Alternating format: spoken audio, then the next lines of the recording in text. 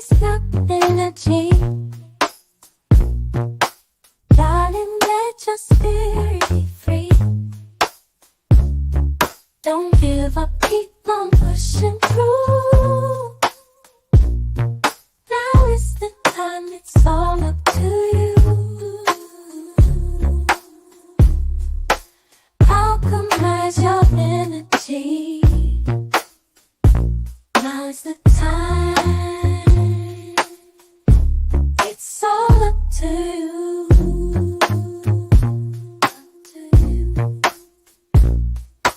Alchemize your energy, my friend. Let your mind be free. All right, all right. Happy Saturday, y'all. So, in this discussion, I'm going to do these on a regular basis. I think I'm going to do them every day where I discuss, like, things that are going on in my life and just in general, to have like a discussion about certain things. So, so in today's discussion, I'm not sure what I want to call it. I'm going to come up with a name for these like talks, but, yesterday, I did a talk that was discussing the past and people holding on to the past. In this particular discussion, I'm going to talk about fear and unrealized potential, right? Um, the reason why this subject matter is coming up is because yesterday I did a live, right? And it was interesting how were watching the live. And at first, it was a young lady talking about her son passing away and how it influenced her to move on and do better things. And the more and more she talked, the more and more the people in the audience began to get almost like one person began to like feel a certain way, and then that kind of like made the rest of everybody else begin to feel that same way, right? And it's interesting how group think works. You have one person that kind of triggers everybody else. It's almost like that whole episode. They have this thing on YouTube where a person will go into a room and there's like 10 women with balloons, right? And one woman will bust her balloon, and then you have like 10 other women bust their balloons, because they're trying to see if they want to date this guy, right? So, the guy will walk in and one woman will bust their balloon, and then three other women will follow after, maybe four. Then after that, and then he gets to talking to the woman, well, why'd you bust your balloon? Right? And they'll say stuff like, well, yeah, you're too young for me. And then you'll hear two more balloons pop, you know, and then another person will say, well, I didn't like your outfit. Then you'll hear another balloon pop. And there might be one person left, right? That might still have their balloon, but then somebody else will say something else. And next thing you know, she busts her balloon. And a lot of times in the comments, you'll see people say, well, man, that's interesting. They're being influenced by the other women, right? And that's pretty much what I see. Something that happened yesterday when I did the live with Tawana World. We was revisiting a live on Sugar Love's panel as well as my panel because we've been sharing panels. Um, she asked that she's like she thought that it was a very inspirational interview. She said, "Well, I want to share with my audience." So we did a team effort again, like we normally do, and we began to talk, show the live with her. And in the beginning, she's talking about how her son, he was taking like over the taking prescription things at 15, prescription drugs at 15 that caused his demise when he was playing basketball because he had 4 heart attacks, right? So it starts off as a gripping story, but then she made a shift in the middle of that and began to tell, okay, well, so this was my why, And then she begins to tell about how she moved further and got into, she got into this mastermind thing where she like joined a mastermind and, she was paying $94 a piece for the sessions real estate. But then, as time went on, she realized that she was trying to get more information, but she kept having to pay like $94, $94, $94. So after that, she said, you know what? She wanted to learn more information, but she did not want to have to like slowly get the information. So the guy said, okay, well, if you want to do something with me, because he had like a live session. He said, listen, if you want to work directly with me, if you pay 50,000, I will tell you everything, right? That what you want to know. You'll be able to pick my brain, so to speak. That's what the guy said. So she decided to do that. She got like 50 people to give her $1,000. And that's how she came up with the 1,000. with the 50,000. And so what she did was is that she did that, and then she came back when she got the information and told those 50 people what the information that she got. Yeah, it was 50K. This mastermind. And most masterminds are high. Like when you first like when you do the you might start off, they'll have a book that's okay, well download the book, the ebook, and then you'll probably do a course. You pay for the course, and then eventually there's like some kind of a mastermind event. It's really like a it's a steady it's a formula that people use to do courses and make money and generate income, right? And it's usually based on education, learning different strategies, this, that, the other, right? And these people are millionaires, and they say, okay, you want to get into the inner circle, you got to pay X amount of money. So she did that. She didn't pay 50,000. What she did was she got 50 people to give her 1,000. She said, I'm gonna go to the mastermind. I'm gonna come back with all the information to tell you guys the information. So when I'm showing this interview yesterday, and you guys can see it, it says with Tawana World. We were reviewing the Tawana World. So what happened is that when she made that switch and talked about that 50,000, all of a sudden people started saying, "Well, this is a pyramid scheme, right?" Now, this was an interview. It wasn't a thing we were trying to get anybody to join anything or start become part of her crew or nothing like that or invest in anything. But one person said it was a pyramid scheme. Next thing you know, everybody in the audience was parroting that. And that's interesting because how one person could say something and influence the whole, right? Another thing I noticed is that, Sugar Love's audience is pretty like a lot of older people, probably in their like late 30s, 40s, 50s. And that's why I like made the discussion today about fear and how and holding you back and overcoming anxiety to seize opportunity. So most people that have been on this live, they're older, so like they've experienced certain things, they've experienced pyramid.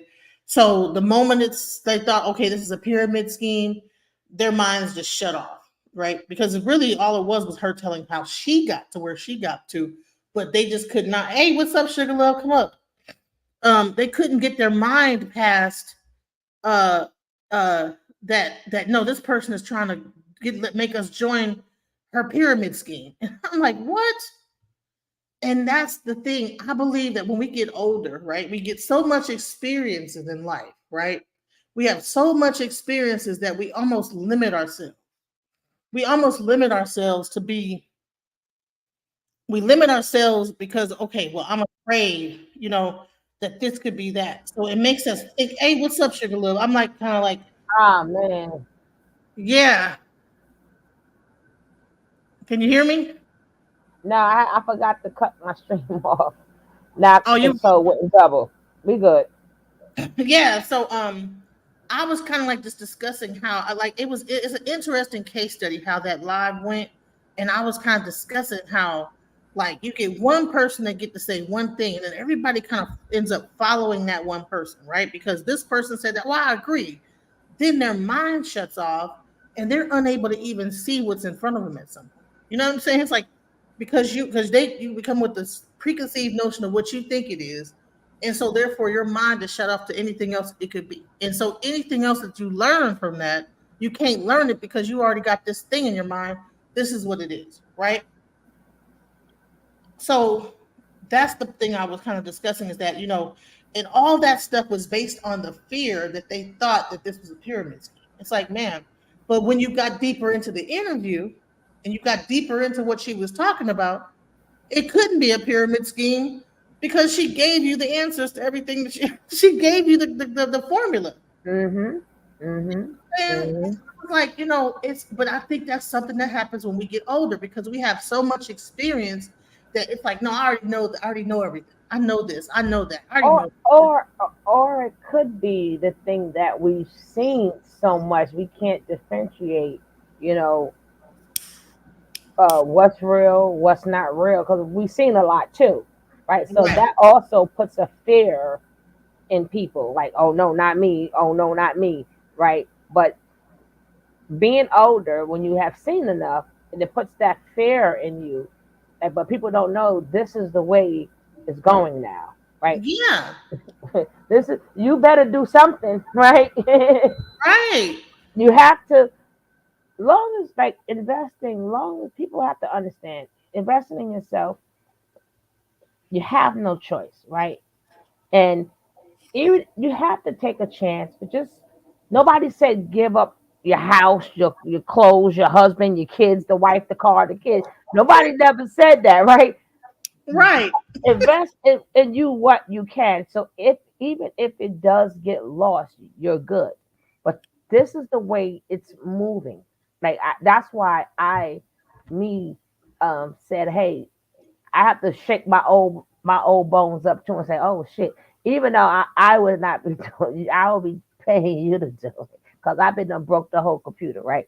But at least I could show people, hey, try this, try that. Even though, but yeah, it's enlightening to me too because I already know. I already, even though I say it in a different way, because but this is where we at, guys. I mean, we knew this since we started making telephone calls. Press one, press two, right? They threw it on us many Slowly but years ago. surely with the AI, they're slowly eking it out to us, and it's going faster now. Because now that they've released it, now they're like all of a sudden putting out all this new stuff. It's like now all of a sudden there's like a million AI apps, right? And then people are like, "Oh no, you don't want to." Even when you go to the app, they can still find out where you got it from. Like, so what? First of all, people, soon as you buy your phone, right? That's AI, right? So first they started out with because see they know human behavior, right? They know people cheat, they know men cheat. So the first thing they do is, hey, so your spouse or whomever can't go on your phone, put a code on there, right? Hmm. So that after the code, they say, oh my goodness, they broke the code. Put your fingerprint in there now, Right now, right? facial recognition. You know, Right. So now they go, well, they could probably use your finger while you sleeping. Put your retina in there, right? So they exactly. because the human behavior, you we want to be so slick. You already gave them your rights. Right. And that's the thing I want to talk about. It's like, man, you people are so scared this black woman that's over here talking is gonna like track them down or get some kind of kudos for the information she's given and suck you into But something. if But even if meanwhile, she they go and buy did, a phone from even iPhone if and even Google. if Go ahead. right, and then I mean, anytime, just the point of using your phone, anytime you use any apps, the minute you press the word agree, you done gave up all your contacts, your pictures, your everything, right? Certain things you shouldn't have. But like me, I'm not all into that. So I'm the wrong person. I don't have nothing. But that's Hell, not your because but location. that but Your that's location. They know where you are. They know where you're going. They know everything. You know. right. But certain things I don't have in there. But certain things again, you even if you uh even if you work or every they got you. If you go to the doctor, I knew one girl went to the doctor. And she was in another country, and she had an accident or something. Baby, that's in the computer. You go to different doctors or whatever, and they gonna ask you what's your medication or whatever. Soon as you say the word I don't know, they go do do do, and you take this for this and this. Like there, every everything of you is already in a central type of computer. Right. Right. So it's They're like, not, they're not effing around. That's why they come up with these schemes and these lies, and that's what girlfriend was talking about with the power ups that be that baby they Robocop is already here, right? They already mhm, had a Robocop in the transit, right? So they give you the test dummy. The test dummy is to throw you off to what the real one's gonna look like, right. right? They talking about people robbing the stores, which is not true. They do shoplift, but now they're making it a big thing. Why? Because they need our permission to say this is why we got cameras everywhere, facial recognition everywhere. So when you walk into the store, I mean, people don't understand. The biggest thing is y'all better wait till we go cashless. They they already. It's to the point you can't pay nobody on the side no more. There is no giving nobody. We're going to be cashless soon. Yep. Yeah, we are. They got Bitcoin on the Cash App uh, It, application. You know, you can like invest in Bitcoin and all this other stuff. So I mean, but people again, they don't have to do anything. But the point of being cashless is that means your every move, your every purchase. It's right now. People got Cash App. Right now, oh, I mean, it's a shame they're talking about people robbing people. It's a shame people could take their phone now and just tap it and keep going, tap right, it and keep going. They aren't. They these motherfuckers don't even ask for your ID or nothing no more. How do you not ask for? I don't care if you could just tap it. You know how they do. No, before you tap it, what's your ID? Right? You should yeah, always ask for ID because people get robbed that way too. But this been done 50, 60, 70 years ago. This has already been done. right. Only thing, They only already thing, have it. Been having. right? This been done. This been done. And But if you ain't did nothing wrong, you ain't got nothing to be afraid. no, it's not the fact of that. The fact is they can make you wrong if they want to. That's the scary part. Remember, with the face recognition, they could put you someplace where you wasn't at. All you gotta do is put your face there, right? So be careful. It's always the flip side of that coin. Right, So, so they out to get you. They could put you places. Now they could use your voice recognition. They could do a whole fake conversation, and it was not you. right. And so getting into what we discussed yesterday, like we talked a lot about a lot of AI. I gave a lot of jewels. I want you guys to check out that live between me and Sugar Love. Like My we mine, mine is membership only, which you should put yours now membership only, right? oh, okay. Mine's on member because if you're here to get the juice, you get the juice. But no, we not. No, you're gonna have to be a member to see the juice. If you ain't physically here, well, then you learn to be into class early, or because we give out. No, we're not giving away all the juice like that. You gonna have to be a member to get that. Right, right. And see, and that's the thing. It's like, we've been really sharing like really some deep information, but it's Hmm. crazy how skeptical people could be and so afraid of this. And you know what I liken to is that, remember, like I said, I was making fun, but I was like, Jack, when rock and roll came out, all these little kids, this rock and roll, that's the devil's music. They're gonna ruin society with this rock and roll. Then when breakdancing and hip hop came out, oh, you breakdancing, you're gonna break your neck. Remember they was all saying that, Hmm. break Hmm. your neck doing breakdancing, right? Hmm. I don't know anybody that broke their neck because clearly, if you was doing anything where you flipping on your head, you had enough strength to hold your damn body up. And but you know what? On a positive note, because you always gonna have people that's skeptical, which is okay. Because I'm skeptical too. This is a learning experience for me also, and I'm glad that you, after you talk about it, you show a little bit of it, right? So that makes me a little bit comfortable because it makes. Come on, I didn't even go to typewriting class, right? I was like, no, I'm not sitting there typing. Who would know that now you have to live by a keyboard? When I refuse to even type, okay? Leave us old folks alone, right? Right. Well, I no, got one of the old folks because it's that scary. You know? We but got yeah, but you gotta remember before computer, we had the regular old typewriter. We were scared to do that shit. Like, well, type it, and that was you had to learn typing in school. Like, damn that.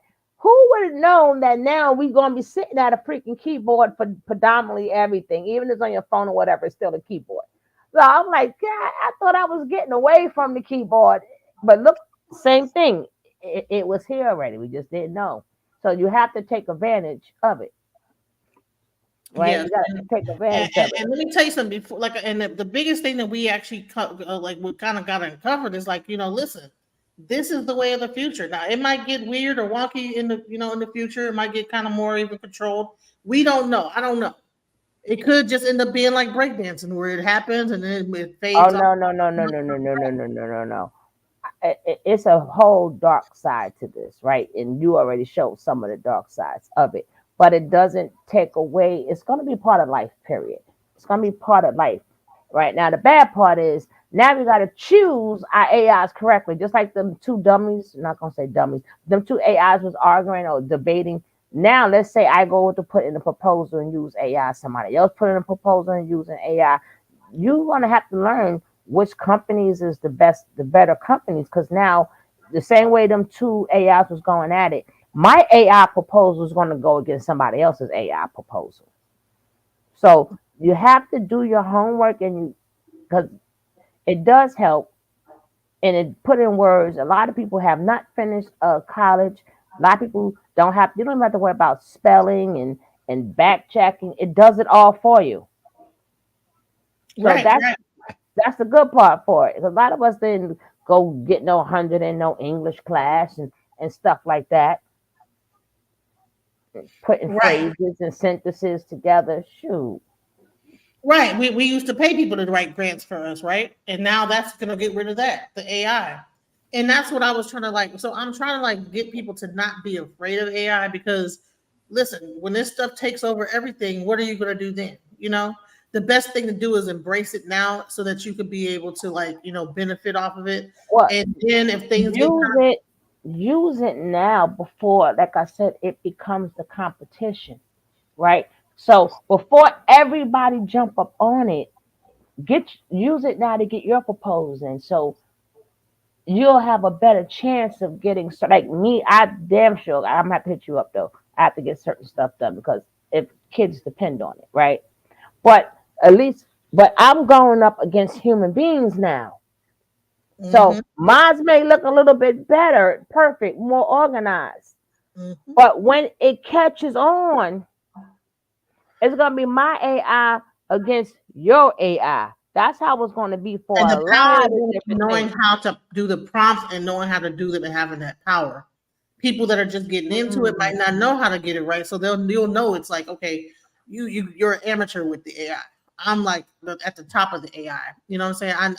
I was in front of the technology, and that's all I've been trying to do is like get people in front of the technology so that it doesn't rule them, and then you're in control of it. Because what's going to happen is like this stuff is going to replace jobs. It's going to. It's inevitable. They pretty much are telling us, listen, these jobs, and we probably gonna have to end up, having like if you don't like merge in with it and become completely like a part of it, then you're gonna have to like start, gardening or something, like get your own farm and go Yeah, live but off they the land.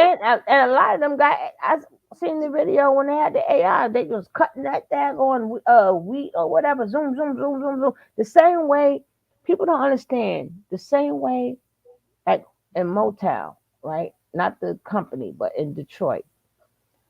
AI was back then too when they had the assembly line. That would be AI.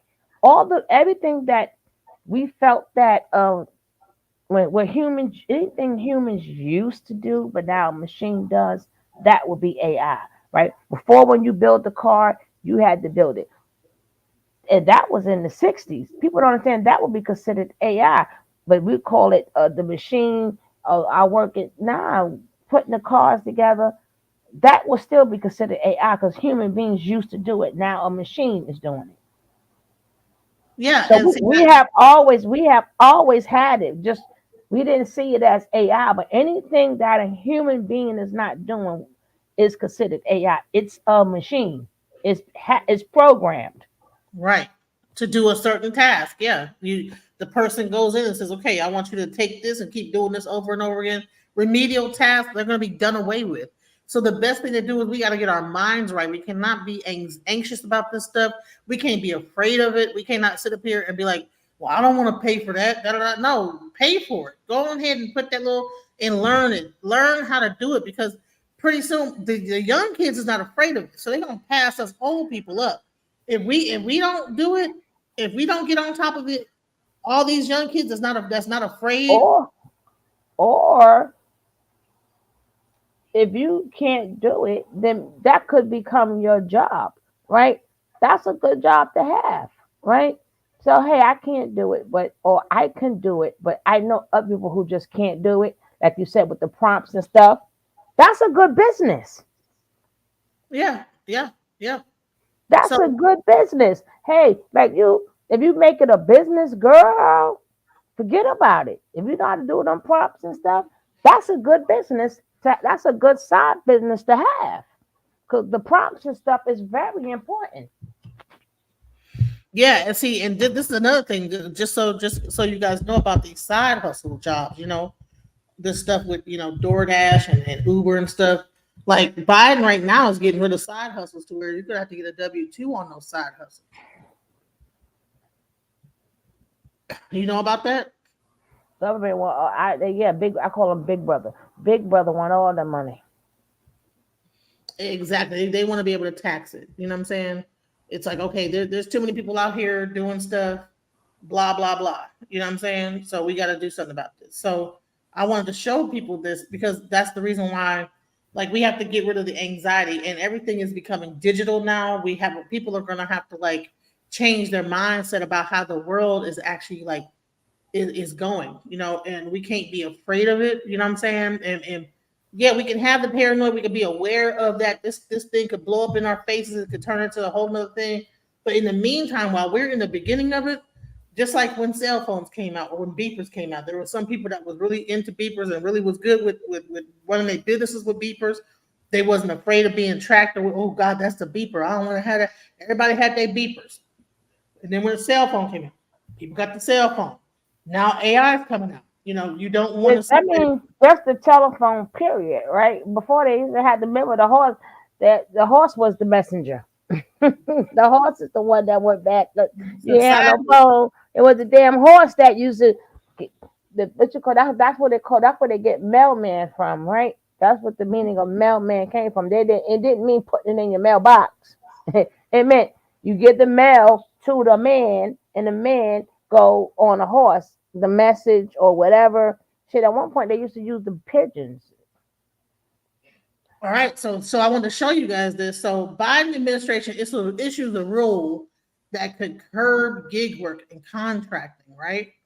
So the rule will require that workers be considered employees rather than contractors when they are economically dependent on a company. So that means if you work for Uber, and that's like your main source of income when you do your W-2, guess what they're going to do? If you're doing 1099, you will no longer be able to get a 1099. You have to get a W-2. And what that could do is make Uber start paying people hourly instead of them getting like pay as you go and then doing a 1099 with that. So the new rule adopts a standard that courts have used for years to determine the proper classification of workers. That standard looks at several factors, including degree of control companies exercise over workers and whether the work performed is an integral part of a company's business.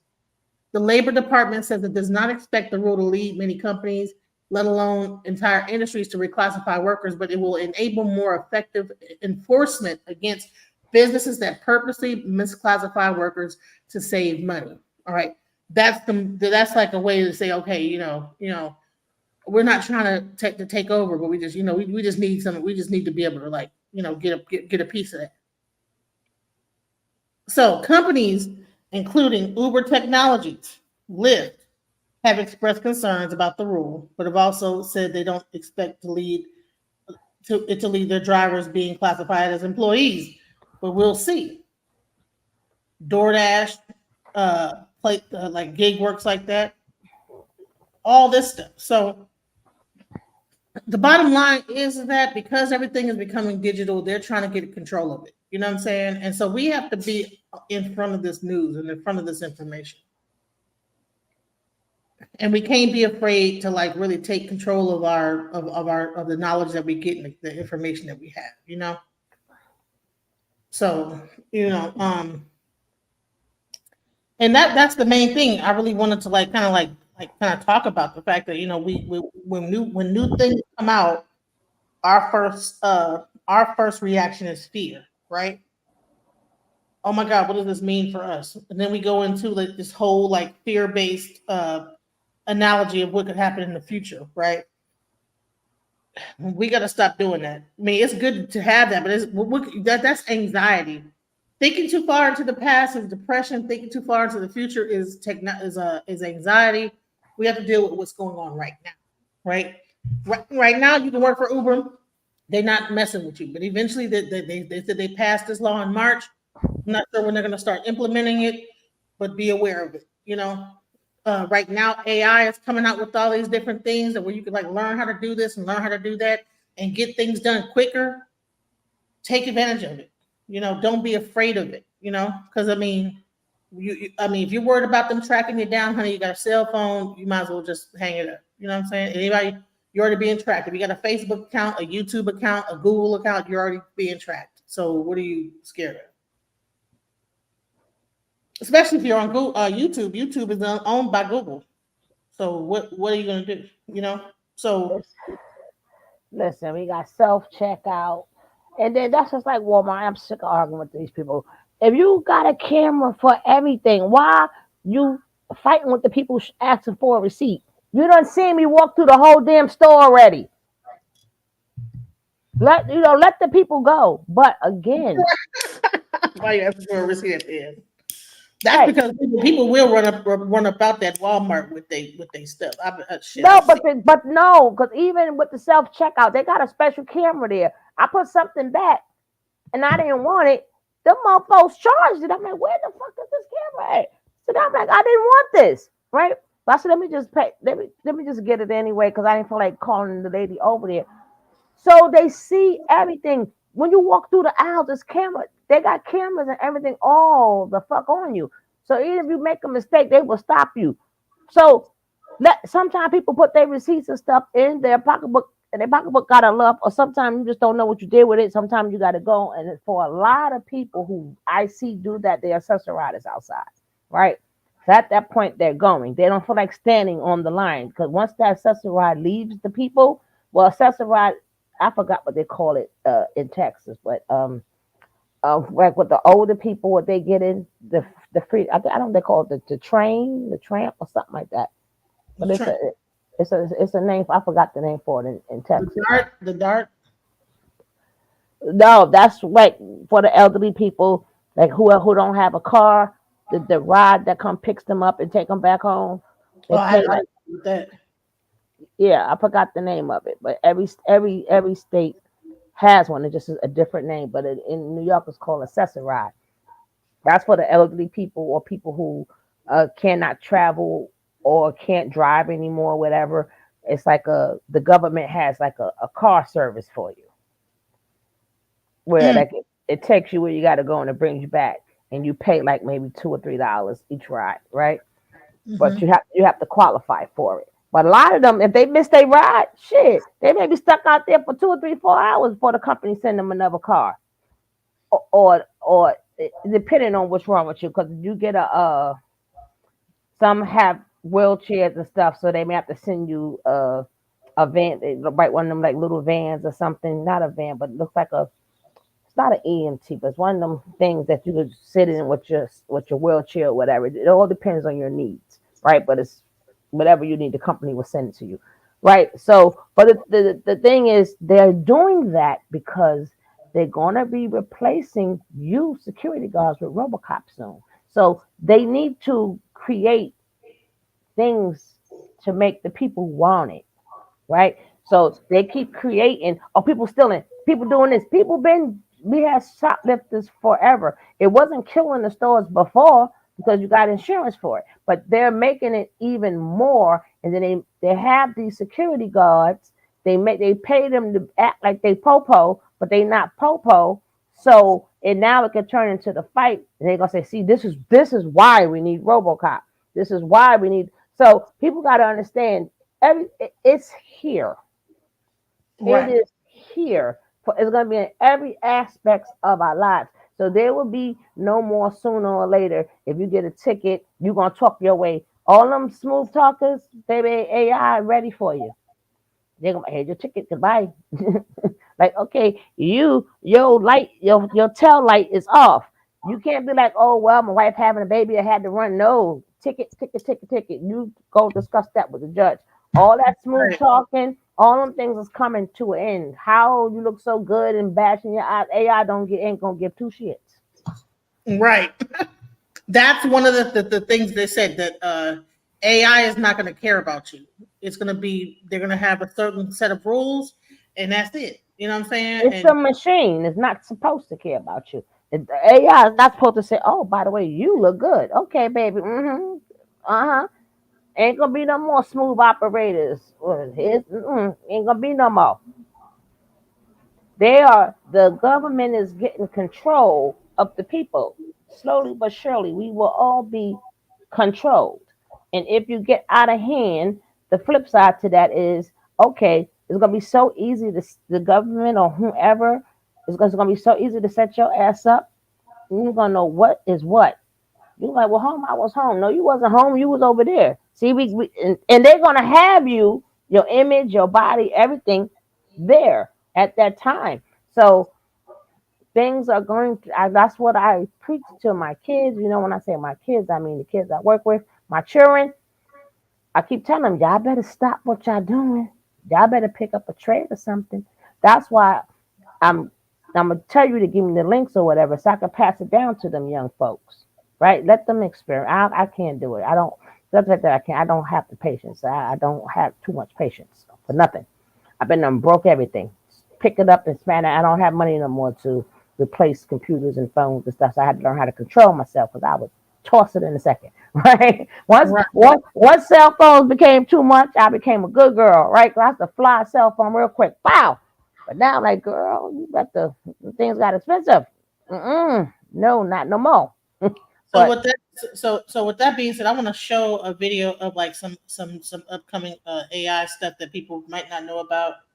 I think I'm gonna like just make a series just discussing AI because I think that people just need to know this stuff. So let's go into this video. I don't blame you for not knowing all these updates that have happened over the past few weeks in the world of AI. Here are the 6 biggest things that you need to know about. Number one, Airtable AI was released, and this is going to be the fastest and easiest way to deploy AI applications. Their demo shows how fast you can create a campaign brief in a matter of seconds. Number two, Meta is now coming out with AI ads. Not sure why it took them this long to start focusing on advertising instead of the metaverse, but you can now generate text, image cropping, and background generation within their ads platform. Number three, Coca-Cola just dropped this ad. Check out this quick snippet of it because this is insane. This ad was created using the help of AI, and I think that advertising is about to get wild. Number four, Google released a ton of new features at their annual I/O conference, and here are the ones that you need to know about. Number one, Google search is about to get a lot better. You can now start to use photos and videos within the search. Number two, Google Maps is getting immersive view, which just looks wild. Number three, you're going to be able to edit photos using AI within Google Photos, and it looks pretty sweet. And lastly, they have a lot of enhancements to Bard, and it is now publicly available to anyone. Next up at number five, Stability AI came out with text to animation. Now you can just create any animation that you're looking for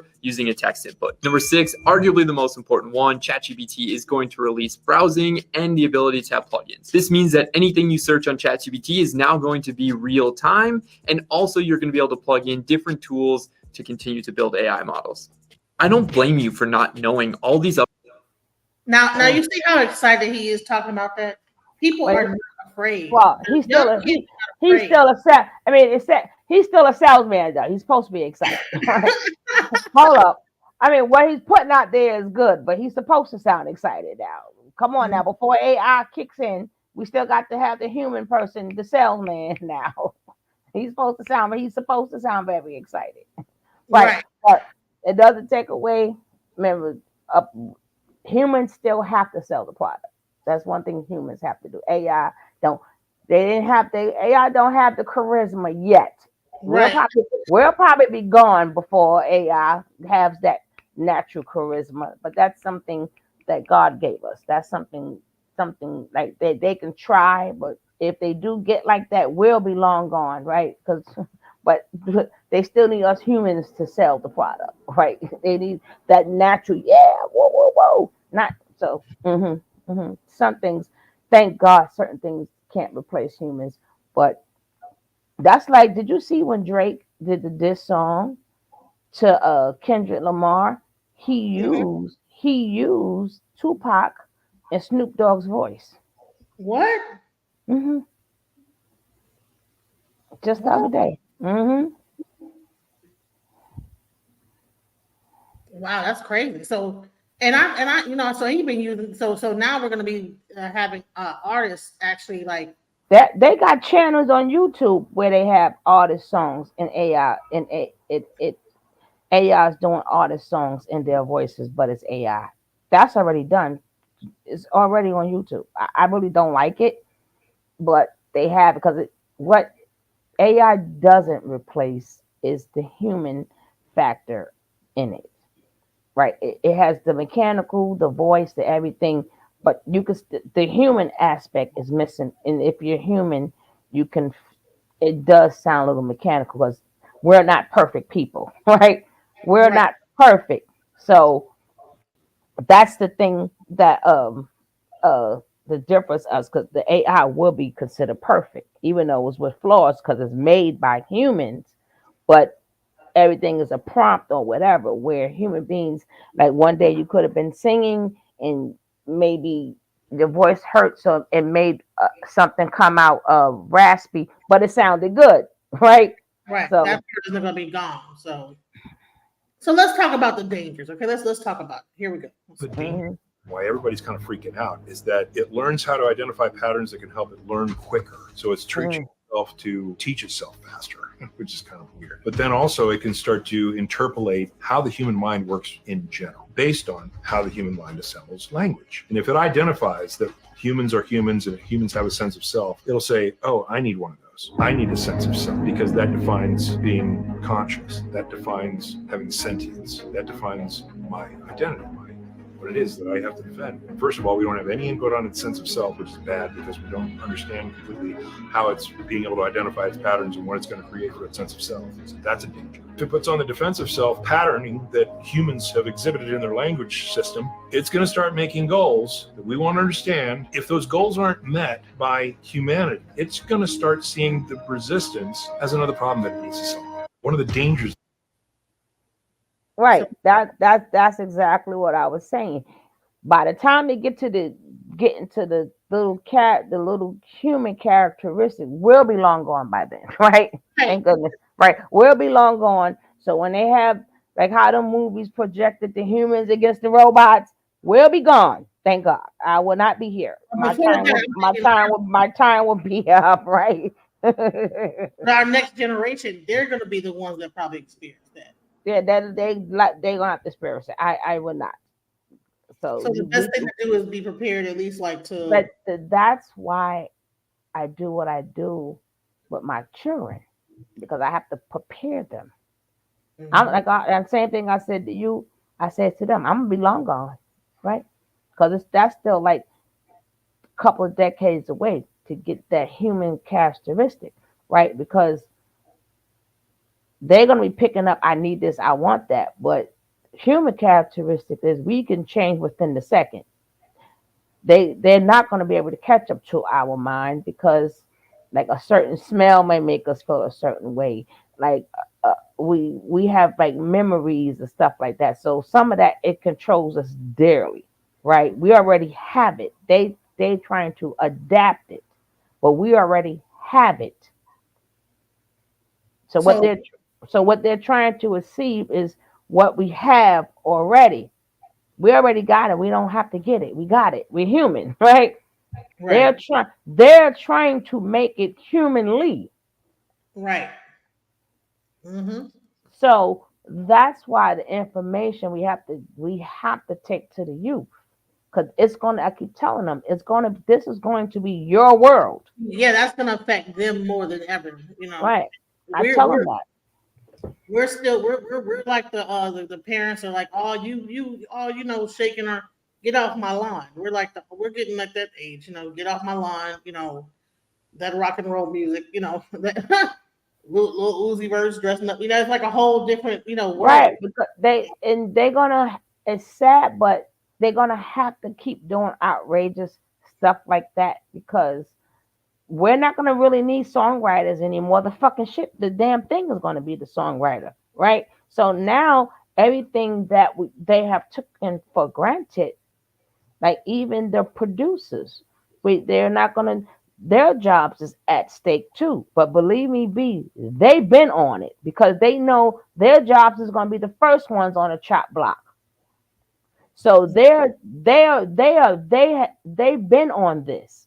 The thing like even when she said the powers that be or the uppers, they already up on this because like the engineers, they're up on this. The people who do digital, they up on it because their jobs are the first ones on the chop block.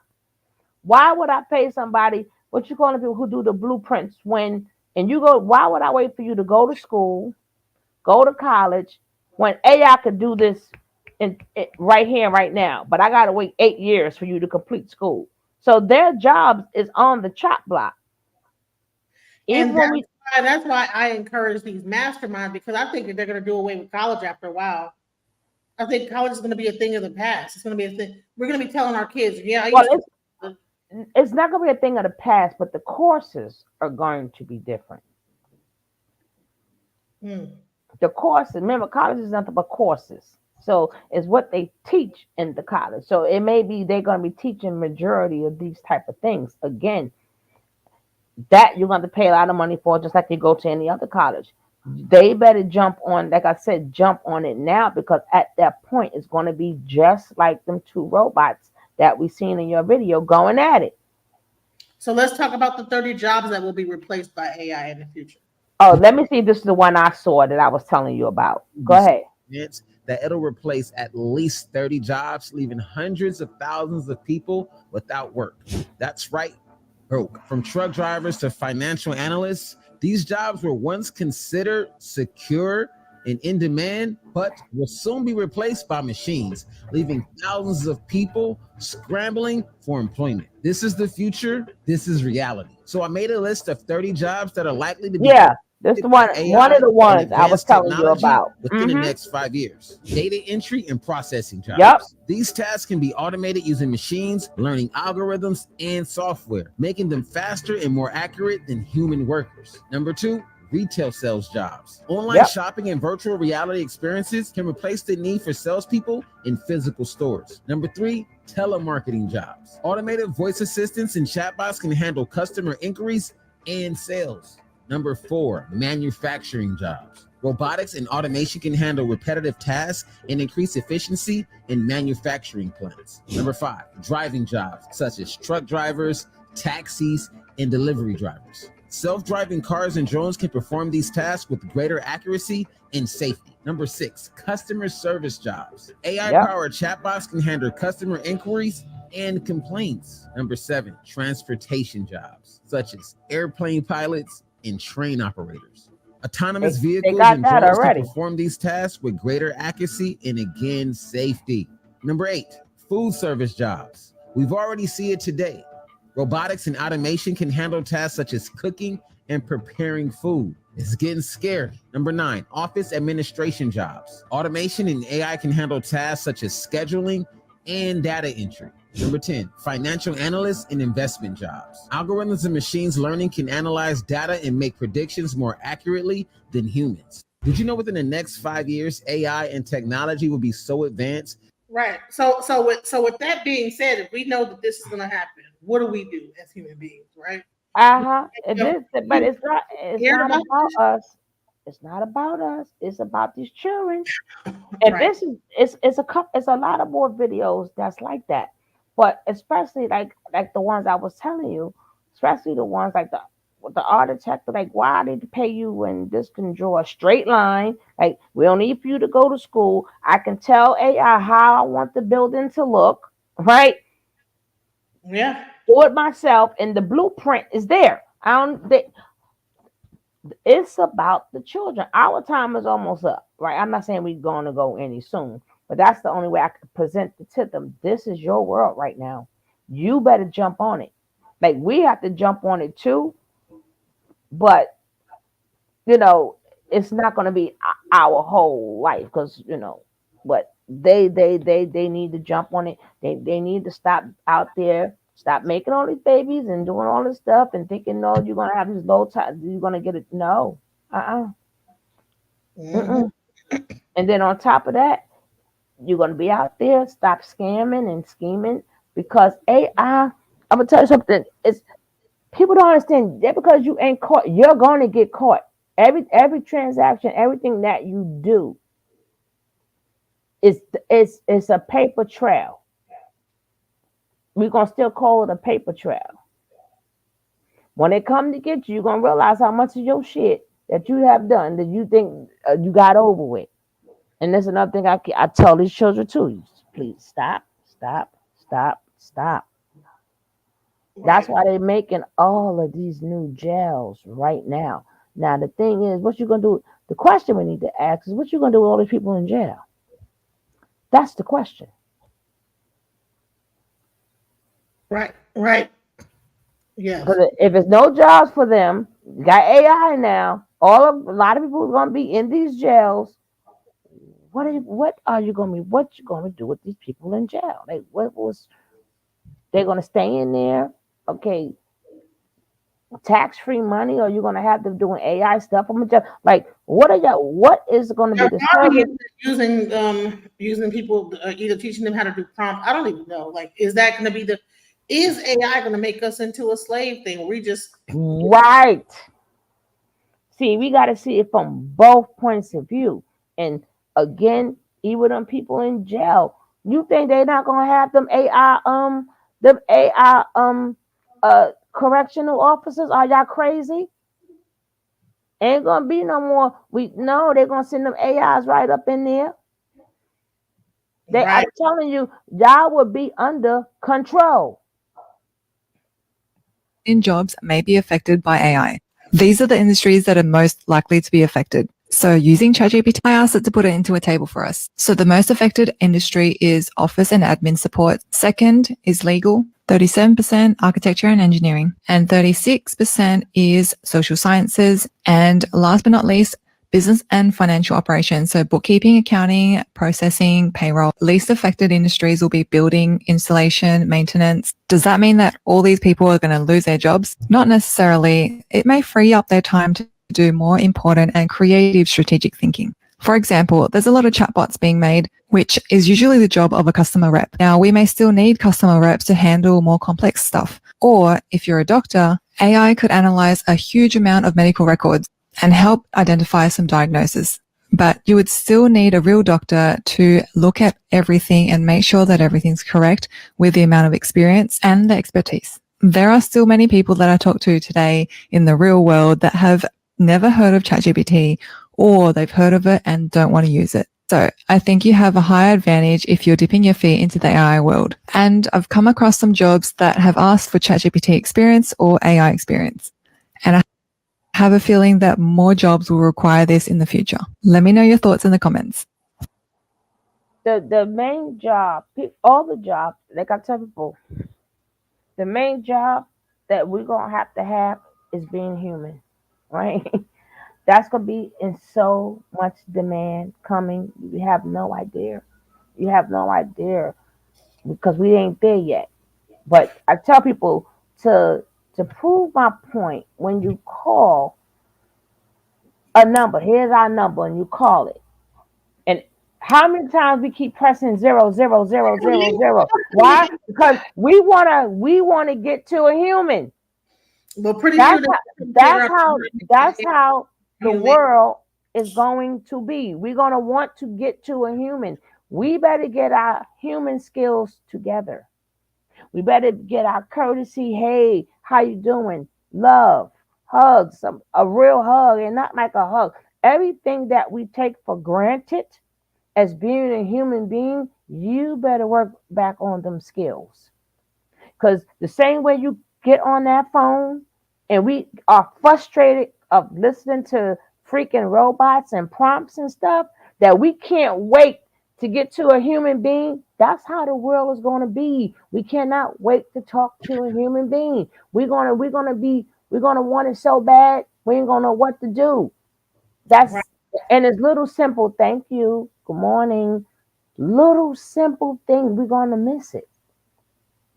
We're gonna get tired of good morning, such and such. It's gonna sound so much different from a human being, right? Every, you know what I'm saying? I've been saying this for years. What's gonna be in demand is not gonna be AI. It's gonna be being a human. AI is here, but we complain about so much that we ain't gonna have nothing to complain about no more. What you gonna do then? Everything. I don't want to go to work. Or this and this. Okay, anything you complain about, they're gonna replace it. You don't like that job? Here, AI take it. She don't like it. Right? Because AI don't care what the other person is saying in front of them. AI is not thinking that, oh, you think I'm a punk, or you trying to disrespect me, oh, blah, blah, blah. I don't like how she look. I ain't fit. AI is just there. What's your order? Yes. And Okay. Bye. quicker, faster, in a heartbeat. You know what I'm saying? Right. We need to So this is a time, I think, before humanity to really understand what it is to be a human, Mm-hmm. operating as a human. So that, I think, it is going to get us more into our humanity. When this robotic thing becomes the norm, we are going to be looking for more human connection. And what does that look like? That's going to be the main thing that's on demand. Everything sound good. Yeah, all it sound good. You better jump on it. But you better work on your human skills. Y'all people better learn to love one another or talk to one another, because what you're going to do, fight AI is going to be the new cops. And AI, they got the scanners out now that, like, you know how before, like, a cop will have to have a reason to search you. Mm-hmm. AI can scan you now, so they don't have to need a reason. They know what you got in that book bag. They know what you got in your pocket. Yeah. Yep. They can scan you, so ain't no more. Well, they can't search me. AI could, because AI already see what you got. It do do do beep beep beep beep. Mm-hmm. Yeah. People better go watch RoboCop again. We thought it was just a movie. Go watch it again. Now imagine an up-to-date RoboCop. And you know what? And that's the very thing, is that the movies are showing you. I don't like to watch like horror films or romantic. Me neither. I like to watch science fiction because it tells you what's coming out. Because if they did it on the movie, they can do it in real life. They did it in the movie, so they can do it in real life. Yeah. Right. Like, we think that this is like, no, they probably, a lot of these movies be having like special teams, like government, that come in and show them, okay, well, this is this, that, they have specialists that come in to make everything accurate, like as accurate as possible, because they want to imitate what life is really like or what it could really be. Yeah. Or like an actual like blueprint of real life. And people have to keep in mind, whatever that's coming out is new, is really old. Mm-hmm. So we think it's new. Technically, it's old. It's just new to us. But it took years to plan this, test this. So it's really old. So as we're thinking it's new, they're already working on the next stuff. They already started working on the next stuff like 10 years ago. The stuff that we got now was maybe 40, 50 years ago. They're already working on what's coming after this. They're working. This is just new to us. But all of these things had to be trial. It had to go through trial. It had to go through it work. It had to go through a lot. This stuff didn't just come overnight. So it's really old. Y'all better be worried about what's coming next. And they started off with the cute robots, but now they're starting to make them more like, okay, let's talk about, look at this. The robot from Boston Dynamics. It's replacing the old Atlas robot. Here's what's going on with the new robot. The most interesting thing, I think, is that it's showing how humanoid robots really don't need to move like humans do. They can do that. It's also fully electric, unlike the old Atlas robot, which used hydraulic power from moving liquid inside it. It's also apparently able to sense its surroundings in real time and predict how its motion will change. Boston Dynamics' goal is to make more useful robots that can help us do real-world things. I actually got to meet the old Atlas robot, and I hope it doesn't remember this. Because what I really want to say is thank you, Atlas. You were very cool, and you helped push robotics forward. Now, can I shove the new one? If you like optimistic science and tech stories, follow for more. That thing did a whole backflip. I want to see no damn robot do no black flips. I can't do a black. I'm not happy with what a damn robot could do. Now you play with my intelligence. Well, no, they're gonna be merging it with human. Humans gonna have to like get robotic arms and robotic. They're gonna. Yeah, they showed that with the $5 million man. Remember that show back in the days? What do you see right now? Well, they better get it now. Damn it! I see a red apple on a plate in the center of the table, a drying rack with cups and a plate, and you standing nearby with your hand on the table. Great. Can I have something to eat? Sure thing.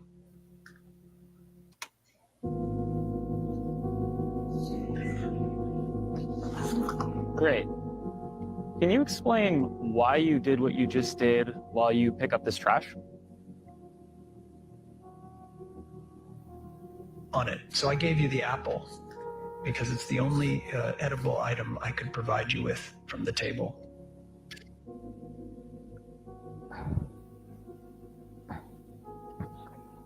Great. So, based on the scene right now, where do you think the dishes in front of you go next?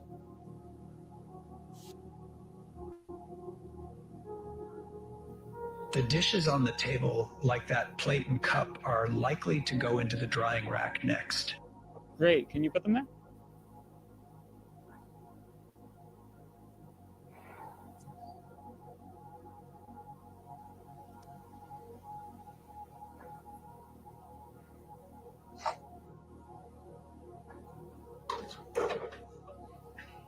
Make sure it's neat now. All right. So, how do you think you did? I think I did pretty well. The apple found its new owner, the trash is gone, and the tableware is right where it belongs. I agree. Thanks, Figure One. You're welcome. If there's anything else you need help with, just let me know. I told you, you're gonna be wanting to be a human being. People gonna get so used to that it's gonna be unnatural. So being a human being, it had a raspy voice. It's like, yeah, I'm doing this. like it sound like a robot. Yeah, because they take it again. We're gonna get so used to that coming up, but not in our generation because we can't even afford these things, right? It's the future generations that we're gonna need that human touch, right? Because that's by command, right? We're gonna be like, damn, I want that human person, somebody who's gonna say something smart in between. They're gonna miss that. Like, I ain't getting your apple. What color apple? Here, take your apple, right? That human touch, people gonna miss. But being that we don't know how to do that as humans, we're gonna choose the robots because we figure it's gonna get done and not gonna argue us back. Life is way more simple, right? But then with the order, then it's like, I missed this, right? When you come across a real human, hey baby, how you doing? And give you that real warm hug where you can hear each other heartbeats or whatever, you're gonna snap back into reality. We're gonna snap back into reality. Like, so as AI is growing, humans need to grow too. We need to get out of our own way. All this hatred and all this other stuff. I'm trying to tell y'all, everything will be controlled. And that's why I think it's interesting how we got all this like stuff coming out with these celebrities, right? Because these are the things everybody looked up to. And it seems like this is a weird like concept. But what if they're like crashing down all these celebrities and people that people looked up to, and now and get rid of that whole like thing just to be able to like launch up new like celebrities, but now it's everything is all AI. Everything is all like robot celebrities, robot this and robot that,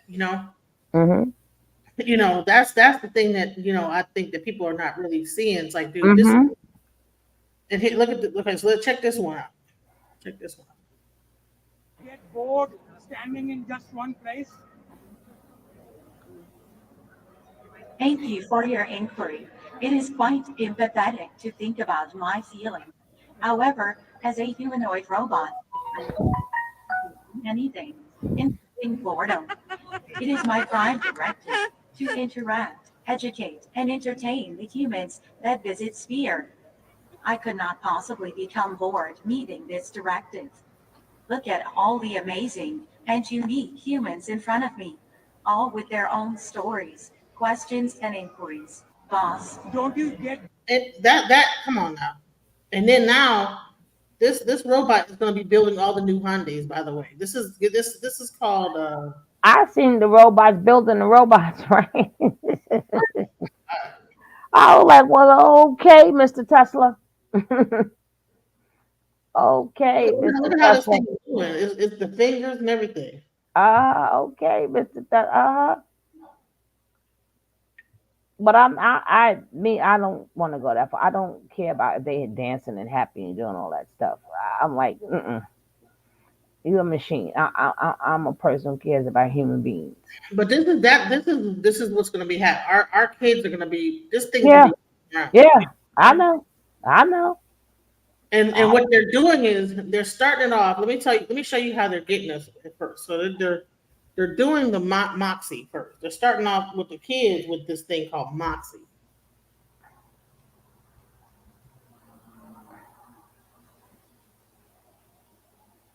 And people look. Moxie, tell me a riddle.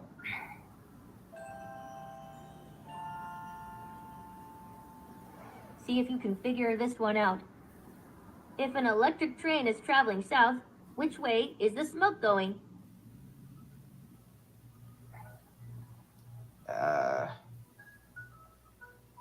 It's an electric train. There wouldn't be any smoke. That's right. There's no smoke because it's an electric train. Did you think that was tricky? That was pretty good. Thank you. That was a fun riddle. I really I liked it. didn't laugh, Moxie. Huh? I said I didn't laugh, Moxie. I'm Moxie, your robot pal. If you could... Them horny men gonna have a ball with them robots, boy. Moxie, you okay? Why you rubbing on Moxie breast? That's what they all say. Yo, them men, dude, this is the ones they gonna have for the men? Men are marrying robots now. It's crazy. Moxie, can you do a spin? That gives me an idea for an activity to do together. What? Oh, it's the heart song. No.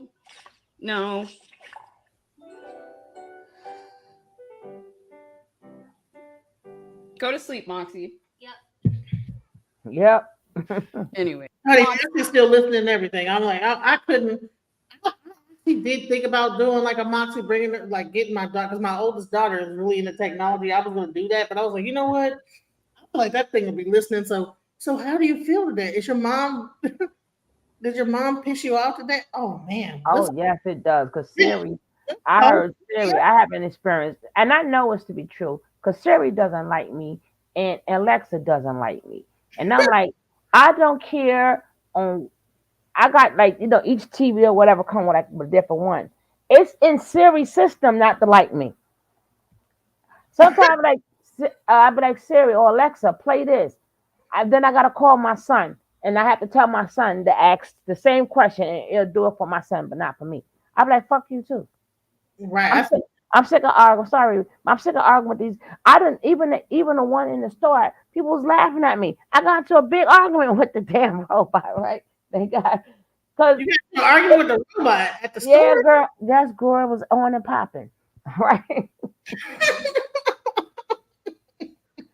Because that they got it like we got like the BJ's, some people got Costco's, whatever, but it's the warehouse shopping.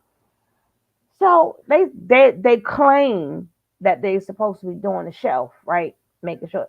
But in all reality, again, they're catching faces, seeing what you're doing in the aisles. This chick, I forgot her name, come standing right in front, like, excuse me, because I couldn't move. The bitch wouldn't move. I'm like, can you out of the way? So I'm trying to signal it and everything. The damn thing would not move. Man, me and that thing got into it. I turned around, there's a bunch of people watching, right? They were like, oh my God, she's arguing with the robot. I'm like, the robot started with me. Right, you was arguing with the robot. I said it was started with me first, damn it. Shoot. Whatever her name is. Now I'm like, if y'all don't get this thing out of, look, it's blocking the aisle. It's supposed to be where the shelves are, right? They are very annoying. Very, very annoying. Anytime you got to argue, like, hey, move. I said, if you don't move out my way, I'm gonna kick the shit out you, right? Get out of my way. It was on it. Robot had me pissed, and that go to show you how. No, but it goes to show you how. Damn robot's gonna piss you off, but you're the ones that's gonna have to fill in emotions, but the robot is not. Right. It teach you a good lesson in life too. Get out of your feelings. But I was gonna kick the shit out. They were like, well, if you do that, then the robot costs a lot of money. I said, yeah, now I'm gonna sue they motherfucking ass, because then you in charge of this damn thing. But I did not know. I turned around, the managers is there, the people, they are cracking up. And I'm like, this better not be on YouTube. That's all I kept saying. Like, I better not be on nobody's thing. Because It's on TikTok. Right. Somebody got a recording of that. I'm telling you, the way it went, because it wasn't like it was a 1 second thing. You had time to pull out your camera, because me in the damn Foxy, whatever the name the thing is, was Rosie's, whatever. We were going at it. And I'm like, no, I'm not going around. Move your ass. I said, I'm going to kick the shit out of you. I'm going to get out of here and kick the shit out of you. I'm like, oh, man. Because at first, I'm waving the signal. And then after I seen all the people sit there cracking up, I'm like, I better not end up on nobody's video. I swear for God. Wow. That's funny. Yes, I be having my run-ins. Me and them robots do not get along at all. I'm like, first Siri don't like me. Alexa, now the robots I'm arguing with robots in the store. I'm like, this got to stop.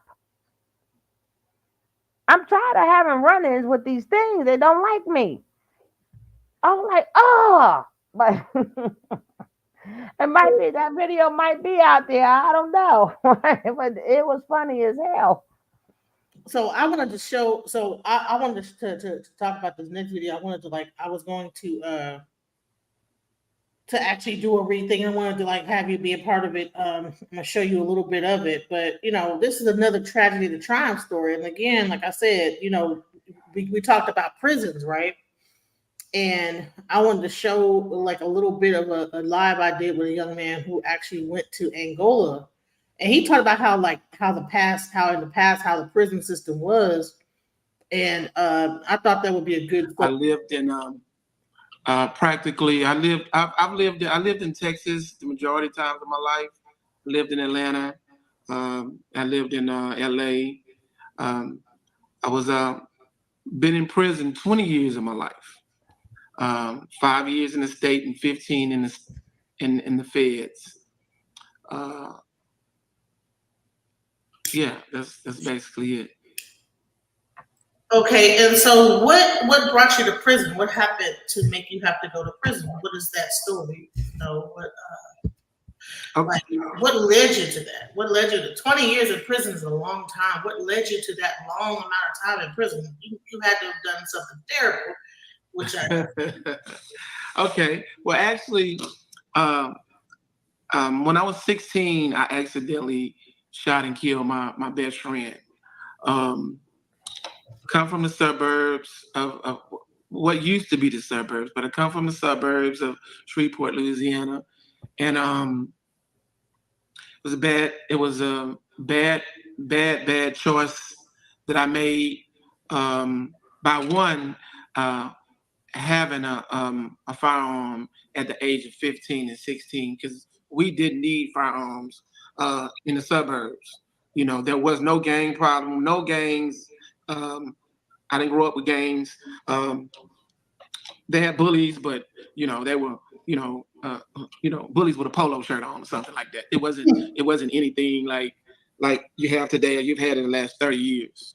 And it was a situation in which me and my friend we kept having altercations. And it was one summer, I never forget it. Matter of fact, it was like July 23rd, 1986. I was 16 years old. I was a sophomore, headed to be a junior, and it happened so fast. That particular day, I had after that pressure of me pulling that trigger, I had to become a man overnight. Things changed in my life tremendously, So I shot him with a 22, and he panicked and ran about a block and passed. And then the bullet traveled, yeah. And he passed away. And I ended up getting 5 years manslaughter. That led me to going to one of the worst prisons in almost the world, in the United States. I went to Angola State Penitentiary. So Send Nature Boy there. to become a man, everything changed in my life. What you say? God, I said send Nature Boy there. Oh no, trust me, they're gonna have him traveling because that's what they do. When you go to prison in one place, they get to sending you places. Especially if you get into it with somebody, he gonna end up going all over the place. Well, I'm trying to get him right there. He said, the worst one, send his ass right there. At a blink of an eye. There was no crying. There was no, I need mom, dad, none of that. You know what I'm saying? I had to go to prison, and so I ended up going to Angola prison and using Angola prison like a university, meaning, just learning all different types of things. Wait, hold on. What is Angola prison? What's the difference between Angola prison and any other prison? Okay, well, Angola prison, Louisiana State Penitentiary was once it was a slave plantation in the state of Louisiana. It's down in the mountains and swamp, close to the Mississippi River. It was a plantation. It's huge. It's a city within a city. So it was very, very, very dangerous. Very, very dangerous. It was compared to Alcatraz and some of your more famous prisons. A lot of movies. They made a lot of movies at this prison in Angola. So did they make you like? That's why they call it Angola, because of something dealing with the slaves or whatever. But yeah, Angola's in Africa. I don't know why they called it. But, so here's the question: did they make you pick cotton? Because I know in Texas TDC they make you pick cotton when you Yes, we picked cotton. They had all white men on horses. We picked corn. We picked everything that we ate. It was a plantation. You were forced to call him boss man, or boss sir, or free man, whole bunch of slave names, but yeah, free man, things of that nature. So in essence, slavery still exists. It's just in the prison system, 100%, right? Most definitely, particularly in the South, in the South, in the South, the states in the South, definitely. Mississippi, Parchman, in Alabama. I think they even have chain gangs in Georgia. Okay, so I wanted you to continue to talk about that. I just wanted to clear up for the audience what Angola is and what that represents. Yes, it's one of the most notorious prisons. It was a very, very, very dangerous prison. By the time I got there in the 80s, it was kind of watered down. I got there in 88. I was sentenced to 5 years flat, which I think I may have got a break. I did get a break because it was a life taken. So I got 5 years, and then I went through the transformation of just learning prison. You know what I'm saying? Just learning the different things about prison. The do's, the don'ts. Like I said, it was a city within a city. It wasn't like you wasn't confined in a cell. At this point, you wasn't confined in a cell. While I was there, I was confined to a cell for 2 years for a riot that I was in. They had a riot, and my dumb ass. I was listening to some of the other convicts, talk about the trustees they protest about making the injection table, and they was like, yeah, that's wrong, that's wrong, we ain't gonna do that, we ain't gonna stand for that, and I'm young, so I'm like, yeah, that ain't right, you know what I'm saying? My naive ass, I'm like, nah, that ain't right, and so they was like, when we go out, we ain't gonna work. So I had never been in a slavery revolt or anything, but I'm like, okay, I'm with this shit. Like, okay, like they say, standing on business. So I was like, okay, and man, when that European came on that horse, they came on them horses. They like, who ain't gonna work? And everybody was just still, like nobody said nothing. It might have been like 5 guys threw their shovels down, and I just thought I was doing the right thing. I was like, man, that's wrong. I'm not, I ain't with that. It wasn't that I was being an asshole or trying to be militant. I threw my shovel down. And man, they took us through some shit. I mean, for me to be young, I really experienced. Now that I look at it, and when I look back at it, I understand a lot. Which we're going to be talking about things that's not real versus things that's real, and and people what they talk. What's the word? Sensationalize and revolutionaries and these things. But anyway, yeah, I ended up going to one of the worst parts of the prison, which is Camp J. So I was in Camp J for Is that considered like the hole or something like that? yeah, that's the worst of the holes. There's so many different layers of the hole, but Camp J is the bottom of the pit. The bottom of the pit. That's where you have most of all the people that's back there that's kill guards, kill inmates, rape inmates. They've done some of the most horrific things. So when you go back there, all you smell is feces because that's what they war with. They make zip guns. They make make guns, and they war with feces by throwing feces out the gate, out of the cell onto inmates or onto guards and things of that nature. You know what I'm saying? So that's like mental illness, right? Do you think that the reason why they would do that is because of mental illness, because they've been in Definitely, there so long? they couldn't cope. They couldn't cope with the just being. They couldn't cope with being on the compound, which is on the main yard. They call it the big yard, main yard, whatever. But they couldn't cope, and they just lost it. And being in those cells, some of those guys have been back there like 20 years. They're two famous guys. Wait, in the hole for 20 years straight, or just back and forth? No, in a hole 20 years straight. They had some people been down 20 years straight. They had some guys who had been back there who been back. Can you explain the conditions of the hole? Because I'm like, everybody don't know what the hole really is. The hole would be the size of your bathroom. Just imagine being in I'm talking not the new bathrooms with the garden tub and the two sinks. No, I'm talking about the old bathrooms where you have a toilet.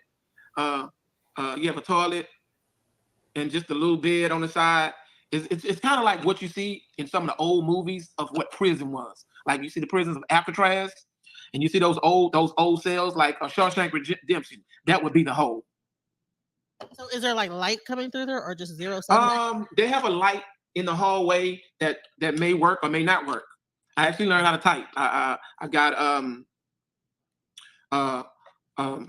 my mother sent me a typewriter. I learned how to type under those conditions. But they had a lot of people that went going with the whole, get along thing, and I'm gonna go work in the field. That was back there. But from being back there, a lot of people were mentally gone. I seen one man. I learned how to play chess in the hole. I had a guy who was in a cell next to me. Now we locked down 24 hours a day. You don't go to a kitchen. Everything, you just in this one spot. So this one guy, he was like a lawyer or whatever, and he had been back there like 10 years.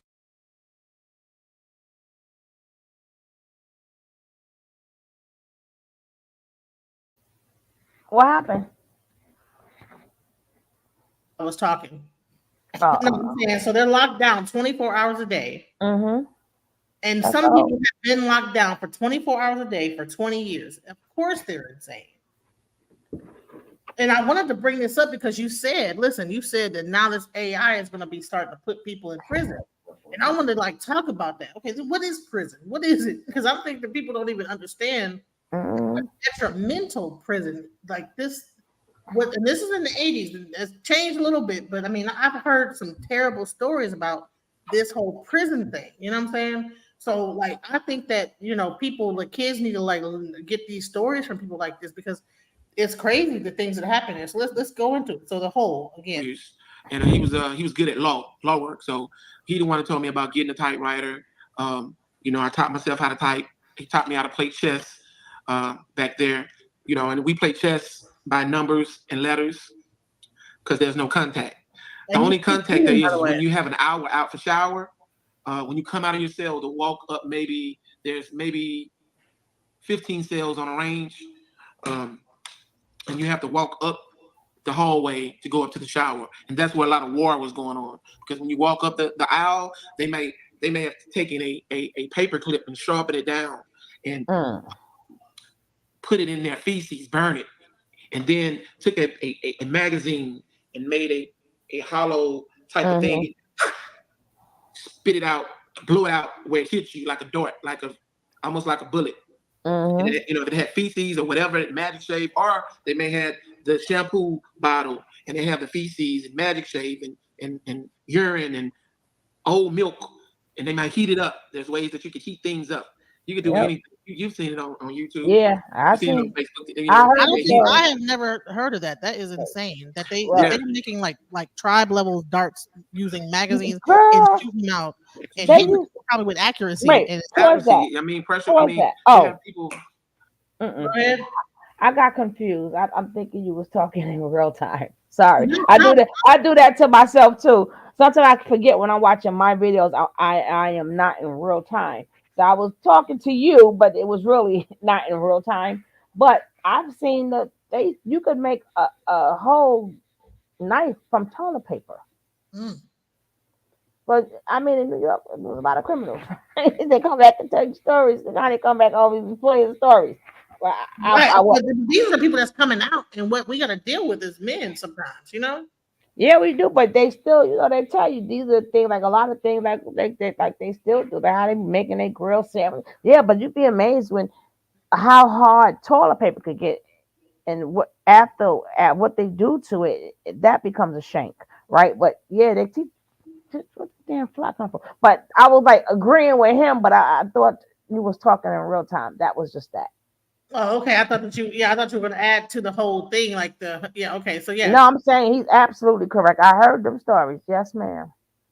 yes, they're using like tribe level shanks and tribe level like hitting people with accuracy like an arrow. You know what I'm saying? This type. You could do anything. You've seen it on YouTube.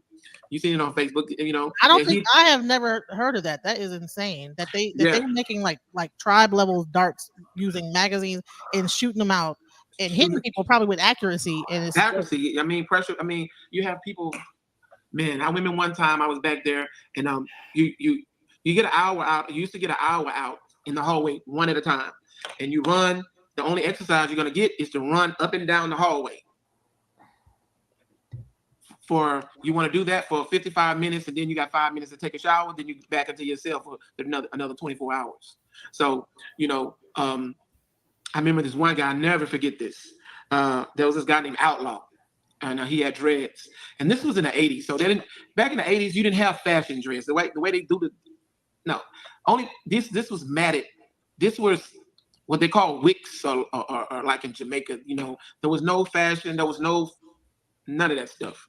But this guy, his name was Outlaw. So, and I began to talk to Outlaw because I was studying a lot of Black Panther material. I ran into Jama, which is the Black Gorilla family. So I was more interested in that whole thing. And he would tell me stories of things that happened back in 72, 71, because these were some of the people that what time frame was this that you were in the hole? Was that in the 80s or 90s? That was in the 80s. And you were like a teenager. I was 18, 19, 20. In the hole with people that had been there for 20 years because Yeah. you said I don't want to do this, and just because you put your shovel down, It wasn't violent. I put my shovel down like I'm not gonna do this, and that's the worst thing that you can do in a prison. That's the worst that you can do in a prison when it comes to the administration. Besides, assaulting one of them. You know what I'm saying? It's to be the type of person to say you're not gonna do it, because if everybody does that, then there's either prison riot, there's a revolt. I mean, then you can actually change some shit. You know what I'm saying? But they're gonna make a example, just like back in slavery. When one person ran, they don't just bring him back and give him some greens and cornbread. They hung them, they tarred and feathered them. They did did all these different things. You know what I'm saying? So it's like it's conditioned. People I always said it's like in prison. This is crazy. In prison, I've been in some of the worst prisons. I've been the federal prison in Lompoc, which is on a military base. I've been in Atwater, USP Atwater. All these are maximum security federal prisons. Leavenworth, Atlanta, maximum security. And you have some of the most notorious prisoners. How do you end up in all these other prisons though? Like, so we're gonna get to how I end up in those other prisons. Okay. Are they shipping you around like to go? No, here? but what I'm trying to talk about is how they condition the prisoners. Some of the most notorious prisoners in the state are in this prison, and then some of your most sick Hannibal Lecter like prisoners are in they're in what they call the hole in Camp J. You understand? Yeah. So what's it called? Angola wasn't the worst hole. Well, Angola hole, the hole which they call Camp J, was one of the worst places you want to be. If you go through and make it through Camp J, by the time you get to the main prison, you got stripes if you made it through there. So how long did you stay in the hole for that particular offense where you dropped down the 20. I stayed in there for about 25 or 26 months. 2 years. Damn. Man, why was I thinking that you're gonna be like 26 days? Yeah, No, me too. no. I mean, you actually find yourself, you fight and struggle to maintain some type of sanity, because everybody's holding conversations with themselves in their cell. And you hear regular conversations. Listen, you hear regular conversations. The guy's having a conversation with his wife, and they're arguing, and he's either reacting, he's re-reacting to abuse. I told you, didn't I tell you to go in there? And I told it's like that. So imagine I'm a young kid. I got a flat top. Look, I got a flat top. I'm brown skin, no hair, no facial hairs. You know what I'm saying? I probably was about 100 and maybe 30 pounds, 140 pounds. You know what I'm saying? I knew what I had to do to be in the prison now. I knew that, in Rome, you do as the Romans, meaning that, if I had to kill, then that's what it was to stay alive. You know what I'm saying? So once I psyched myself up in my mind that, okay, whatever comes to me, this is how I'm going to react to it, and that's how it was. But I mean, there's several conversations. People are having conversations with themselves. It's not quiet back in the hole. No, it's not quiet. Even at night, so like sleeping and stuff like that. How do you sleep? No, I mean, you can't monitor what the next psycho. You can't monitor what they're saying or what they're doing. You know what I'm saying? It's crazy. You know what's kind of scary is that a lot of people get out, right? So you got out, but and you got out with your mind straight. But imagine these women are dating these guys and not knowing that they might be traumatized by being in there for so long, and then they get in there. But that's gonna be, we'll get into that later on. But that is something else. I'd never even thought about that. Wow. So wow. So you went into the hole, and there was a bunch of people in there for 20 years, and this, that, the other. They're shooting darts out with feces on it. You got to run. You want to exercise, but you got to run past. You want to run. For the most part, I was a youngster. These were older guys. These guys been down a long time.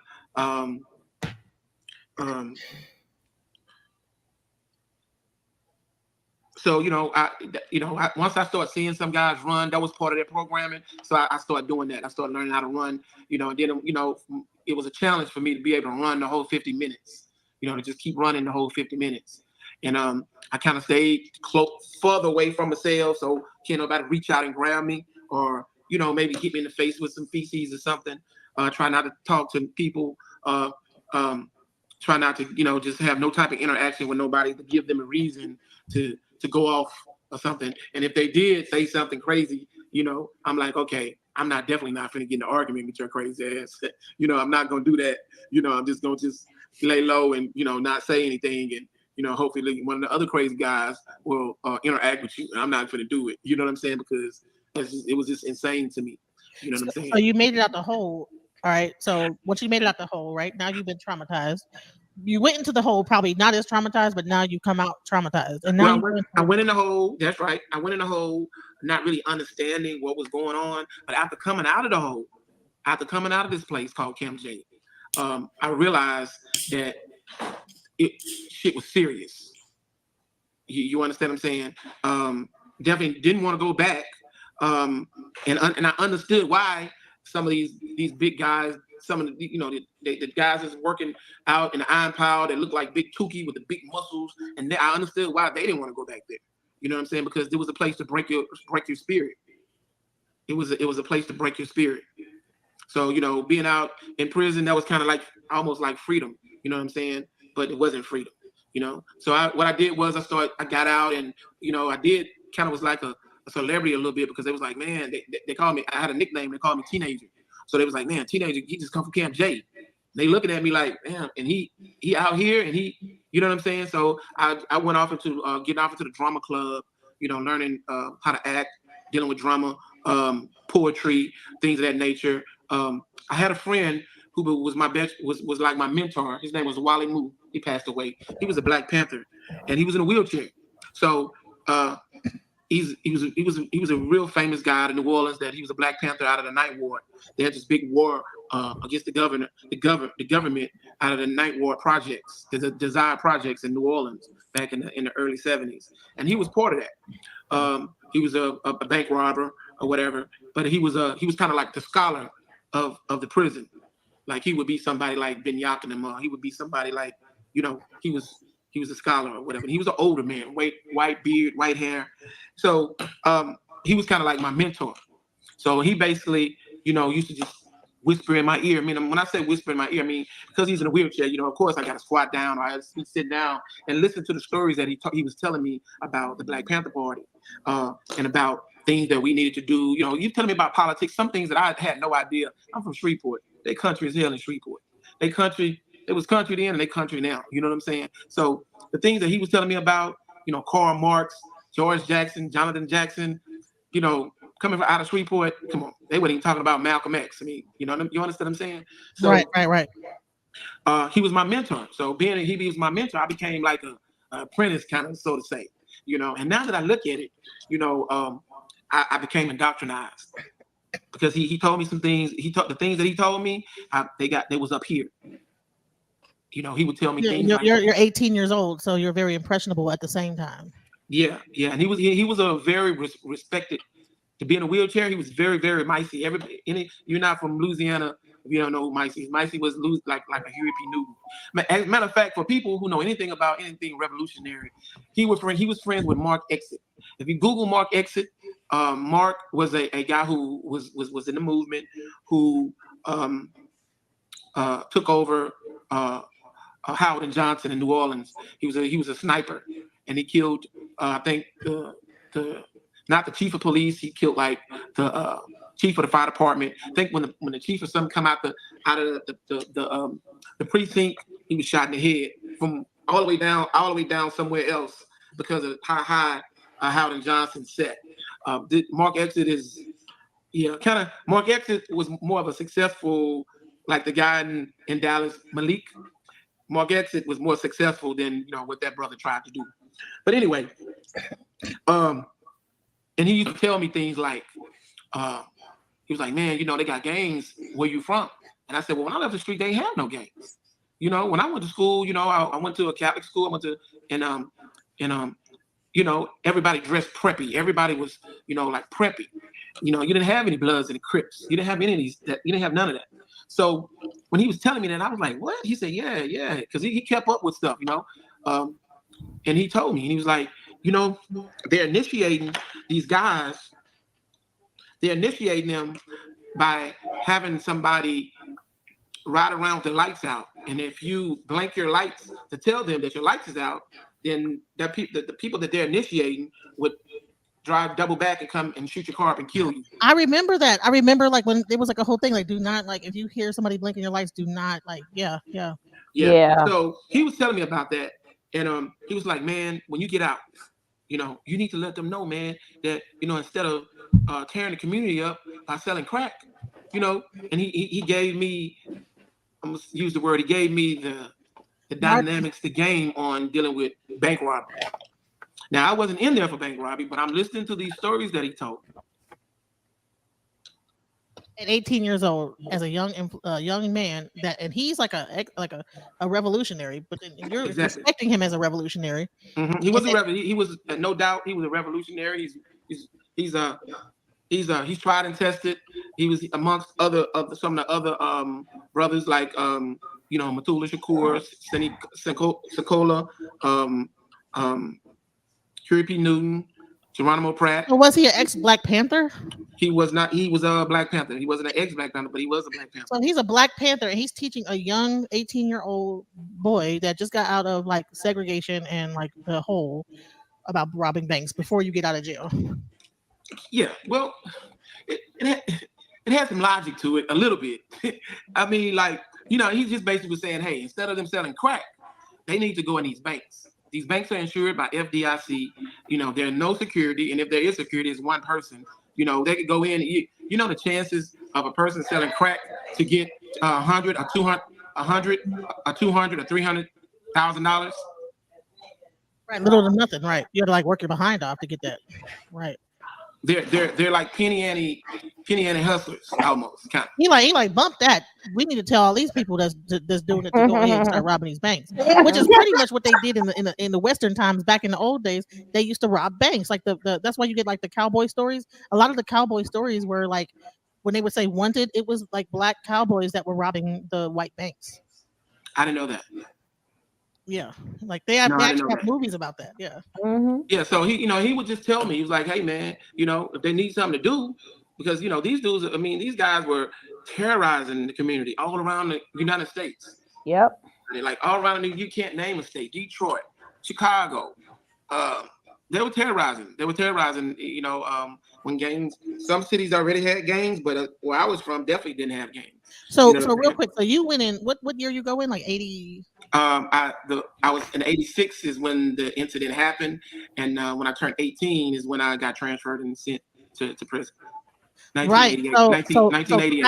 Crack was just kind of hitting around that time, 85. Yeah, well, it was hit, but it didn't hit. It hadn't hit this where I was from at that time. Right. In the city of New Orleans. Right. It's heroin. Yep. You know what I'm saying? Yeah, hold on for a second.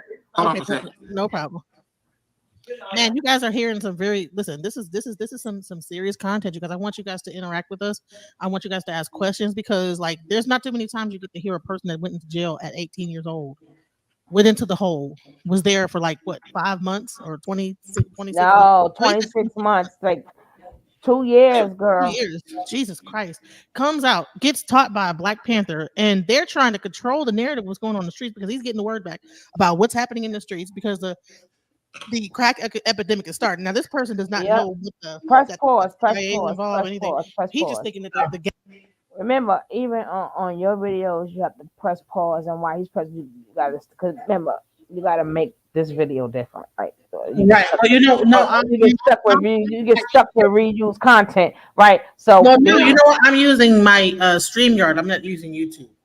No, it doesn't matter. You use it. Was this on your YouTube? Yeah. Even if it's not, it's still reuse content. So just pause every couple of minutes and say something. Yeah, this is really good info. I done heard a lot of these stories, right?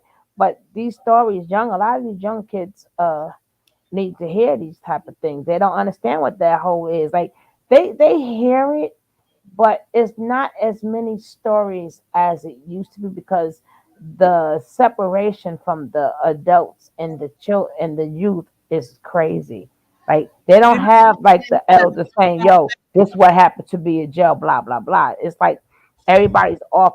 It's like we're separated now. So now when these kids go up in there, they may follow the older ones, but being that there is that they don't have that connection no more, they're going to these jails blind. Exactly. And when we talk about AI and the fact that they're building more prisons, like this is the type of stuff that people are going to have to think about. Like, dude, this is what's going to happen. If you break the law, you're going to be in prison, and people are going to be probably like trying to like buck up against the system. Then they get put into a hole with people that's even more crazier than they could be. And now you got people throwing poop at you. And, yeah, they always did that though. But the thing is that when they put the AI there, it's going to be, I mean, they're going to have fun hitting the robot or whatever, but it won't be a human being. Now, what to say is what that AI is going to do back to you is the question, right? Right. And not only that, but like the fact that like these were people like, so they got to get out to exercise. They can't just let them stay in the hole. So like just to have a person that's been in there for 20 years. So now imagine if they put people into jail systems with people that have been in there for 20 years, just for a minor offense, because the offenses that people, there's some people that have been in jail for 20 years or in prison for 20 years, but they really didn't do nothing. You know what I'm saying? But they've just been in there and they've been broken, and now they're in the hole, right? And now their mind is gone, So now they're shooting poop at you. You know what I'm saying? You're trying to like maintain your own sanity, and now you're getting pooed at. You know what I'm saying? So But that's something that they always did. I don't know how you can go and then put that shit in the cup and all that other stuff. I mean, it's nothing but matter. Speaking but a shit. I'm saying ish, but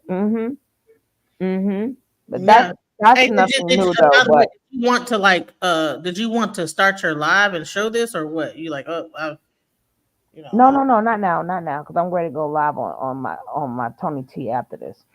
I'll oh probably do this later, and we could talk about it. But no, I'm not sharing. I'm just here for support. and I And then, thank you so much for your support, man. Man, let me tell you guys, I'm loving this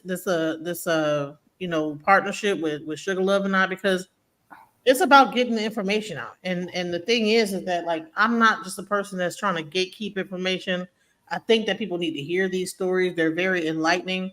And that's why I created this channel and changed the whole dynamic of the channel. yeah, you did. You really did.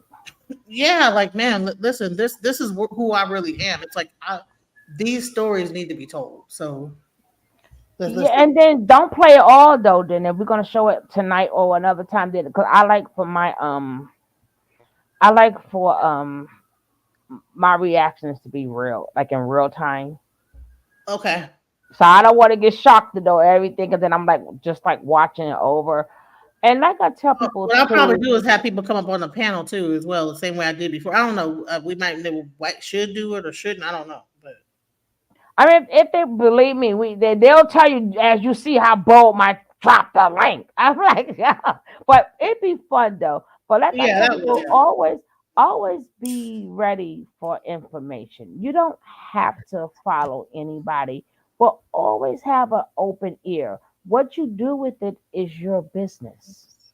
But at least you can. It's always good to know a little some of everything, right? So then you'll even know that I ain't touching that or I can F with that. But don't be so closed off, right? Always evaluate stuff. Just hear somebody out. Now, if it's bull crap, don't hear them out. Keep it moving. Like me, I'm not gonna listen to bull crap. Regard that I'm not gonna hear, right? Bull crap. He say, she say. Talk about that's something I could never do. Like I'm not that friend, right? Move forward, I'm that friend. But stupidness, I'm not that friend. But when it comes down to things in life, it's always good to keep your ears open, right? Because if it is a scam, then now you know it, right? If it's not a scam, then now you know it, right? But it's always good to keep wanting to know and learn new things. You don't have to do it. That's what they're because they do it. You don't have to do it. right. But at least you learned like a new skill or a new tool or a new something. All right. So this is another guy that I This like. I got anxiousness, to hear. you know what I'm saying? Because I'm scared, but I'm knowing I'm gonna do what I gotta do to make it out of this place. And I'm actually praying inside my head, like, God, please be with me while I'm up in here. You know what I'm saying? Knowing that I ain't built like these other guys. I ain't gonna say I'm built for prison. You know what I'm saying? I ain't gonna say nothing like that. I'm just in this place. I just did something stupid and I'm here, which I made a lot of stupid decisions. But that was part of me growing. So how it is it's a door right here that you walk in, and now you in the middle of that door Oh, and well, you then definitely got to in the say middle that was. of You another gotta have to door that download lets that. you into the Can you dorm. So download it? you like in the middle space of that. Yeah. Yeah, So don't even in play that that middle one now. space, we all lined up, But Download yeah. it Like down. I wanted to show like because Ooh. his story is man, Yeah, and we he gonna has yeah yeah, his thing. I think it's called New Jack or whatever. But man, check this guy out because man, this guy yeah, right here. you gonna have to download that and play it over. Can you? I don't know if you can do that. Yeah, so this guy right here, his story is so awful, That I want to hear. That I would like to hear. Oh, and I encourage you guys to actually check his channel out. But let me see what I could do. I'm gonna see what I can do because I don't want to get like no strikes on YouTube. But and I've been trying to reach out to him because I really want to interview him because man, his story is so like man. yeah. Yeah. But see, that will go back to his story will go back to what that young lady was saying yesterday, which they did not really pay attention to what the lady said. She said, I'm just was regularly telling my story. And then she realized her story is valuable and that other people want to tell their story, right? Same reason we think his story is so good. That look how we saying, hey, we want to hear from him. That's part of life. Yeah, it is. That's part of life. She was basically saying that's what got her started just by telling her story. And then she went into other adventures and stuff. But she didn't know that. And so she was just regularly telling her story and not knowing that you can make money off your story. She took the money off her story and did other things. Same way you said this guy's story is I really want to know his story, but it's hard to get in contact with him. Same thing. Because That's now they know their stories are worth. She went to prison for some time as well. You know what I'm saying? So it's interesting when you find out what people have had to go through, and and when they tell their story, it's like, wow, you know what I'm saying? I'm so sorry you had to go through that, you know? Well, if you went to prison and you deserve to be there, I am not so sorry for what you had to go through, right?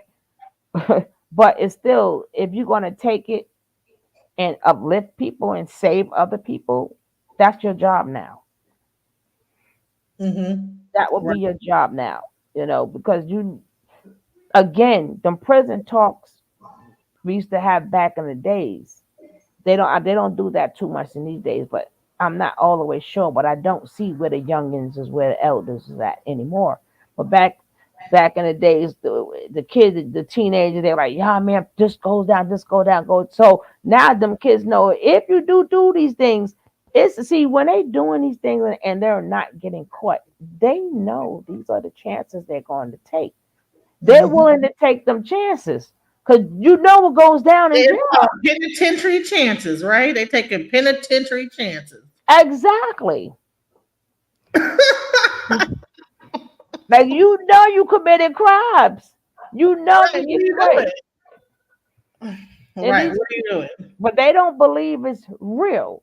Like, because some people come out and they hide all the things that they may have went through or whatever. They hide it. But that's why a lot of them go right back to jail because they can't, for all the things that happen to them in jail, they can't, but not knowing that they people doing the same thing outside of jail, but they can't face society, Right. So they're broken. And that's what jail does to you. It breaks you. All right, here we go. So let's talk about it. All over the place in rows, everywhere. I'm actually praying inside my head like, God, please be with me while I'm up in here. You know what I'm saying? Knowing that I ain't built like these other guys. I ain't gonna say I'm built for prison. You know what I'm saying? I ain't gonna say nothing like that.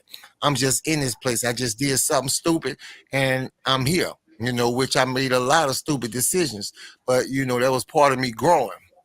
So how it is it's a door right here that you walk in, and now you in the middle of that door and being in the middle of another door that lets you into the dorm. So you like in the middle space of that.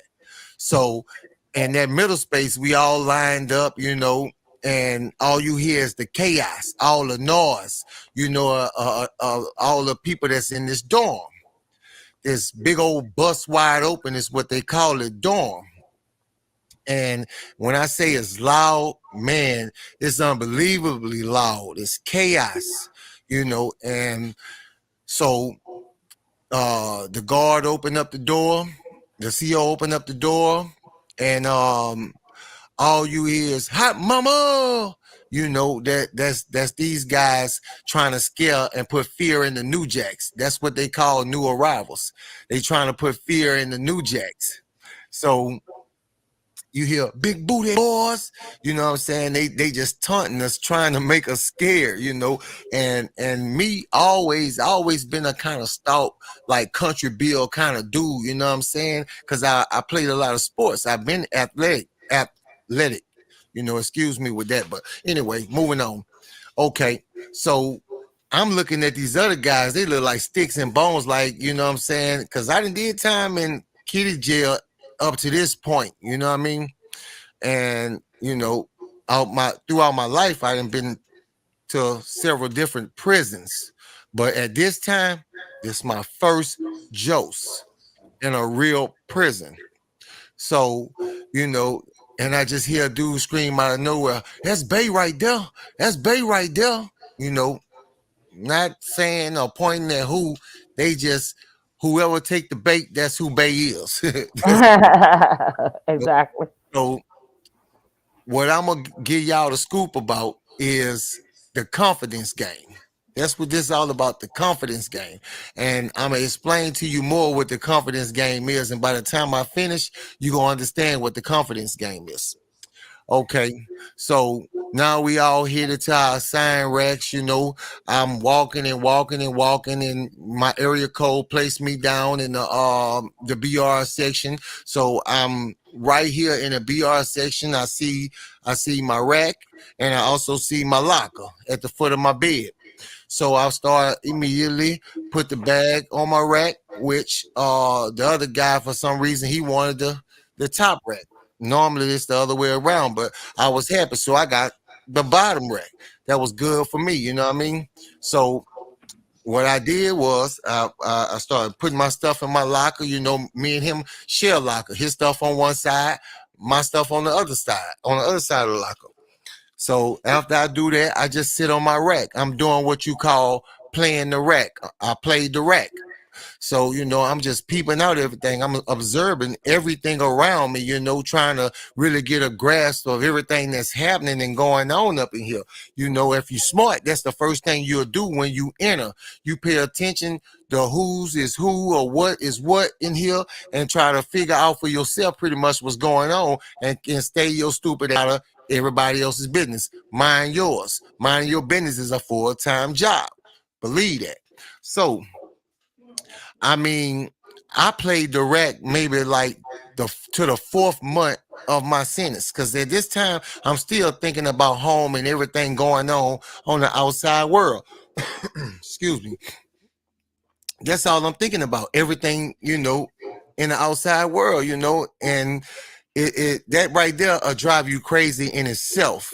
So you got to try to pace yourself and put this kind of stuff out your mind, you know, and focus on where you at and what's going on, or you can really seriously place or get hurt real bad in this place.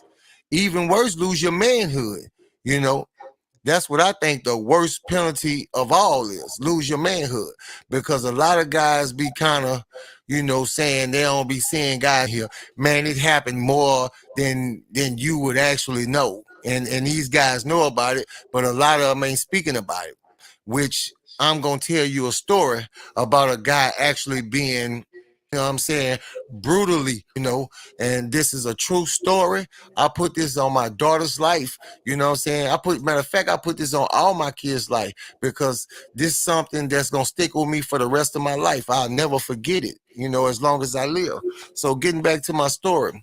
So, you know, I really stopped thinking about home after my 6th month. I said, okay, I'm in here. Ain't no miracles gonna happen. If it was gonna happen, it'd been happening all this time. You know, ain't nothing gonna let me out of here. I'm here. This life, this home right here. So I started planning and focusing my mind like this is where I'm at and this is where I'm gonna be. So now I'm moving around more and checking things out. You know, I'm playing cards, you know, because we don't really go outside all that much at all, you know. It's a blue moon when they let you go outside, you know. So everything is a lot of built up energy inside this dorm, which in this prison, it has cells too, but it's called the block. And it's mostly 2-man cells or 3-man cells, you know, bunk, and on the other wall, bunk. You know, like that. But when you go to those bunks, it's mostly, you know, called lockdown, you know, and it's not the shoe or nothing like that, or the hole, nothing like that. It's just where you go when you're being disciplined. You know what I'm saying? They restrict your movements, you know. So, you know, maybe after a fight or something, that's where you go, which keep that in mind, because that's how this story plays out. Okay, so like I said, I'm moving around a little bit more. I'm socializing, and you know, one day, well, on a Wednesday, we got new arrivals, and in with the new arrivals, I see a guy that I knew that I actually spent a lot of time with in kitty jail, you know what I'm saying? And I knew from the streets a little bit after we got out of kitty jail, we hooked up. So I see him, he like, man, G, what's that? I'm like, man, what up there, my Nachi? What it do, baby?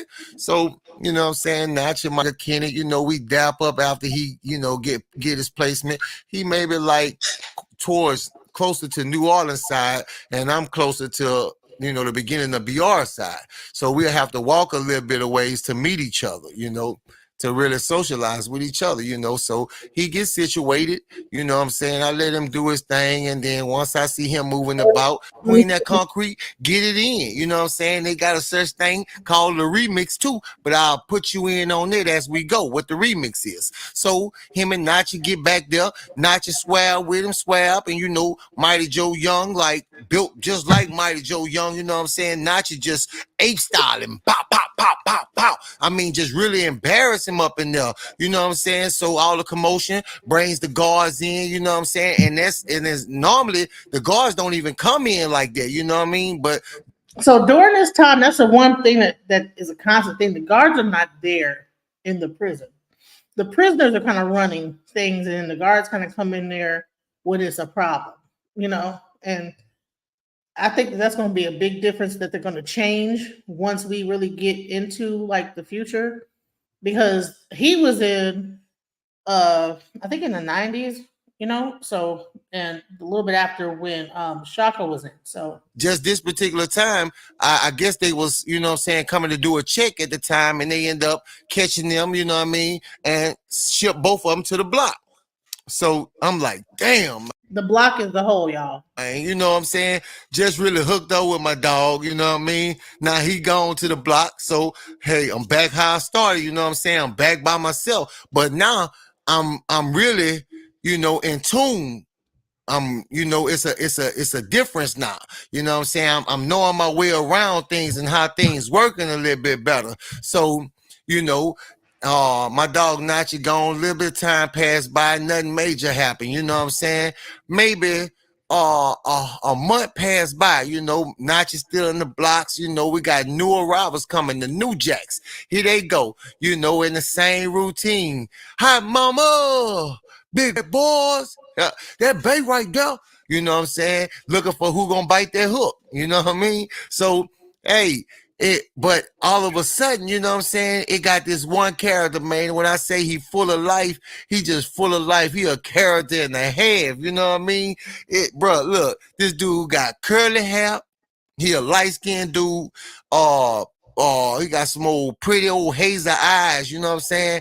I call that me, you know what I'm saying? That's the way to be in this kind of place, you know what I'm saying? With these kind of guys, man, these untamed guys up in here, bro. And most of them got a lot of time. Most of them long term, you know what I mean? Hey, it's real, so, but why they doing all this hunting like they normally do to put fear in the new jacks, you know what I mean? He gonna stop playing with me up in here. I guarantee you, I bet you that up in here, they're gonna respect my mind up in here. I bet you, man, I swear I'm gonna slide one of them, back the little terminology we used to have back then. I'm a Petey roller. I swear, I'm a flash. Whatever, the little crazy ass sense we had to fight back in those days, especially if you did time in the prison system. But even if you didn't, trust me, you ain't missing nothing, and you don't want to find out about that. But moving on, it's just this little guy full of energy. He going off, you know what I'm saying? Like I said, he cut up, you know what I'm saying? But he thin cut up, you know what I'm saying? He ripped. He looked like he got some athleticism about himself or whatever, look like you do something, but he putting everybody on games. Don't play with me. I don't play like that or whatever, you know what I'm saying? So, he get in, he get to his rack, he settled, he don't even really fully get settled in, and he takes off. You know what I'm saying? He ain't played a rack and observed nothing. He falls straight into the swing of things. You know what I'm talking about?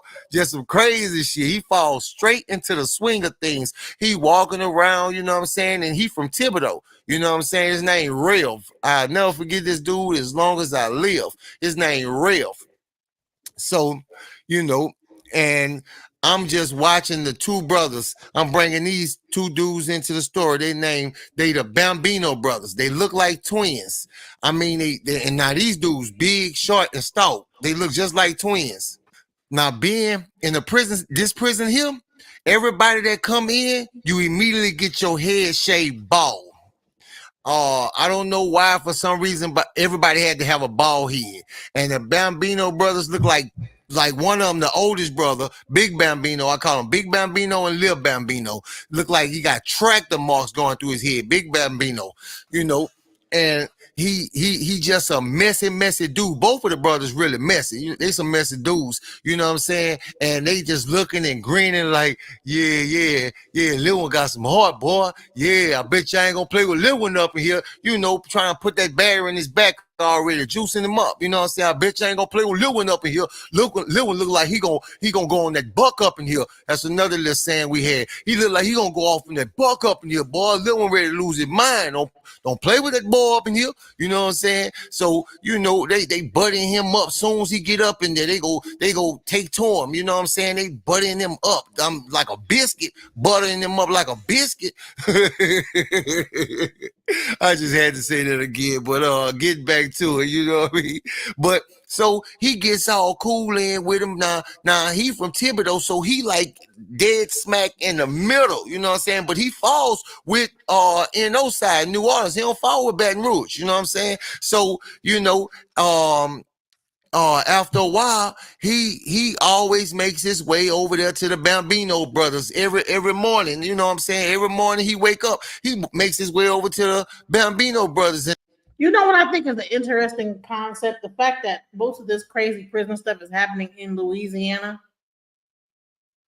Like, what is going on with Louisiana in their prisons? Like, what is going on?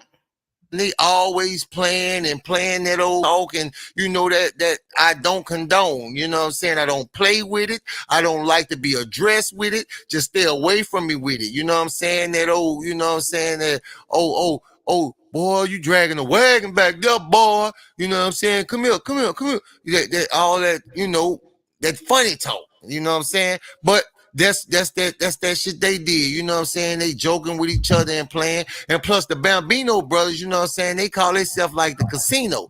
They always like to have some gambling going on.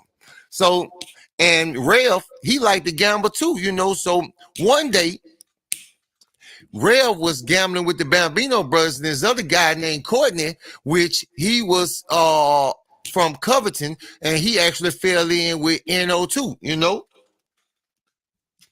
He fell in with NO side too. So he'll go down there and gamble with him too. So Rev and Courtney gambling, and they arguing because, you know, while Rev shooting, you know, he started shooting, he ain't hitting this point or nothing, and all you hear is Courtney saying, Nemanese, and he started shooting, and he looking at Courtney, Rev looking at Courtney like, nigga talking about shooting. So finally Rev hit his point, and Courtney holler out, man, you ain't hear me, man. I said, Nemanese, man, give me these, man. That's what that mean. Give me these. He said, man, bro, hey, bro, that's that bullshit, man. I ain't with all that right there, bro. If you want the dice, man, you gonna have to stick your hand out there, or you gonna have to give me these. And and that's it on that, bro. I'm gonna shoot it again. I'm gonna shoot for my point again, but that's it right there. Man, shoot the dice, man. Stop all that talking. You know, that what Courtney told me. Man, shoot the dice, stop all that talking. So Rev started back shooting the dice.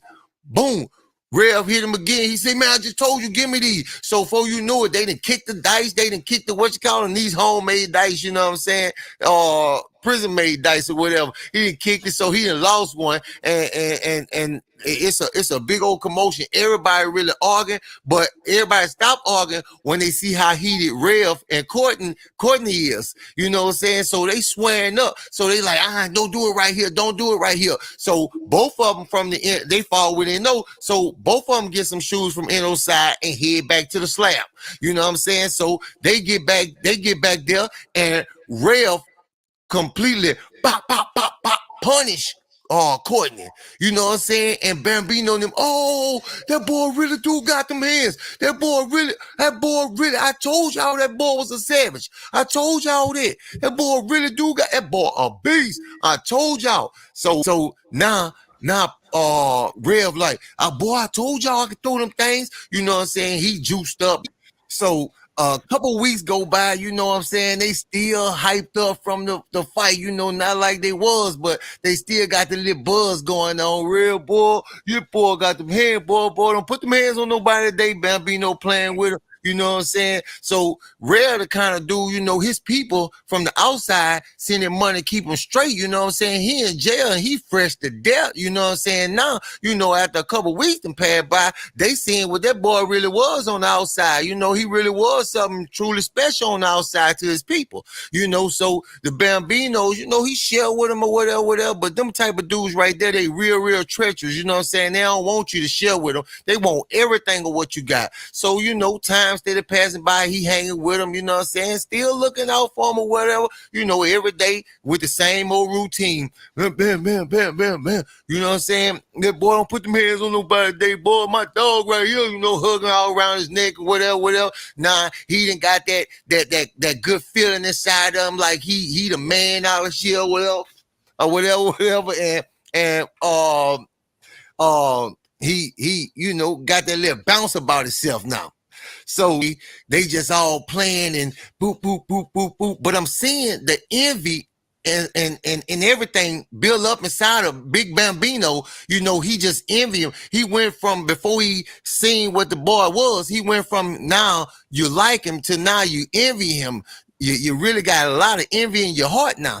So, you know, I'm seeing the little taps they doing, and, you know, now you want to slap box with him a little bit more every day, you know, just really testing him out, you know what I'm saying? So this one particular day, you know, Rev don't look like he in too good of a mood, you know, and Bambino, they meet up, you know, halfway in the middle of the dorm, and he like, what's your name? Like, man, chill out today. Rev like, chill out today, bro.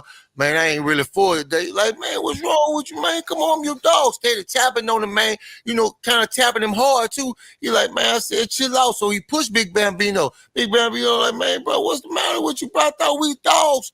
Still, you know, boy, you know, pushing him out like, all right, boy, solid right there. But, man, we dogs. What the deal is? Why you tripping like that? He's like, man, I told you, man. Real say, stop playing with me, man. I today, bro. So he like, man, what you mean, bro? You ain't gotta come at me all sideways like that, man. What you mean? He's like, man, what you mean, Real? What you mean, man? I told you I ain't about playing. Cause you know, Real is old. He done just really lost himself in the hype, you know what I'm saying? He think he the baddest man in here because they done juiced him up so much. So he like, man, so now it's kind of intensifying between these two dudes, you know, Big Bambino and Rev. You know, he like, man, what what this is, you know? So normally when you get into something and you about to fight, you know, you get your shoes and you go to the slab. It ain't go down like that this day. So he like, man, I just told you, man, I don't feel like being bothered today. He like, man, well, fuck you, bitch. Well, fuck you, bitch. And what you want to do? What you want to do? So he like, man, go ahead, bro. Go ahead. And Big Bambino tap, go ahead, man, bro. You my little dog. He's like, man, I just told you. And before Rail, because Rail done got hot. And before he can swing, Big Bambino said, boom, chairs down. And all you see is Rail. I mean, all the wind was out of this boy. This boy just looking like, what the fuck just happened? I mean, Big Bambino hit him and took his heart because he wasn't expecting that, because they ain't never showed you their strength, but they built all the confidence up in you to make you think you something, but they knew that's all they had to do. And that's the confidence game. So he didn't hit you and he was like, man, yeah, bitch, I want everything. He like, man, what you mean you ain't getting that? Bow, hit him in the jaw. Boom. I mean, chipped his teeth, blood falling down, all his mouth all on his, man, he like, oh, hey, bro, come on, man. We just said we dogs. Now they know they got him. Now we dogs now. Bow, slap him. They open handing him. They open hand. You ain't got to punch. You ain't got to bust him up and leave no marks on him now. You ain't got to leave too many more marks on him now. Yeah. They know they got him. Yeah, man, run everything. run everything, take it over, made him take it over to their bunk. Made him take it over to their bunk. And then after they did that, he punched him one more time. Bow! So, man, when I say this dude started crying, Rev crying, Bambino and his brother laughing, Big Bambino and Lil Bambino laughing at him. So the guard come in for the check. Everybody lined up. So the guard asking Rev what happened. See, like I said, Rev was cut, but Rev wasn't built for this. He ain't never did no jokes before. He got the run, man, yeah, he took all my stuff, and everybody, no, man. He looking around like, you know, he just realized he fucked up. He wasn't supposed to do that. So no. So the guard go get him, Big Bambino, Lil Bambino, and takes him to the block. So for about a week, that's all I see. They all in the block. My dog, Nachi, he's still in the block. Big Bambino, Lil Bambino, and Rev, they in the block. You know what I'm saying? So, man, it's crazy. It's just crazy to just think like what just happened and took place. That was supposed to be their dog, but they envy, they put that confidence game on them, and just to the time they wanted to utilize it. So like I said, time passing by. So all of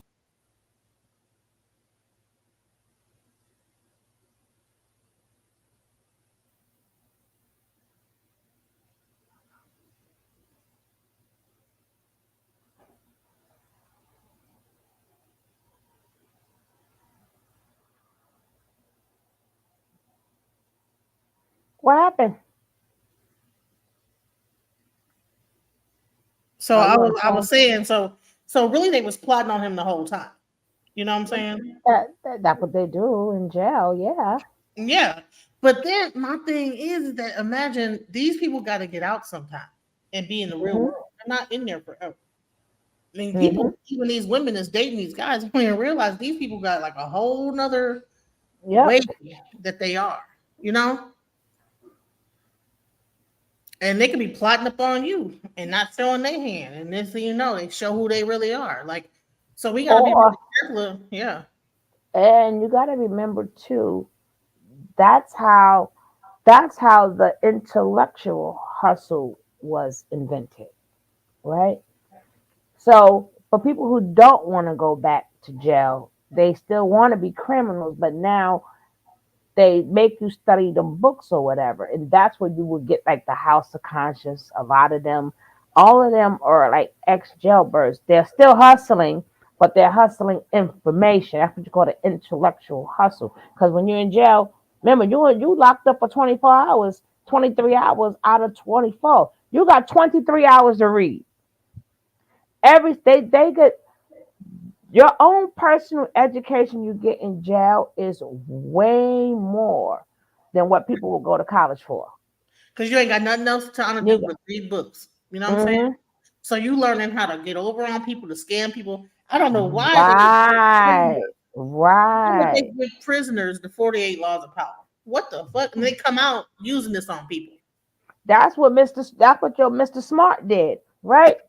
You could tell what they. I've been around it.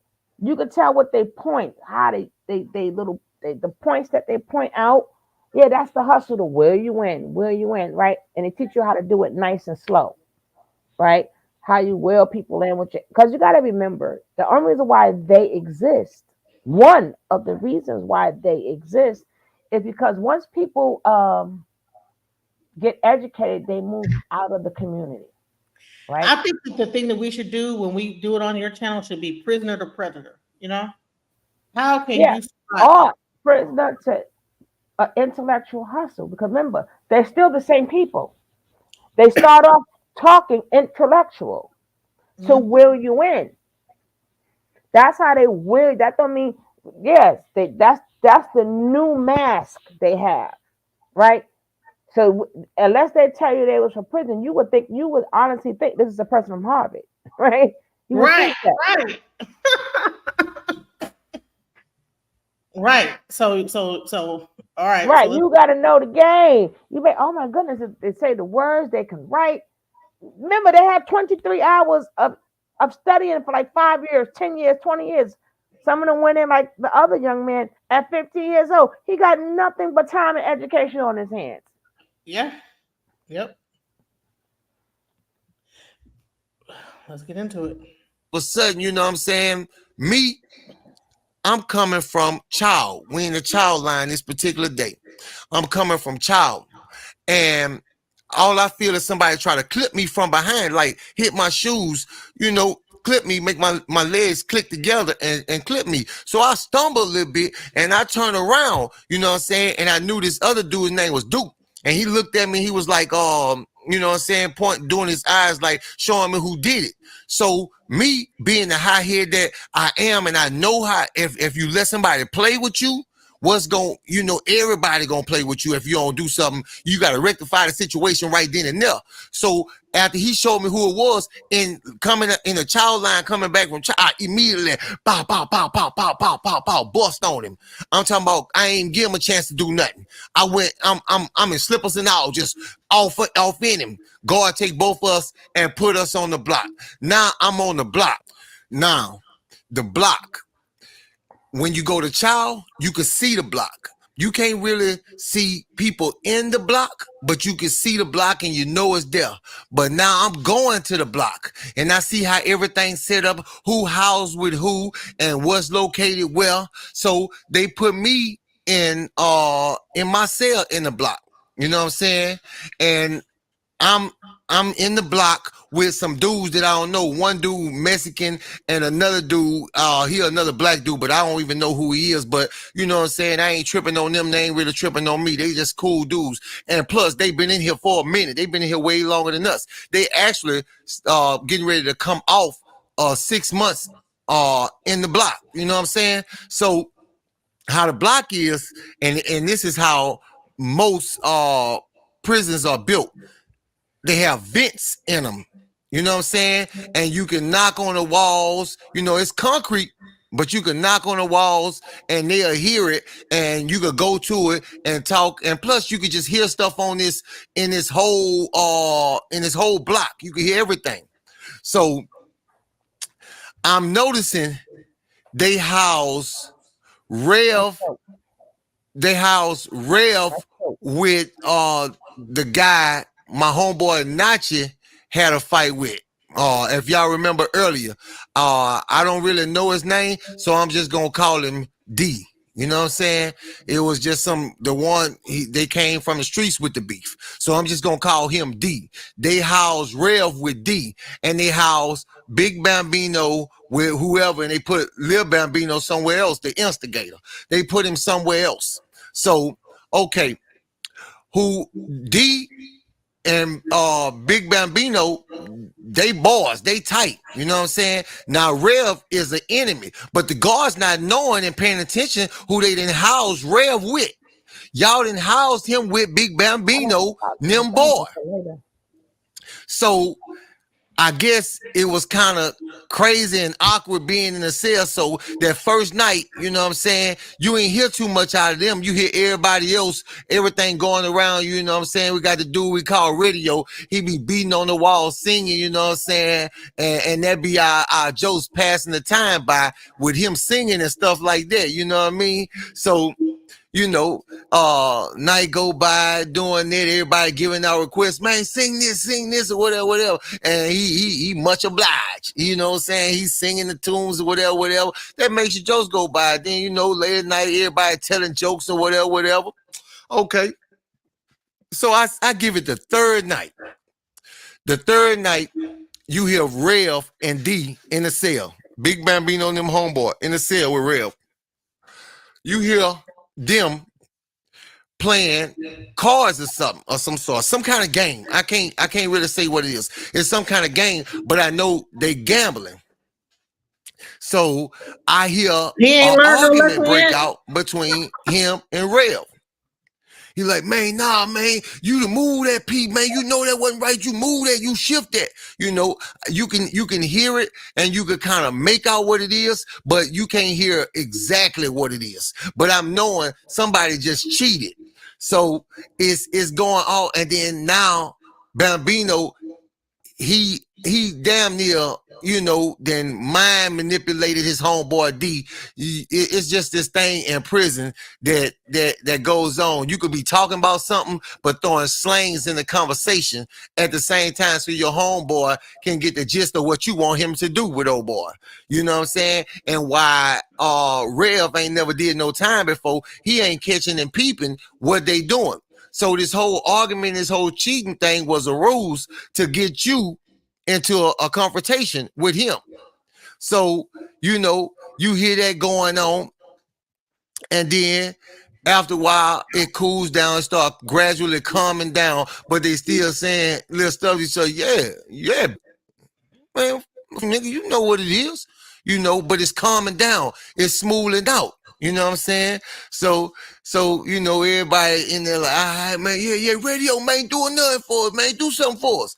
So they, you know what I'm saying? And I'm pretty much sure that's where Drake get that, can you do something for me? Because in jail, that's what we be hollering, do something for us, man. You know what I'm saying? In jail, I don't even know if they two related, but I'm just assuming, you know, because that was our terminology, how we ask radio to do something for us, or somebody tell a joke, you know, do something for me, man. Do something to help me pass this time by. Okay. So, radio get the singing a song, everybody into it. Niggas start singing along because they get to singing that R. Kelly. Ain't nothing wrong with a little bump and grind. You know, this back in the 90s. You know what I'm saying? They get the hitting that, you know. So bro, who is in prison want to hear bump and grind? What the hell? That's the last thing I want to hear if I'm in a cell. The bump and grind by R. Kelly? What the hell? All of a sudden, we hear a lot of, you know, a lot of slapping, you know what I'm saying? So everybody just start, and we hear a lot of boom, boom against the brick wall. All you hear is like almost like pressure, you know what I'm saying? So then you're like, hold on, radio, hold on. Everybody like, oh, what's going on? You know what I'm saying? You hear, they open up, whatever. So all you hear, oh, no. So for a while, all you hear is a bunch of struggling. Now, in my mind, I know what we do in prison. We had this thing called Z you out. That's when you put somebody in a chokehold and you hold them until they pass out. So somebody in there is basically getting ready to go to sleep. So you hear the struggling, you hear like the feet sliding across the floor trying to get up out of it or whatever, and you hear the honey, they sang the wrong song. Hey. Why? Oh, y'all in the whole singing R. Kelly bump and grind? Honey, what? You know, almost like that, like, oh, let me go. Let me go. You know, so Bambino, who that is? Who that is? What one that is? And D holler out, that big, I got him, yeah. And you punch him in the head, you can hear it, because, you know, it's just sound effects. You know, you can hear him, He like, and you hear him start making noises like he moaning, you know. Real making noises like he moaning. So all this going on, Bambino like, yeah, man, you gonna have to make him learn from me. I want you to flex him all the way to the max. So he like, D like, I got you, big homie. I got you, big homie. He either call him big homie or he like, I got you, pops. That's their son. You know what I'm saying? It's Big Bambino, Little Bambino's son, Diaz. You know, like I said, we're gonna just call him D. So he attempting to flex Rev all the way to the max. but you hear Rev struggling, he ain't getting up. You know what I'm saying? You get, yeah. Go to sleep. You going. I got you. You hear it. So all of a sudden, you hear something go. And in my head, I'm like, man, bro, he done put my little dog to sleep, man. Now he about to punish me. And normally when somebody put you to sleep and y'all in the cell one-on-one, they gonna bust you. They gonna beat you while you sleep. They don't care. They gonna beat you while you sleep. So I'm like, man, bro, man, don't roll that man out like that. He like, man, he gotta get it. Big homie said he gotta get it. You know what I'm saying? I'm thinking like, man, bro. Live when you on your own, bro, man. You gotta stand up. You in there by yourself. Can't nobody get to you. So as you hear it, all you hear is almost like somebody ripping somebody's clothes off. You know what I'm saying? Taking somebody's clothes off. But you don't hear no talking, no nothing. All you hear is you could hear every now and then a grunt or something. You know what I'm saying? And I'm like, I can't make out what's really going on. In my head, I can't make it out, you know, but I hear this go on for about 2-3 minutes. You know what I'm saying? Then all of a sudden I hear, and I'm like, man, what's going on over there, man? Don't kill that man over there, man. Don't kill that man. Then this old coward yell out, Big Bambino, oh, he ain't killing him. He giving him something else. And then out of nowhere, I guess Red wake up. All you hear is just a bunch of random sounding ass hollering. I say, man, I know he ain't in there. Man, he ain't hitting that man, huh? He in he hard up in the you mine now. Now this screaming and shit gotta be going on for about 3-4 minutes tops until I just can't take it no more. You know what I'm saying? And when it comes down to somebody really violating somebody like that, like, I mean, everybody in there feel the same way if you ain't no more type shit. You know what I'm saying? Everybody just kick, boom, boom, boom, start kicking the door to their cell. You know what I'm saying? It got 3 of us with, I mean, it got 1 door and 3 feet on 1 door in my cell. You know what I'm saying? Me and all 3 of my cellmates kicking the door. Guards, boom, boom. Then everybody just really follow suit. You know what I'm saying? Boom, boom, boom, and yelling guards. And you know, I mean, it's like, and he's steady in there on top of that man. And it's like the more we kick, he laughing. Like he just losing his mind. And you just hear Poe Rev in there just crying. You know what I'm saying? And I'm just trying to paint it vividly as I can remember it. I mean, bruh, it's the point of no return. So finally, I swear, man, time might have just stood still. But it seemed like after 15 minutes, the guards finally come rushing up in there. You know what I'm saying? And when they come rushing up in there, half of the guys, they start screaming immediately towards the front. So instead of them telling the guard what's going on, this dude's still hammering away in rail, and the guards opening each cell by cell, trying to figure out, and the ones at the first ones, they were NO, so they stopped talking. You know what I'm saying? And then finally, everybody started hollering, man, it's down here, come down here, come down. So the guard, we all hollering at once, and the guard can't really hear. You know what I'm saying? Where to go to, you know, and so I'm like, man, everybody calm down, man. Everybody just stop talking. It takes about 2 minutes for me to get them to just shut, you know what I'm saying? Then finally, I'm like, man, come right here, man. I don't give a fuck about snitching, whatever it is, man. It's a different thing. That's a whole different thing. And for that don't feel what I'm saying, that's a difference. You really just taking a man's life, because a man don't want to live after that. Ain't no life after that. You know what I'm saying? A life, unless you cool with being turned out. You know? So finally, the guard comes and pop open my cell. And me and my roommates, you know what I'm saying, my cellmates, you know what I'm saying, my cellmates started just screaming at the guard, you know what I'm saying? The guard rushed in and boom, boom, boom, boom, thinking something going on because we all hyped up in the cell. You know, they attack all us up in there and drag us out in the hall. And while they doing that, my roommates, you know what I'm saying, they ain't saying nothing else. They just balling up. But I'm steady hollering, man, the next cell, man up in there. He violating that man. He go to the next cell. They're like, what cell? Cross on side. I said, on side, man. On side. Go ahead, man. So after he still takes his time and, you know, put the little pull cuffs on me, the pull ties on me, the little pull cuffs. So after he finished pull cuffing me, you know what I'm saying, and drag me out farther in the hallway, then finally he takes his time, unraveling his key and open the cell. And as he opened the cell, dude is cuckoo, man. They got doo-doo and blood everywhere in the cell. You hear what I'm saying? So the guard can't believe what he's seeing, actually. Now this about to trip you out even more. So when the guard opened the cell, it must have gave him such a shock that he immediately slammed the door back and just got on his shoulder radio. Hey, I need help over here. I need help over here. On the east wing, I need help. So, and I mean, common sense would tell you to open back up the gate. Man, you got the mace, you got your baton, you got a lot of things that you can neutralize the situation. But the boy started going,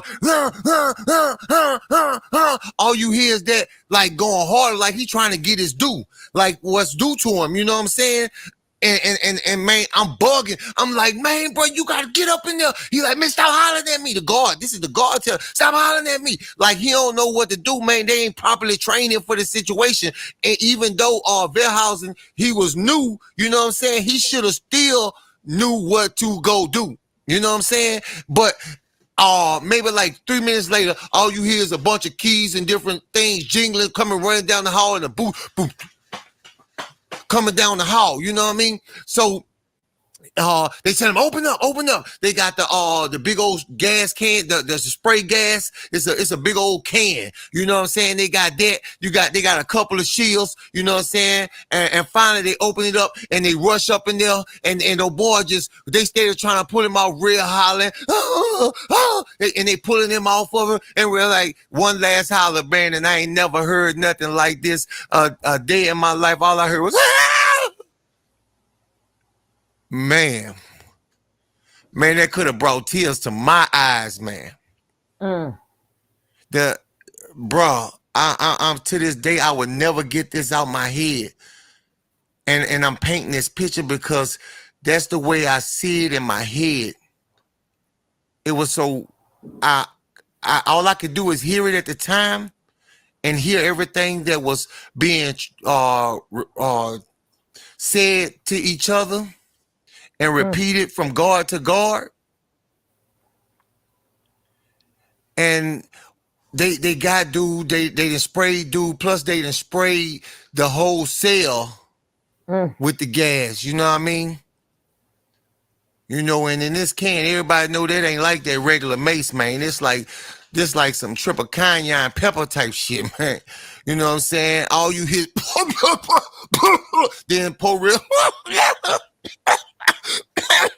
He coughing, but he don't even sound like Rev no more. That confident, cocky little dude no more. You know what I'm saying? That I grown to like. You know what I'm saying? I passed that part of the story up, but you know, me and him had chopped it up one day, and I had really grown to like him, even though we was from two different sides. You know, but I still grown to like him. You know, but I no longer even recognize that in him no more. You know, and finally they get D out the cell and they cuff poor Ty D and poor Ty's legs, lay him out in the hall, and the other guys, like three other guards told him on out of there, you know what I'm saying? And they like, you motherfucking, you know, saying whatever they saying, you know, but my focus is strictly on, man, get in there and help Rev, man, get in there and help him, you know. And they going up in there, you hear him talking to him, and Rev just boo-hooing. He just boo-hooing, you know what I'm saying? So they like, where you hurting at? It's behind hole. Like, Where he Where hurting at? you think he hurting Man, at? just help the dude, man. Take him to the infirmary, man. Just help the dude, man. So finally, they get rail secure. They have I ain't gonna say the medic, but the people that come from the infirmary and the nurses and the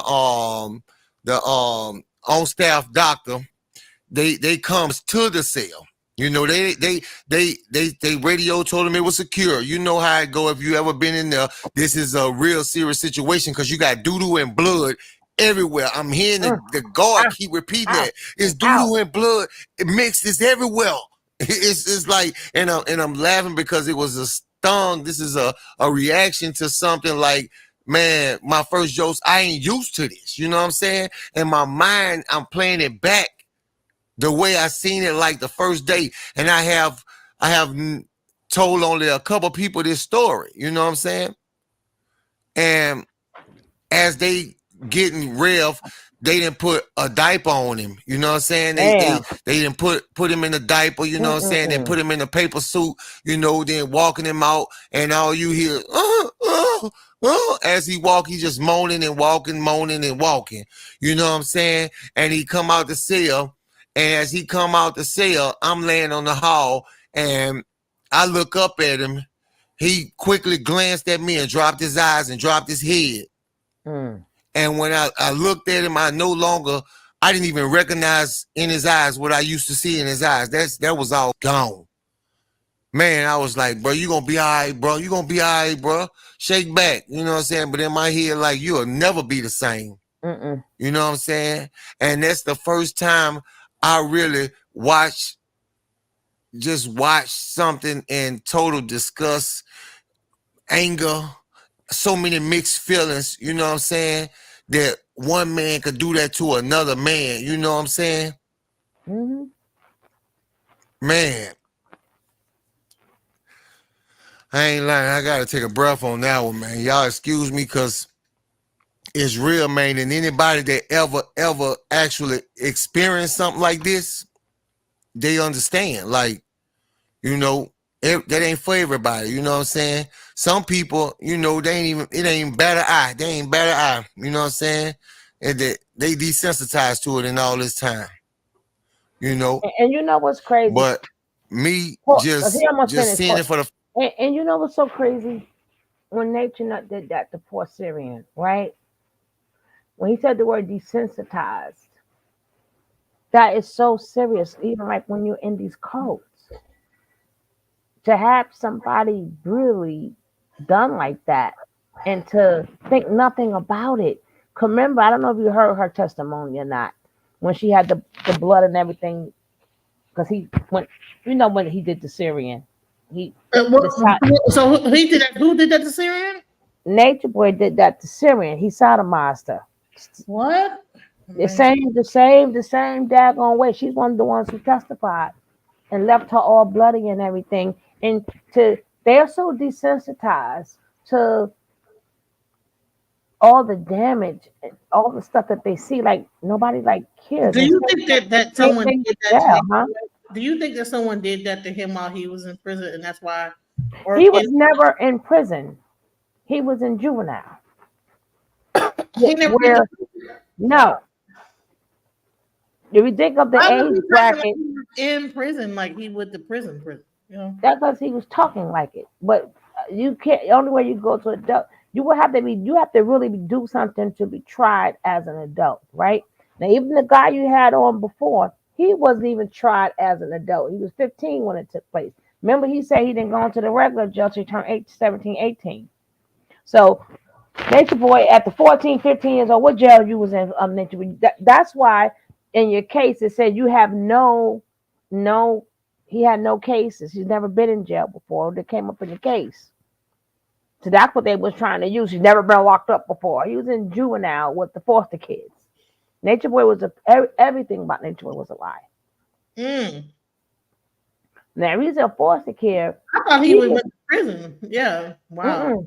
You got to double. Do you think that in juvenile they're doing like they holding people out the same way or what? They can, but see, the problem is testosterone, right? Testosterone, especially when it's built up, and this is scientifically proven. when it's built up like that, it makes you like really angry. Like maybe the younger boys, they testosterone is coming in, right? But when you're an adult, that's why they tell boxers like to not, or certain people, they say, listen, before the game for a certain amount of time, do not have sex. So because they want to build up that testosterone, they want to build it up. Testosterone is a very dangerous tool. That's what makes men That's actually very what Prince Ella dangerous. was saying. Actually, that's what Prince Ella was saying. You know, that's what she was saying. You know what I'm saying? Well, we think alike, right? A lot of things we say, well, I am older, so I have said a lot of things first, right? But I've always spoke upon testosterone and estrogen, right? But she's absolutely correct then. That it's dangerous. Very, very, And the very. thing is that these men, they go through all this and they come out into the real world, and what happens then? And we're What dating. There's women that's dating these guys in prison. They're sending them letters, giving them money, and all this other stuff. You don't even know what the hell is really going on in that prison. They create more nature boys and Raheem Jamals, whatever his name is. They're creating more of them. That's how they get created. When you come home, the same way, if you remember in Baby Boy, if she didn't get Snoop Dogg out the house, imagine her son that she had with Tyree or Baby Boy, the son that he had. They imagine when the guy came out of jail, which would be Snoop Dogg. If you've seen Baby Boy the movie, that he would have been creating a nature boy.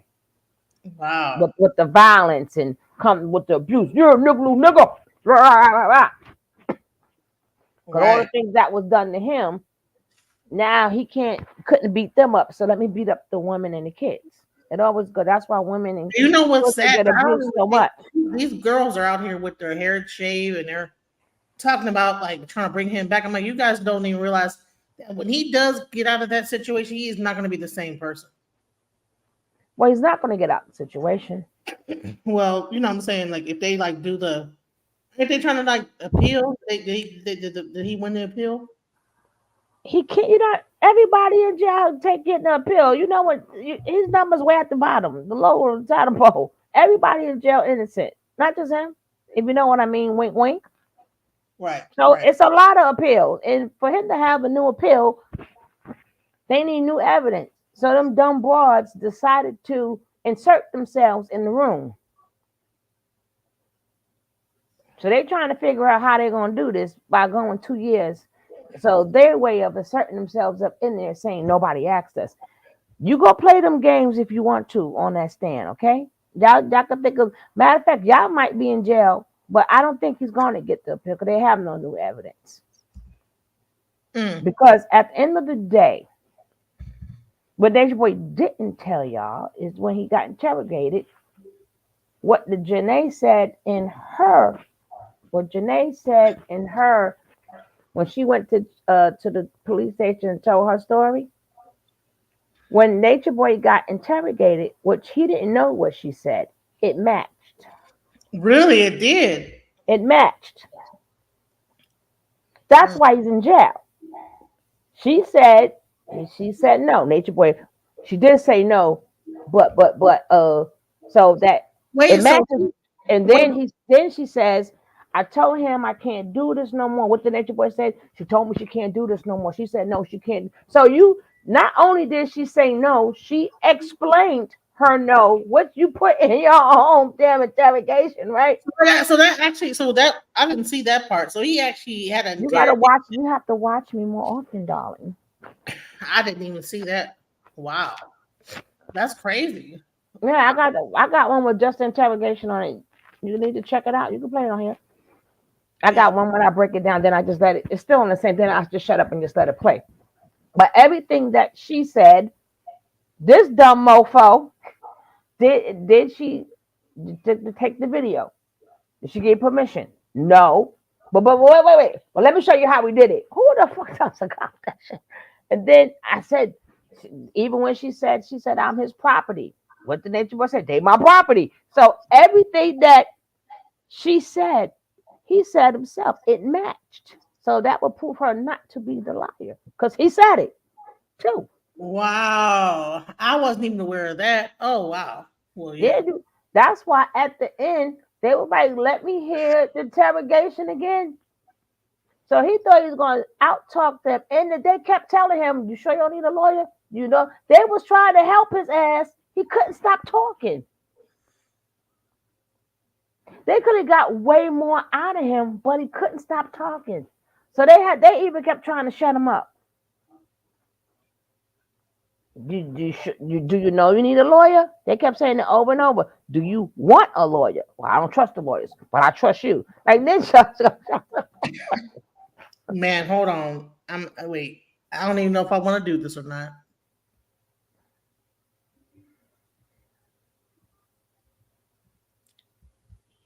I don't even.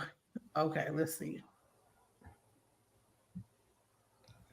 It was this SA that happened to the one of the kids in the family, and then I told them, I'm like, they exhibiting signs of getting touched and stuff. So that family said I was exaggerating. I think it was crazy. So I'm like, so if you're gonna allow that to happen, then I can't mess with you. I'm sorry. I'm done with you. Point blank. Period. I'm not talking to you. You. Everybody else and their mama. So what do you say? And you explain the whole R. Kelly thing. With my mom when they was together. Nigga Franco all up in there. They was together. They met each other in 1991. My mom was 12 years old. Franco. It's pretty. That's why I was worried about your booty.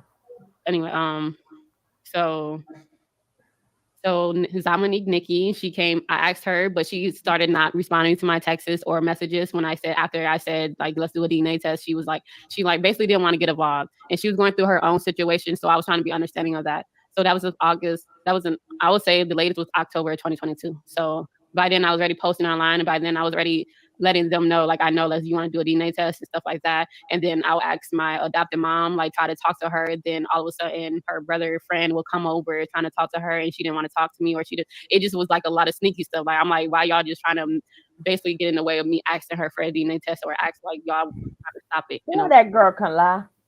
To the point where my who I thought was my twin, he was like, we might as well try to go sneak and take it. And I'm like, yeah, that's your grandma's house. Like, she like it's a whole different house, and they do hoodoo. They've been doing folk magic. So, and I know they did because they was talking about if you sweep your foot, you got to spit on the broom and stuff like that. Yeah. Superstition stuff. So I know that they did hoodoo magic, and so that's like different from voodoo. Voodoo's a religion, but so my real mom name is Aliyah. Dana, Dana Houghton, just like my middle name is Nana. So what's happening? So before I even went on it, and I kept trying to get my DNA test by these people, but they wasn't trying to have it. They wasn't trying to talk to me, and I wasn't talking to some of them either. Because when I say something about child endangerment, you supposed to do something about it. I don't care. And that family, they so toxic. It is what it is, and it's easier to hire their ass and blackmail them to do what you want them to do. So what happened was, after I went, by then I already told people in my job who I was related to. I already told people, my friends of mine, who I was related to and stuff like that. So I got viral in February, probably. Hear the word viral, right?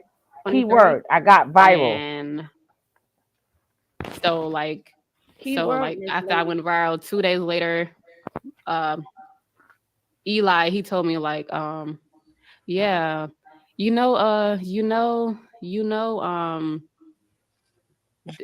grandma, and no, he was like, they want to talk to you. They said they want to talk to you and stuff like that, and they want to he said they want to put you in them. They said they talking about put you in a mental hospital and say you suicidal, and I'm like, what? So this like 2 days after going viral, they say they want to put you in a mental hospital and say that you were suicidal, that you're trying to hurt yourself. And I'm like, if that's the case, I don't want to talk to them. I'm like, I'm not suicidal. I'm not endangering myself. Why would I harm my own self? So I'm like, okay. Okay, thank you for telling me. Thank you for warning me, letting me know about what their intentions was. So on the third day after going viral, that's when I heard somebody pull up to my place, and then I seen Nikki and her sister Quita de Jesus. Shaquita, and I'm put all their names out since they want to put, I no loyalty. So it's like,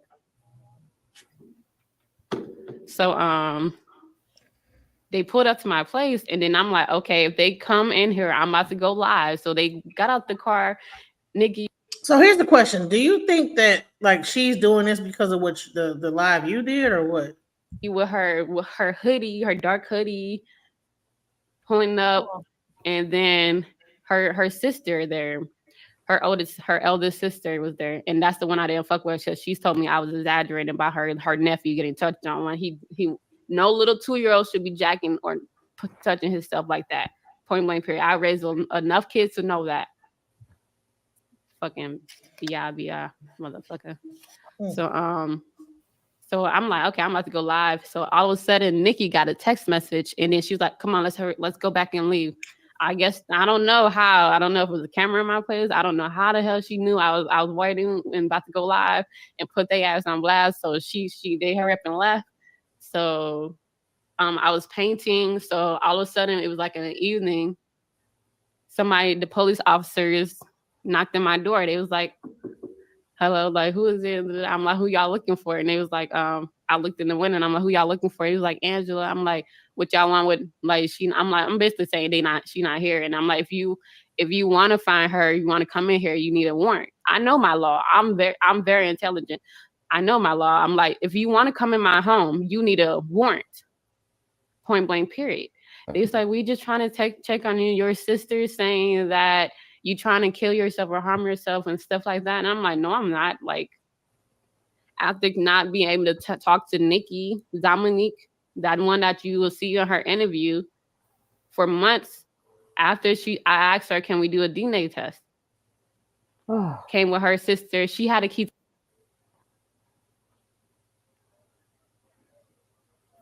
That girl in the Lululemon for real. Did we bring up Dominique on the last interview we did? I showed them. That was Dominique talking. Okay, so she must have seen that, and now she's talking about that. Okay. Right, My place. He had a key to my place too. So he was like, "They said they worried about you." I'm like, "What? I'm not suicidal. What you worried about?" They saying it because I'm going viral. I went viral. They don't care. Viral. They're like, "Well, I'm da da da." So next thing I know, they just left. And then they talked. Before they left, they talked to Nikki. She had her hoodie on and her jogging pants on, the hoodie pants, whatever you call it. Her whole fit in dark colors. So I guess they told her they can't do nothing about it. So I'm like, and then her other sister popped back up with her own car. So they knocking on my door. I'm like, "Y'all need to leave. Y'all need to go home." Like, "Wait, we worry about you." I'm like, "I'm not suicidal. I'm not about to do nothing. Like, what are you talking about? I know what y'all trying to do." And they was like, so this was the third day, I think. So they was like, so this probably like February 6th. That's February 6th. That we so they was like, "We worry about you." I'm like, "Don't worry about me. I'm a grown ass woman. Don't worry about me." By then I was like 28, 27, one of those ages. I'm like, I'm grown. Like, you don't need to worry about me. You need to worry about your nieces and nephews getting touched on. Point blank period. Their kids help the kids. Worry about that. You all up in my place. Worry about your sister that get drunk every day for the last 10 years. Every hard liquor. It's not just beer. She drink hard liquor. She almost killed a person with her baby. Like so don't worry about me. Get her some help. If you care about her, get her some help. You got a whole nother sister. She's suicidal. She told me that she's so suicidal, and depressed that she was gonna kill. She was gonna take her own life and her daughter's. She said, "Yeah, I was driving and I almost wanted to throw myself in the freeway with my girls and end it all." And I'm like, "What?" And she always says she's suicidal. She always say that. So I'm like, if you care about her, get her some help. She almost harmed her own daughters. Don't worry about me. Don't worry about my freedom amendment. I mean, my rights, freedom of speech. So they end up leaving, and they end up leaving, and it's a video of it. And I said, "What up?" So and I told her, I'm like, "Well, I think you touch kids. I think you touch kids." And then that's when she left. And I'm like, "Why are you leaving? You supposed to say, nah, the fuck I don't, bitch. Don't you ever accuse me. You supposed to be going in on me. You supposed to say, defend yourself. If somebody said that about me, I know for a fact I don't. I would never touch kids. So you better defend yourself. How the fuck you gonna hurry up and leave? So I guess it's true. So she left. So on the next day, I went live again on TikTok, and then I was showing people like what happened and telling them, like explaining what happened the night before. The girl was videotaping me, Nikki was videotaping me, smiling, thinking shit was funny, and I'm like, it's not funny. It's the whole situation I'm talking about. And so the next day I was about to take a shower, so I turned on the shower, or I was about to, and then so basically I had only a bra on and my towel I was wrapped around, and I was about to go take a shower, and then I heard like I went to live and said something, or she was texting me, talk about, Nikki was texting me, we was texting all night. Basically, she was talking about, can I come bring you some food? And I'm like, I don't need you to come here. You don't need to bring me no food. I'm straight. Like, what is you talking about? And I'm like, and then it was like around 11 or 12, one of those times. And I was just about to go take my ass in the shower. And then I only had a bra on and towel. And then all of a sudden I seen they pulling up to my place. And I'm like, they opening my door, and I gave her the keys. So it's hard. I'm like, oh, she gonna be some BS. She might sneak in the middle of the night and stuff like that. So next thing I know, she opening the door. I'm trying to close it, and I still have my towel wrapped around me. I'm like trying to close the door, and then her and her sister, both of them, Nikki and Shaquita, Dominique and Shaquita, opened the door and let some officers in my place. They basically pushed me in. So next thing I know, it's like 5 to 6 different police officers in my living room. And then they was like, well, are you Angela? The judge petitioning you to go to the mental house. But I'm like, really? I'm like, first off, my biological name not Angela. And second of all, why would a judge petition me? They was like, I don't know. If the judge signed it, we got to come. And I'm like, how? How did they sign it when, like, 4 days ago, I went viral. 3 days ago, y'all couldn't come. The day before that, y'all couldn't come inside my place because you need a warrant. So on the next day, the same day, she was able to petition, and the judge signed it without no prior proof of mental history. When you go to a mental hospital, you got to be of harm of yourself and other people. That's what they really do. So when other people, when they say they threaten other people's lives and stuff, that's where you go. And if you take that was the reasoning of her getting in contact with Jaguar and Sean Davy, right? That's what it sounds like. Right, that's what I was trying to tell you before. Was nobody out? She wasn't in no danger. She didn't want to go back to court. I seen this. Wow. Because at that point she's thinking, it's her time to shine. That's why she keeps mentioning the word viral. Right? Like I'm somebody, I'm a star, I'm somebody. So when they brought the popo there, I don't know if you'll hear the rest, but they told her she could become an outpatient or whatever, and then that's when she was gone. But this is what led up to it. Interesting. Wow. That's crazy. And I had no idea any of this had happened. So I'm just like thinking a person has like the fucking mafia or some shit like that against her because of what she said about Aaliyah. That's the narrative I've been told. So that's crazy. Take a lot of pills, or if you got drug habits and stuff, you take a lot of that and you can harm yourself, then that's when they admit you. So I'm like, I was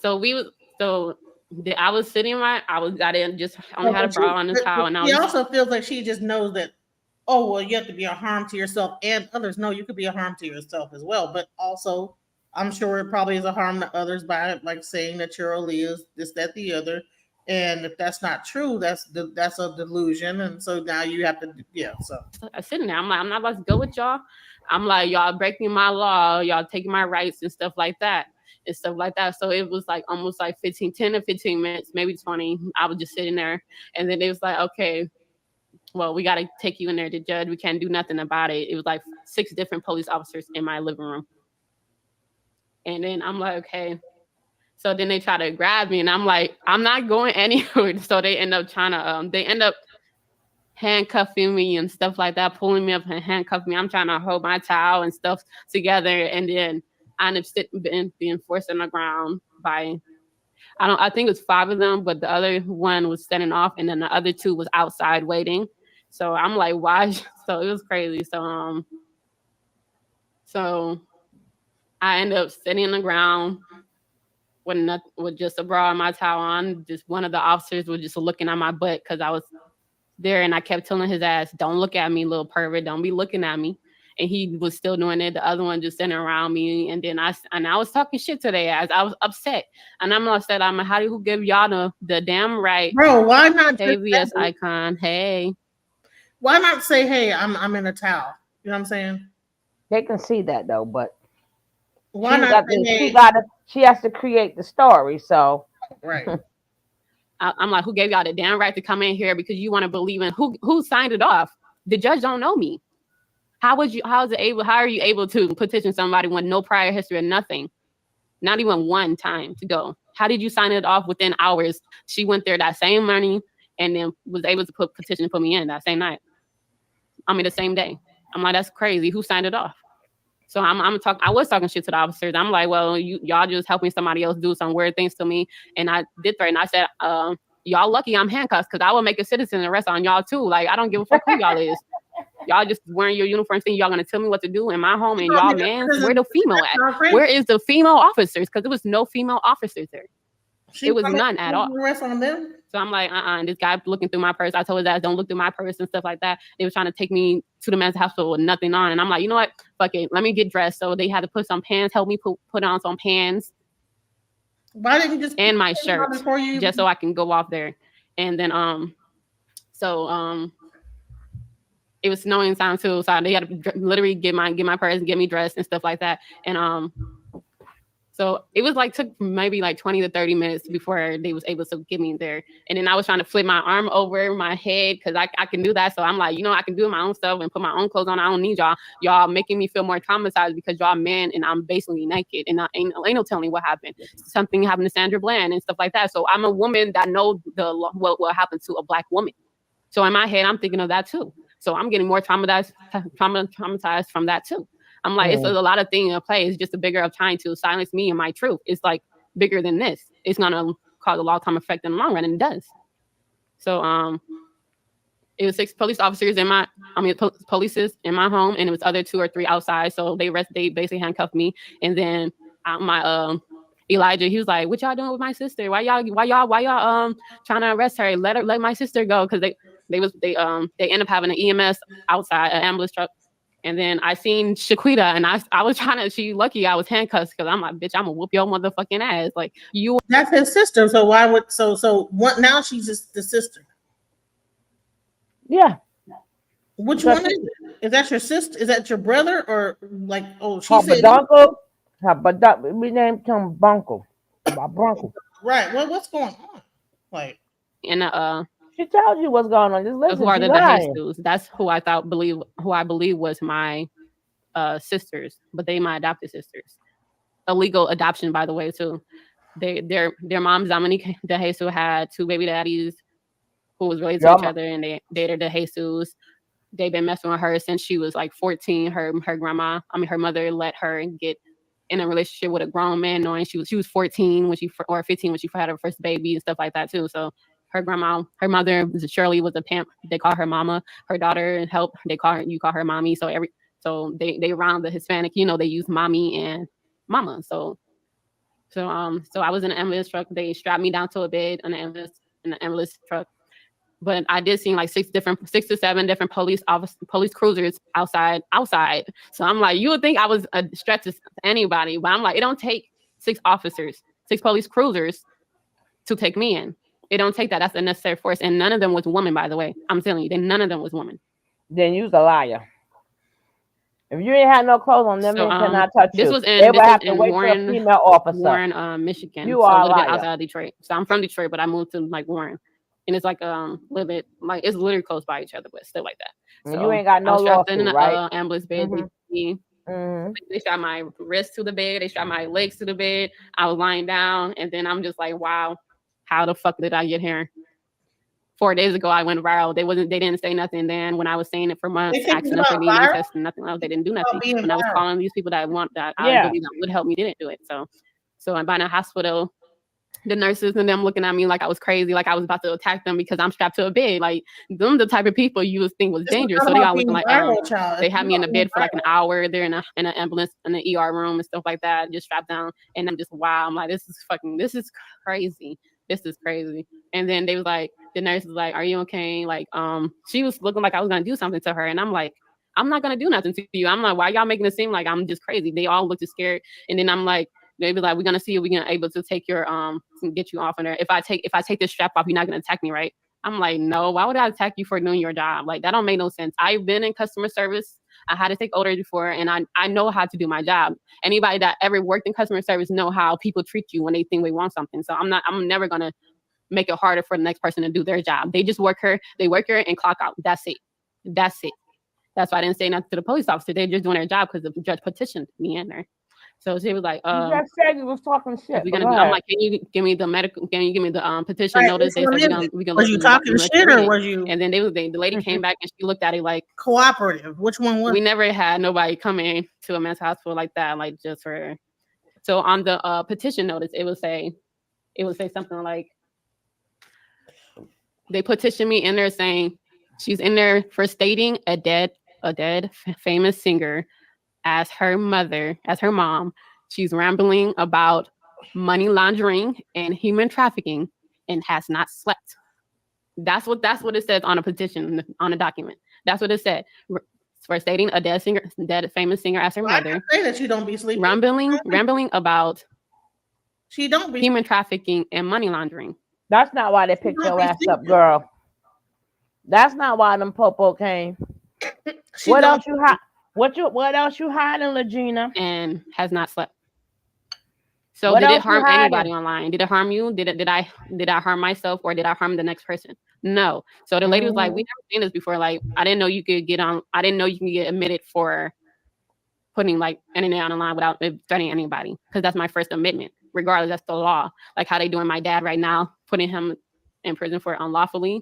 Because it's one thing to put him for the crimes he did, but unlawfully as far as like me now I'm looking at his situation, because at first I didn't care. I'm like, I already have my own secret animosity towards him anyway. So I'm like, I didn't care that he was in there. Now I'm going back and looking at the years and what happened. I'm like, they did break your law. They did take your right. And that's going to affect the next person. And the next person is going to do the same thing to the next person if they like Tory Lanez. And I bring him up. I don't know if he actually did it or not, but I just, the way that you put him in without the evidence and stuff like that is in the same way they did me. So the nurse was like, okay, we're going to unstrap you and stuff like that.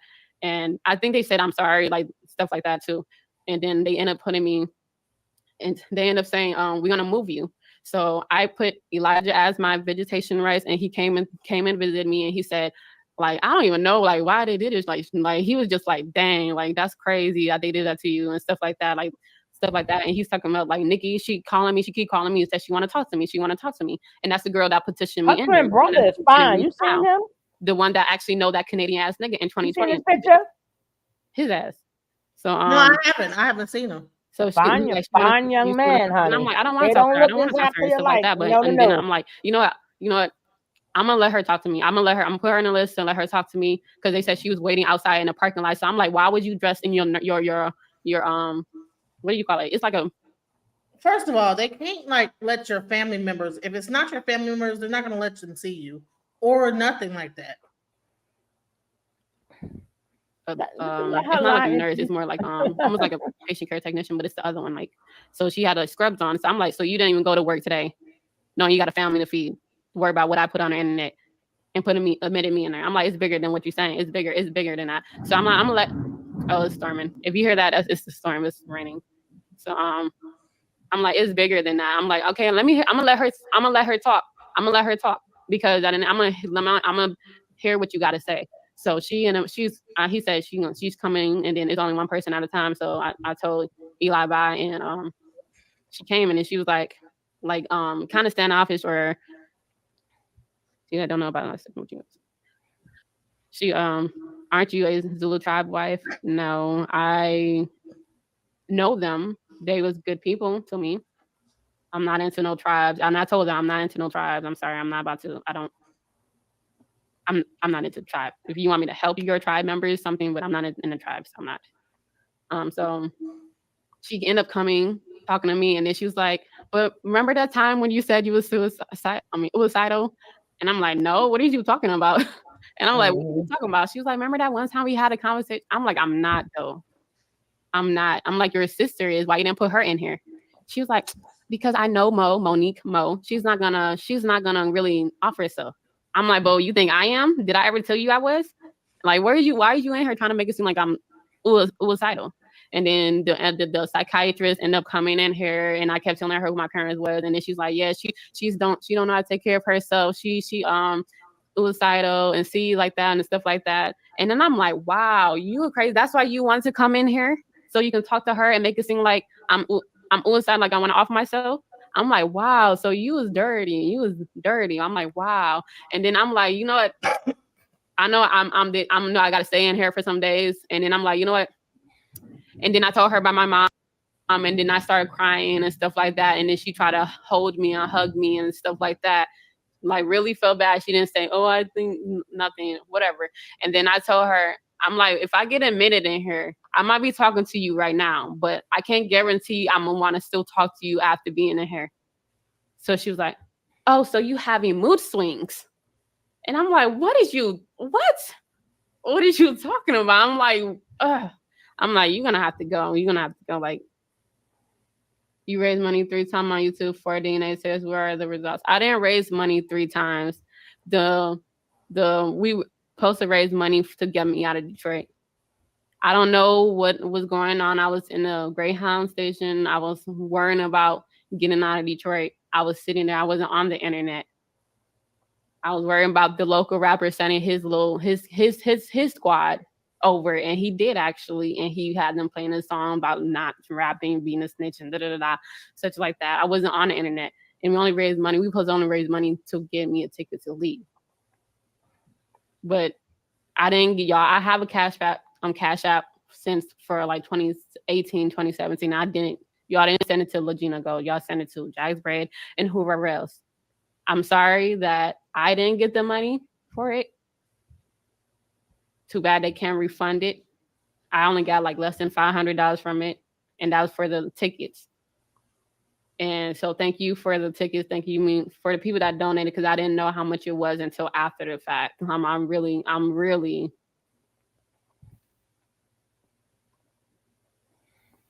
You know what's so crazy? I donated. I really thought that there was something really going on, and that she was really. I put my money into it. That's crazy. I feel blessed that y'all helped me. You should have been watching me. Feel bad that I didn't even know that it went to her spending. Now you know. So, come say I ordered my own cheap test from my own money. If I would have got that, it would probably be better, or I would have took the money to go visit my dad, something like that. So after I got admitted, so I was in his room. After me and talked, she said, "I gotta go," and stuff like that. So she ended up talking to the nurse, and all of a sudden, the nurse took me from the public area where everybody was at and put me in this room with cameras in it and said, "You got to stay in here." And I'm like, "What?" I'm like, "What did she tell you?" So I went to my room that didn't really have no cameras, like where everybody else was at, into my own room with cameras in it, and I had to stay in there. And I'm like, "What is going on? What did she tell you? Like, why is y'all making it seem like I'm in more like?" So I had to stay there, and then I didn't get admitted all the way to the mental floor until like later that night, or probably that morning, 12 a.m. I think. So that's when I went into the mental hospital. Went in there, and I told her, like, take her name. Oh yeah, she wants to know who was this other friend of mine that I will let visit me. She wants to know who that was. She was asking Eli who that person was, and you gonna visit her, but you don't want to visit me. I'm like, girl, it is. I know her for a long time. It is what it is. So I went to the floor, and then I said the only person I want to talk to is Elijah, and not everybody else. And I don't want them to know my business. And he was also telling me on the phone, like, yeah, they said they want to be your guardian. They trying to make you deem like you're not mentally fit. They want to be your guardian and to see if they can get some money off you. I'm like, what? So it's even more money. It's more than that. And it's like, I'm close to where he at. Let's go. Where you at? Who's he? So I went there and then I'm like so upset. I'm like, wow, I know the law. I know US history. I studied, I went to school. I know. And I'm like, you can't put nobody in a mental hospital for whether you believe it or not. Because some people do actually lie. So you do gotta be very skeptical about certain people. But you don't Look go who's to talking. mental hospital for that. It's a whole girl claiming to be a racist ass white woman, even though he's a man, but still, I'm like, wow. And I'm like, wow. So I'm like in their trap, and then they was like the nurses, like the other nurses from that floor is like seeing my medical race. They were like, I didn't know you can get admitted for that. Like usually you gotta harm yourself or hurt somebody else. Like you gotta be You dangerous. guys are lying. Or you gotta be dangerous. I was like, this They is would I never didn't say that know. to you. I've been there. So by the second or third day, I see my psychiatrist. So now the nurses are like trying to make her feel like, oh no, this isn't right. And exactly, she's lying. He was like, he's a male. He was like, so what you in here for? He was like, I told her who my parents was, and he was like, he looked at the caseworker lady, and he looked at the other nurse. He was like, so the judge put her in here, petitioned her in here for that. He was like, what can I do with her? He was like confused. The psychiatrist was so confused. He was like, so why did the judge petition you in here? He said it out his own mouth. He was like, but what's his I don't know how to diagnose you. I don't know. What can I say? He was like, the only thing I seen in your system is probably weed. But by then I already stopped smoking for like 2 weeks or 3 weeks. So it would never say that again. I probably wouldn't have been on viral. I probably would have been chilling out somewhere. They would never. Hold on. So he was like, I don't know what the judge want me to do with her. So he was like, is there anything I can? They would never. Look at her face. You stopped it at a good position. See how slick she is? That person is slick. She's slick. A psychiatrist would never say, why you in here for? Well, judge, you wasting my time for this? No. Mm-mm. What kind of mental hospital was this that they actually was like validating that she shouldn't be there? That's crazy. I never heard nothing like that. First of all, she has a record. Right, doctor ain't really asking you nothing. He ain't even ask you how you feel. He asked you why you in there. This girl can lie, boy. She can make up some damn story, girl. She can make up some stories, man. Which we already knew, but carry on. Do for you, and I'm like, well, I do have anxiety problems. My doc, I already told my therapist confirmed it. She said I need to go talk to my primary care doctor about getting anxiety medicine, and he said he was gonna help me with that, but it never. It was bigger. So I'm like, I get anxieties. So he was like, oh, I can help you with that. I can actually do that for you. So he ended up getting me anxiety medicines, and then I looked at the the risk and who also help people with schizophrenia, bipolar, depression. It helps a lot of things. People anxiety. So I'm like, okay. Anxiety. I'm like, I don't have schizophrenia, so so we supposed to visit him every day, like for an hour or something like that. So I said I take the medicine and stuff, but is it gonna if I was to possibly have schizophrenia, it wasn't gonna it's gonna clear my mind, right? So it's not gonna change your memory. It's not gonna do nothing to you. It's just not gonna. If some people that actually have episodes and stuff like that or stuff like that, so I'm like, not gonna do any of that. So I'm like, I'm gonna take it. I have anxieties, and he said, I'm like, I told him, I'm like, it helped. It helped treat people with schizophrenia. He's like, I'm not saying you have schizophrenia. It's just an umbrella. This pill is an umbrella. It helps everybody, everything under there. So whether it is or not, I didn't say you have it. It just helps your anxiety. So you got some unprofessional people. Girl, you gonna lie. Go to the jailhouse. Can't let no strangers in my home though. Yeah. So I'm like, I'm gonna take it. I'm gonna still say the same things, which I still did. I'm gonna still say the same things. And then what I liked about the anxiety medicine, it helped with my anxiety. I didn't know how it feels to be like very calm, to not be thinking and overthinking about the past or the future and stuff like that. I liked it. I really liked it. Like, but the only thing, it gives you real psychosis. And I read the information, it gives you real psychosis. So eventually it's not good to keep taking because it's gonna actually make you crazy.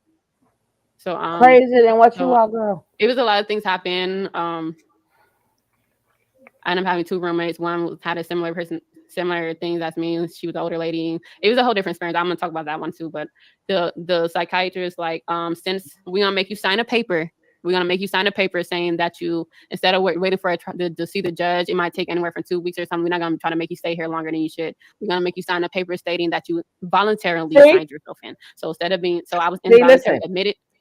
They told me to sign a paper saying I was voluntary. I went by my own choice, even though I was under appeals and stuff like that, and that wasn't true, but stuff like that. And then so I think that was the 4th day. He told me to like stop going, don't go online. Don't go on Facebook and say R. Kelly's your dad. Specifically, don't go on Facebook to say R. Kelly's your dad. And don't, he said, don't leave the state. And he said, don't smoke weed. I left the state and I still smoke weed. I didn't say R. Kelly's my dad on Facebook anymore, but on Twitter and Instagram and TikTok, I still say that. And that's what he said. There's no reason for me to lie. This information I'm giving to you guys. And that's what he said. And I'm like, it's mighty Pacific because you want me to not say R. Kelly's my dad when I didn't go on here. That's not what my petition say. He didn't say, don't say I'll lose your mother. He didn't say, don't talk about the human trafficking. And then what happened was I was on the 4th day because I was chill with anxiety medicine and I was like calm with that too. Questions, why are you still doing this? Go to the cops. The same cops, the same 8 different police officers that was outside my home and inside my home. I thought it was 6. The same cops that you know the society members. So y'all need to understand it's bigger than what y'all think. Y'all know that this society member. People say I look like from Senegal. People say I look like I'm from India. People say I look like from Dubai. People say I look like from Malaysia. People keep saying I look like I'm from somewhere. From somewhere. They ain't saying no shit like that. I look too other to be black, even though I am a black woman. So some of that look like from China or Chinese, whatever. People. So what happened? So by the 4th day, I'm like, so I'm still in here. I'm worrying about the children and that family that's getting touched because they not saying nothing about it. I'm like, can you at least let me? Can you, if I can't call the cops? Because there's the phone ping. I didn't have my phone or nothing. I didn't.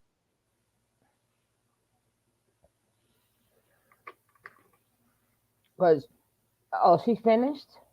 Yeah, the video finished. But you got to hear where she say some people say she looked Chinese. That's why I said, well, that's because she got a little flesh.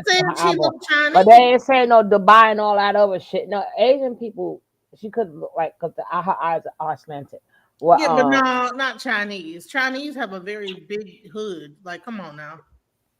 The girl even said Dubai. But anyway, now you see where y'all coming at. Right. Now you see where you coming at, right? Now I see what right. Remember, she had to go. They wanted her to be an outpatient. Right. And that's what she took off. I was going viral and stuff, like I didn't know what was happening. So I was talking on the payphone and I was only talking to Elijah.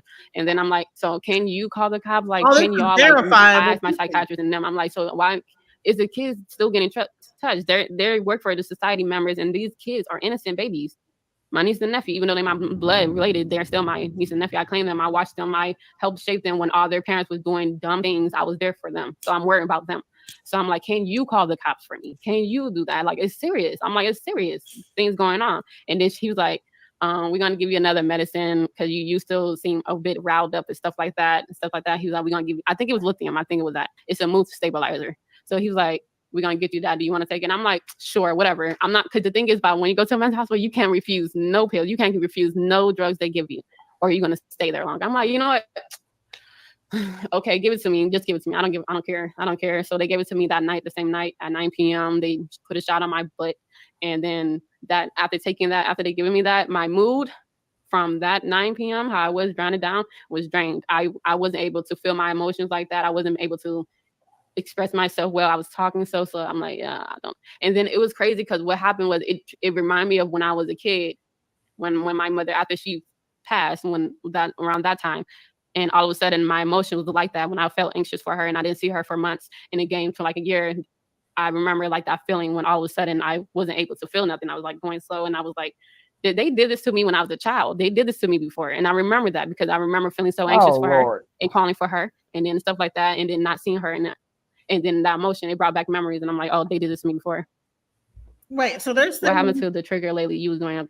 doing And okay. she's saying The thing that is, they doesn't gave mean her that I don't go lithium as online, a that I don't child. care about my parents. Wait, so she's saying that they gave her lithium as a child. I don't even think that's even possible. No, she said in the when at that time. Right, but Said, she's but saying that she felt like when Aaliyah passed no, away, the feelings that she had, not she didn't get lithium. She said she felt like they she did said that to that they did it to her, to me. Did they do the same thing? Like, Parents. I'm literally looking for ways to help my dad, even though I wouldn't say his situation. He was unlawfully put in there. And I'm looking for ways to get justice for my mom. Doesn't mean I don't come on the internet saying who I was and how I feel that and wasn't talking about these that I don't care about them. Y'all the one don't care. Y'all got your own parents that y'all can live your life or your own family, your own words. Y'all not caring about them. Y'all don't have the same words as me. I'm the one still trying to figure out and put my family back together and set things right for my mother so she can transition and be at peace. My father too, or make sure their estate is good too. And try to help my other family give the money back to my dad's family for the other Kelly members, because he actually got other kids in Detroit too that I was raised around too. But I'm not saying their name because they're children. But when they get grown, trust me, you gonna know. If I don't look like my dad, one of them do for sure. It's not. I'm then doing okay, but I don't want people trying to sit here and lie on me and still speak on me and make it seem like I'm lying. I'm to letting you guys know what happened to me and all what happens to me from then, even now. I'm letting you know I'm being transparent. And I'm still doing okay. I'm still in school. I'm getting my A's. I'm doing what I got to do. Because one day I'm going to be the one holding the asses and all this stuff. And I got to make sure my brand, my mother's brand, still live on for the new generation, because they try to play her by not putting her songs out on platforms. And some of the newer generation don't know who my mother is, when she should know she influenced a lot of motherfuckers out here. A lot. Yeah, you do that instead if you want to. And I'm helping my dad because he's my dad. If he's not my dad, then I don't care. I don't care what kind of music you make, but he's my dad. And that's the only saving grace I have for him. And it is what it is. And for him to go down how he went down unjustly from documents and stuff before he even got put in prison, that's supposed to happen after you get put in prison, not before, where you got to hold juries and stuff like that. So now I'm looking like how they played him. And it's not just about my dad, it's about people like him too. So if they want to take out the next person that don't correspond to what they want to do, or in their to follow their order, then they don't do the same thing they did to him to other people. You got to stop it before it get worse. Point blank period. They can do this to the next woman, the next man. They can do it to a lot of people. It's one thing everybody, if it's the law, you can't break the law. You're not supposed to break the law. You're going to use the law, abide by the law, and put somebody under, not go against the law. I'm not trying to defend his actions. The House of States have plans of suing. No, they're not going to. I swear they're not going to. They might do it to other females claiming to be me, but they're not going to, because I can counter-sue them too. My grandma not going to do that. My uncle not going to do that. The only one that benefited most from my mom's passing is my great uncle. And I wish his ass would do it. What you gonna do about it? Nothing. Why did you feel they picked your dad? Because he's like, literally, I didn't know how much of influence my dad had in a lot of people, because I wasn't listening to his music like that. Like I heard, like, after he left me, and it was hard to see his face and play his music. And eventually I just forgot him. Every time they bring him up, I was like, oh, that's my first dad before he left me. But I'm like, then eventually when I got a teenager and grown, I'm like, that's stupid to think that. Like, well, I don't know why I was thinking that. Girl, I don't know nothing of them, but you know that she always forget that one piece, right? And stuff like that. So I think they did that this, from him DJ. He influenced a lot of people. Music influenced. You know what part she always forget, right? Sony, they had something to do with it too. RCA, you know, that's the label, the curse label. And I'm gonna say allegedly because they might feel like I'm doing slander and defamation. And that's the legal thing I would say for that. RCA and stuff. Allegedly, they mess up the artists. But you know what? You know what she keep forgetting. That's why you think it's hard for these people to make. Go ahead. She keep forgetting one major person. Your mama didn't. Your daddy didn't leave you, because at that point they were all. He had to stay away from her. And she was already with Dame Dash. So if you ain't got Dame Dash in your memories check, you don't stop it. Stop it and stop it. It ain't like your dad stayed your well, it's not like your mother passed away, then your father left you.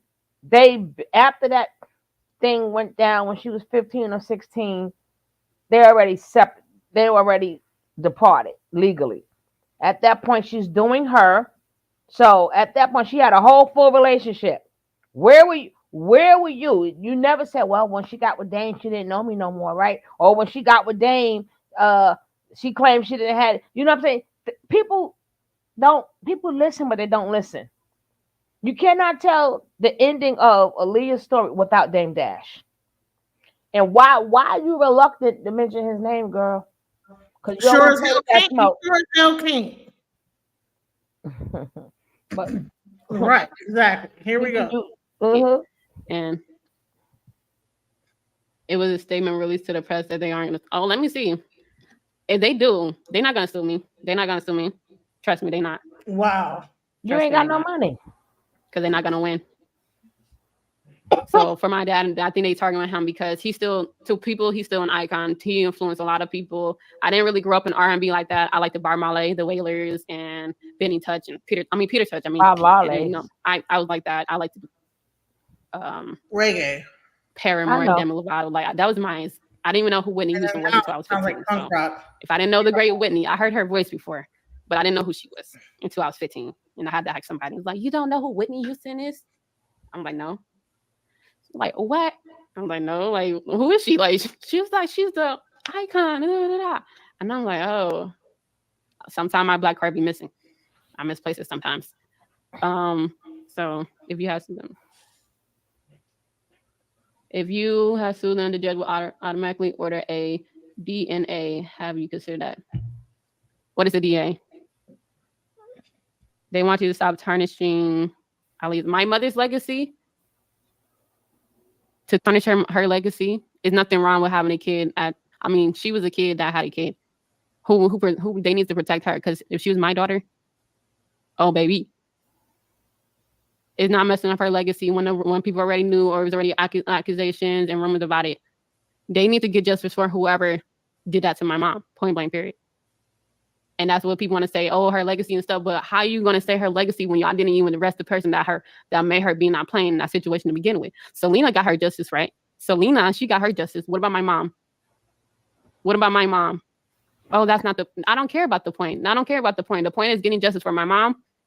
The point is getting justice for my dad, as far as making, if you're going to put him in there, you're going to have to use don't put him in racketeering. Don't do that. That don't make no sense. But that's the only way you're going to put him in the jail is probably prisons by saying racketeering. And if you can do that to him, you're going to do that to the next person. You're going to do that to the next person. Man, I wish I could I want to write a letter to R. Kelly and get a letter back, dude. What the hell is this? Because I'm sure that he'd be like, what? Got a line. You're going to do that to Kelly ain't paying her no mind. And he's the biggest influence in the black community. You know, black no culture changed a lot of things. For him to be the still icon for a lot of people and do that to him, they're going to do it to the next one, and the next one. A DNA test. I mean, if they're gonna do a DNA test, then yes, fine, yes, do that. Come to me. Let's do this. Then she gonna say they lied about the DNA test. I want Illuminati, and I want people to not be put in prison for unlawful evidence and unlawful practices. Who created a documentary before they even did anything? That don't make no sense. People gonna watch the documentary, have their opinion, and then they're gonna do that. Get justice for Aaliyah. That's it for my mom. So what I would never. I made it my business to call her. No, why you take them to court? What happened? I would not diminish my Aaliyah's uncle. I would never diminish her legacy by ever saying this is Aaliyah's daughter, fake daughter. No, I'm not even gonna put daughter and her and Aaliyah in the same sentence. Her name is Angela Owusu. Out of respect for Aaliyah. I would never out of respect for Aaliyah, yeah, straight up. Like I would never. I'm not even calling you LaJana. we call her everything else but Luana, Louisiana, LaJanja, Lasagna. We don't even call her that. But her name is Angela. And that's weird that so Angela is one thing, and then she takes it go backward. Angela to LaGina, she switched up the word. That's crazy. Like, so this is like a whole like scrambled person of a person, you know? Who was in Japan? And it's a shame that I don't know where my grandma is. Apparently, she may have. Huh? It's a shame you got caught in her, and that them lies and them deceits, not knowing how dangerous. And I had no idea. I had no idea. You should have been watching my show. Now you know. Let me stop because I should have been seeing it. But we didn't know each other. But now we do. But you know me, I'm gonna break it down. Stop! Don't play with me. I'm gonna break it down. But I really wish you would have watched anybody I tell people, well, we always tell people all the time, always look like if somebody made it, always look for the right side and the opposing side, and then you make a choice from there. Don't go by just like going to carbonation. It's too many videos out there that speak upon this devil for people not to. Right, but for there them to wasn't get, nobody talking bad about Shaka in there. You know what I'm saying? So I didn't no, see that. we was talking bad about Shaka and the biggest damn con artist thief that there is. All of them got it. Every last one of them got it. See, I didn't see those videos, so I didn't know. You know what I'm saying? Right, because So a when lot were of people saying that, got I was windmilling like, no. no, but that's because people got introduced to them on Bigo. They didn't realize we was already on their ass on YouTube. Right. But we really wish sometimes now people know before I you had get just into gotten something on serious. YouTube. Like, actually, Jaguars who introduced me to YouTube and the whole thing about YouTube. I had no idea about YouTube like that. I was on like Instagram, TikTok, Bigo. I And was it's a not shame a YouTube you got person. trapped off with that because he's the biggest goddamn crook. So that was now everybody think you a crook, right? He did all them PP loans because Honey, he I said can't he even did. show a video about a girl trying to tell people about AI without them saying I'm scammed. I'm like, dude, I'm not. Everything I'm doing is a scam. It's like, man. Because And like then we he's like the know for a tactic. fact he I'm said like, out of his own mouth he did the scamming. He said out of his own mouth he did all of their PPP loans. He said out of his own mouth he did the scamming with the insurance. He said I mean these things he said out of his own. I don't know how you missed it, right? I wasn't on YouTube. I wasn't. No, he said that on Bigo too. We just catch shit off of Bigo and bring it to you. We was talking about them since they was on Instagram. And then they came on to YouTube, and then that's when somebody was telling him, "Hell, you can make money on Bigo," and that's what brought Nature Boy to Bigo. Because he No, I'm didn't even talking know about nothing Shaka. about. I wasn't really into. Yeah, but that after Nature Boy went, then the rest of them went to Bigo, following him. Shaka said that he was the reason why everybody was coming to Bigo because He's a lie. The people we used to be on live. What We Shaka used told to, me. yeah, Listen he to what lied. Shaka told me that Bigo was offering $10,000 for people to come over to their platform and talk about whatever. You know what I'm saying? No, Nature Boy was there first because people used to say when he used to be in the chat and they used to put in his thing, yo, you need to go to Bigo. That Bigo, what's Bigo? We remember the conversations. People in his chat was telling him to go to Bigo. So what is the story about everybody getting $10,000 to come over to Bigo? Maybe a certain agency. I don't know, but I know there was like agencies. No, they was telling you the money you could make. If they switched it, that was a lie. Wow. They wasn't getting no money. They was telling you how much you could make if you go to Bigo. Based on what Shaka told me, is that they were giving them like 10,000 up front to come over to Bigo, and then see, I don't even know. No, you gotta do your thing, and you gotta pick an agency. He also said Shaka said that he also the reason why even King World was on Bigo because he got everybody to leave. He's a lie. And went over to Bigo. World went there to light fire to Nature Boy's ass because he is Nature Boy's nemesis. That is also a lie. Him and Shaka don't even speak like that. Shaka was on his shit list till we blew it. We used to tear all their asses up. We used to break down their videos. He went there because people did not know Nature Boy over there on Bigo. So the people on YouTube went to Bigo to blow his ass up. And that's how people found out on Bigo about Nature Boy. So that would be a lie too. Wow. So that whole $10,000, like that there was a person that was giving out $10,000 and that he was the one who got Velvet, Nature Boy, and everybody over to Bigo for the 10,000. But then he said that they didn't do it and then they went on their own and they didn't make no money. And of course, because he lied, so he had to fix the lie, right? Oh, that's false. The people in the chat told Nature Boy about Bigo. Wow. Because he kept saying, what is Bigo? They were like, yo, you need to come on over. And then when you go to Bigo, you do your videos. Then you find out whom agency you want to be with. Then you got to do a what you call it, audition to I see was if they on want Bigo. I to. was on Bigo too. I was on Bigo. That's how Right. I met Chuck. They got me to do it because I wasn't even because I had just lost my child, and I was like, okay, well, all right. They were like because it was during COVID, so that this is a whole new way to make money. So I thought, oh, okay, but I'm just spending more money because how Bigo works is that you gotta like be throwing dimes and then you go on Well, live. that's if you don't do it authentic. Like somebody like Pastor P, he didn't have to go through all of that. Pastor P got authentic money. If people like you, they're gonna spend that money on you. Same way here, people like you or whatever, they hit you with a cash app, right? Or they hit you with a super chat or whatever, right? Same rule apply. But when you don't have authentic people and get authentic money, then you throw money at people, then they throw it back at you if they want to, or you so basically, the beans just keep going back and forth, back and forth, back and forth, back and forth. That was But the thing that I realized. I'm like, dude, it's not really making no money. It's like about $400 a month. I mean, it was like making something, but it was like almost a social security check at this point because you really don't even cash the money out. You keep it in your account and then you throw it back on other people and you keep putting right, it forward. So really, you ain't making unless it. you get it, unless you get it authentically, then you make that money. But then you got to be up there. You got to be like a Pastor P to get that money. You got to be like a 21 bad itch. You know, you have to be like you got And to then be I really wild. find out that 21 Bad Itch is the person that she said they got raped. What? What?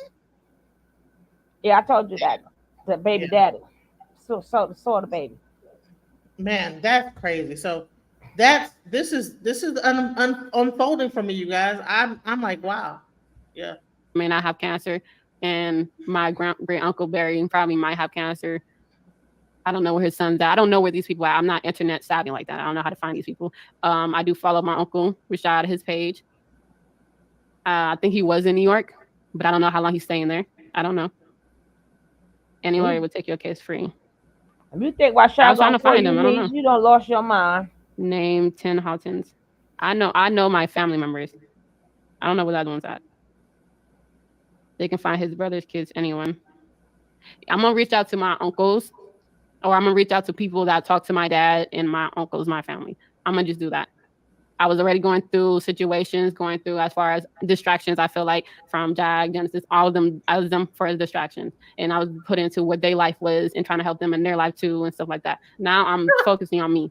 That's it. She helping everybody with their life. Come on. No, name them now, please. Okay. Love Kelly, which is me. My mom. What happened My to Love uncle, Hot? my great uncle, my grandpa Michael. Go look him up. Compare our photos to. Go look at who else? His brothers and stuff. It's easier to because we do have like a genealogy online, so it's easier to do that if you want to. Just go look them up if that's the case. No, you I don't know go do it. everybody. Sure. Why we gotta Maybe do when it? I was younger. She did a I don't remember DNA them test now. though. She did a It is what it DNA is. test, and that didn't. So what I was saying. Kelly didn't come up in that DNA test. Justice for Aliyah, and I'm gonna keep saying it for my mom. So put that justice for Aliyah every time you speak of my mother. Girl, Every bye. time. Clear her name. Talk about messing up her legacy. The way she went out, y'all messed up her legacy. Y'all made it seem like she was a diva that didn't care about her team. That's what y'all messed up her legacy. And I should sue them for that. Whoever implanted it. Go ahead, soon. Go do it. Girl, bye. You found out for me. If you really did your research, everybody want to worry about me. If you really did your research, you would have found out by now. Go do it for me then. Go do it for me. Won. So oh yeah. So that's why we came on here for, because somebody was posting a video about Nikki and her auntie. The thing is, I don't know that lady. I don't think I ever met her. I know her daughter and the original Angela. That was named after. We both named after the same person. My mother's a lawyer. She is. Then send her to me. You in Texas? You in Texas? Ask her to do a pro bono and trust bono. And trust me, when I get my asses, I'll pay her well.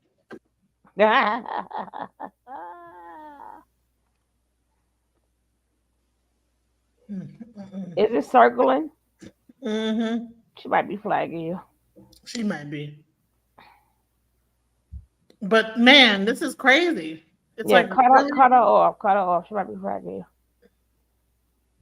It could be the internet. You don't know, but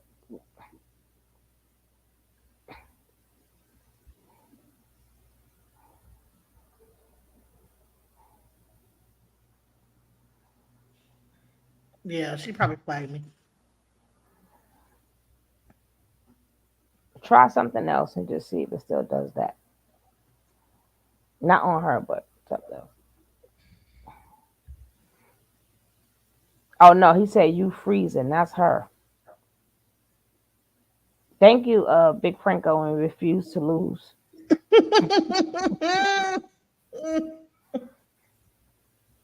But you know what? It's great. That's man, really. Honey, I think that's the spirit of Aaliyah saying, you know what, bump all this. And I just felt like it's like just getting caught with these schizophrenic, these schizos and shit. Girl, I really wish you would have seen how we was on their ass like rice on gravy, girl. Then you were like, no. Man, I would have seen. You know what? Let me go on here. You should have been around when we was on fucking Shaka ass like rice on gravy. We was like every last one of them got it. You would have saved every last one got it, and not just me, other CC creators too. On their ass like rice on gravy. Situation. You'd have saved me on that because I'm like, that shit's crazy as hell. Oh man, all that. Ooh, that was terrible energy that was all around you. That is crazy.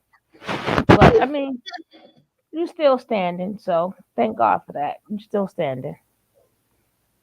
Straight up, straight still standing. You know what I'm saying? Everybody, these people want to like make me out to be okay. You know what I'm saying? Whatever. Yeah, but you still standing. But woo. But ooh, that was crazy. Yeah, I don't know. Whoever, somebody must have flagged her. Yeah, but either way, it says she's freezing. Because she still they sick of her having whoever it is. Remember, she's not really viral as she thinks she is. That's why she's could still open up her mouth. Because if you was really viral, Leah has real fans.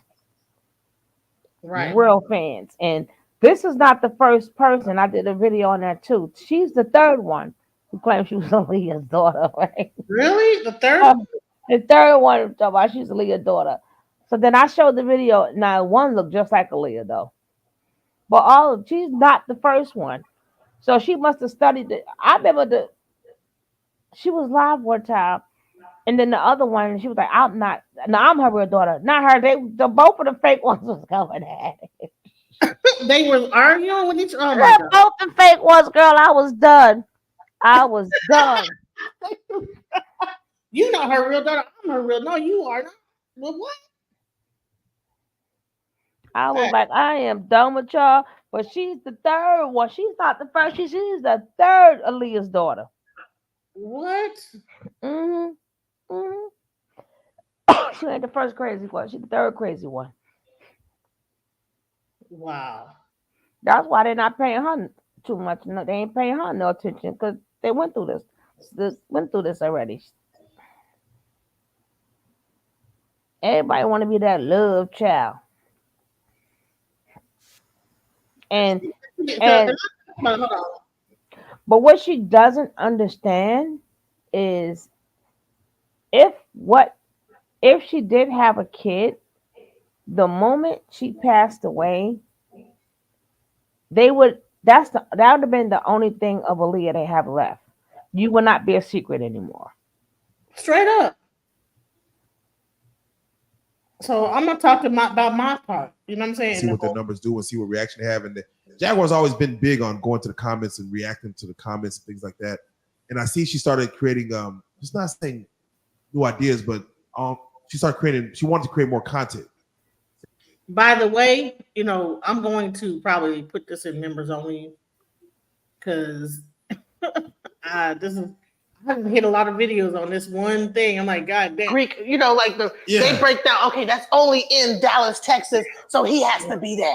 Oh, man. They be like, oh, that building right there, that's the lobby of the such and such. They would be able to find out. Like he would be in the middle of Costa Rica somewhere, and all he would have in his background would be like trees, and they'd be like, oh, that tree right there, that's the such and such. Oh, somehow man. they would find out where he was. I don't know how they were doing. Where in the world is Nature Boy San Diego?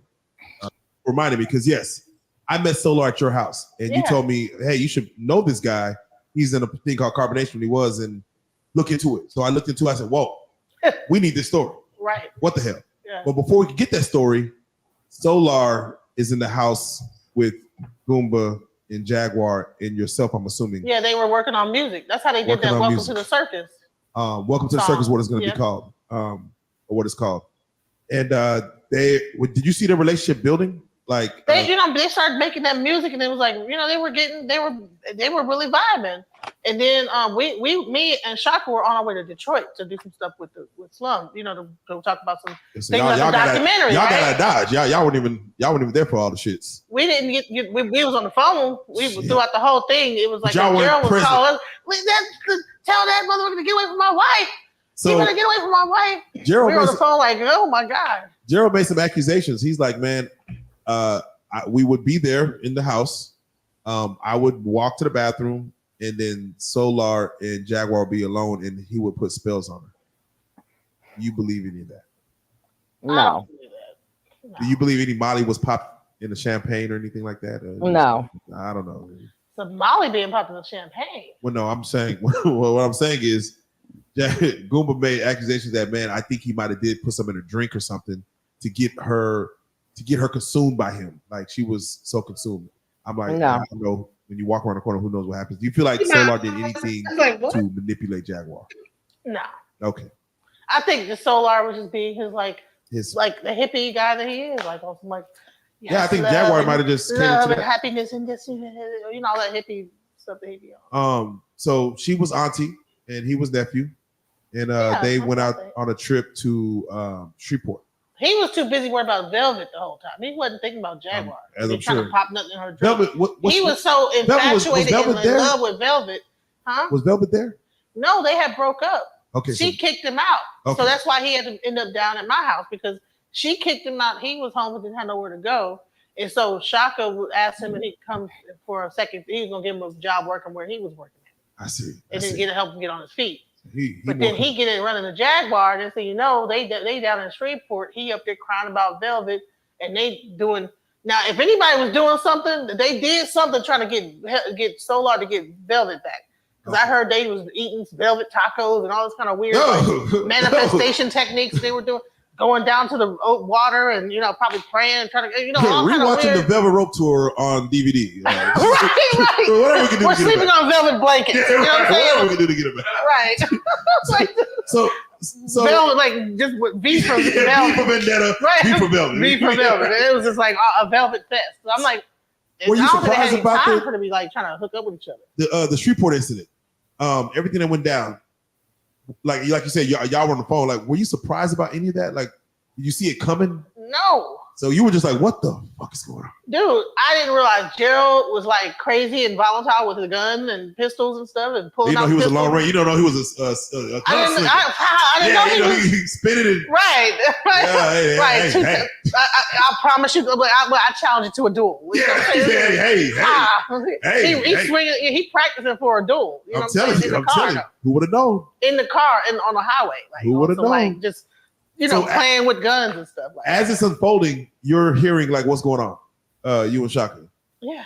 And of course, I know it spills into the next day, and it's a whole fiasco. But what are your thoughts when you when is it gonna stop? Or were you trying to y'all fix it? We who were laughing. Who were you trying to give? Like, hey, like Gerald. We didn't realize how serious it was because it was like we were like man, so like we were like kind of laughing like. So leave it. When he say leave his wife alone, you know what I'm saying? No, and then the Solar was like, no, it's just not right, and whatever he was going through, and they just man, and next thing you know, we were in the studio and they were at the barbershop. So the barbershop and is he's on the phone with Shaka like, tell that nigga get away from my wife, and all you heard is. We were like, "Oh my God, what the hell is going on?" So we were, man, that listen, was crazy. So when you turn on the internet or turn on your phones, you see Jaguar laying on the floor, surrounded by 6-7 cops, and she's screaming. And Gerald up there like, my wife's on the plane. He got his phone. His phone I'm like, out. what is this? Yeah, because mind you, you're part like you've seen all this come together at it when it's all working, and now you're seeing it fall apart. Like in front of your face. I would have never thought that it would turn like this. This is crazy. Man. Because I'm like, wow. Because that, it's sad because it was so much potential. I mean, I'm telling you, so much could have been when I got done. there and we were talking business and we were trying to document, we had shot already like 2 episodes of Keep It a Bean. It was, man, we're about to take over the world.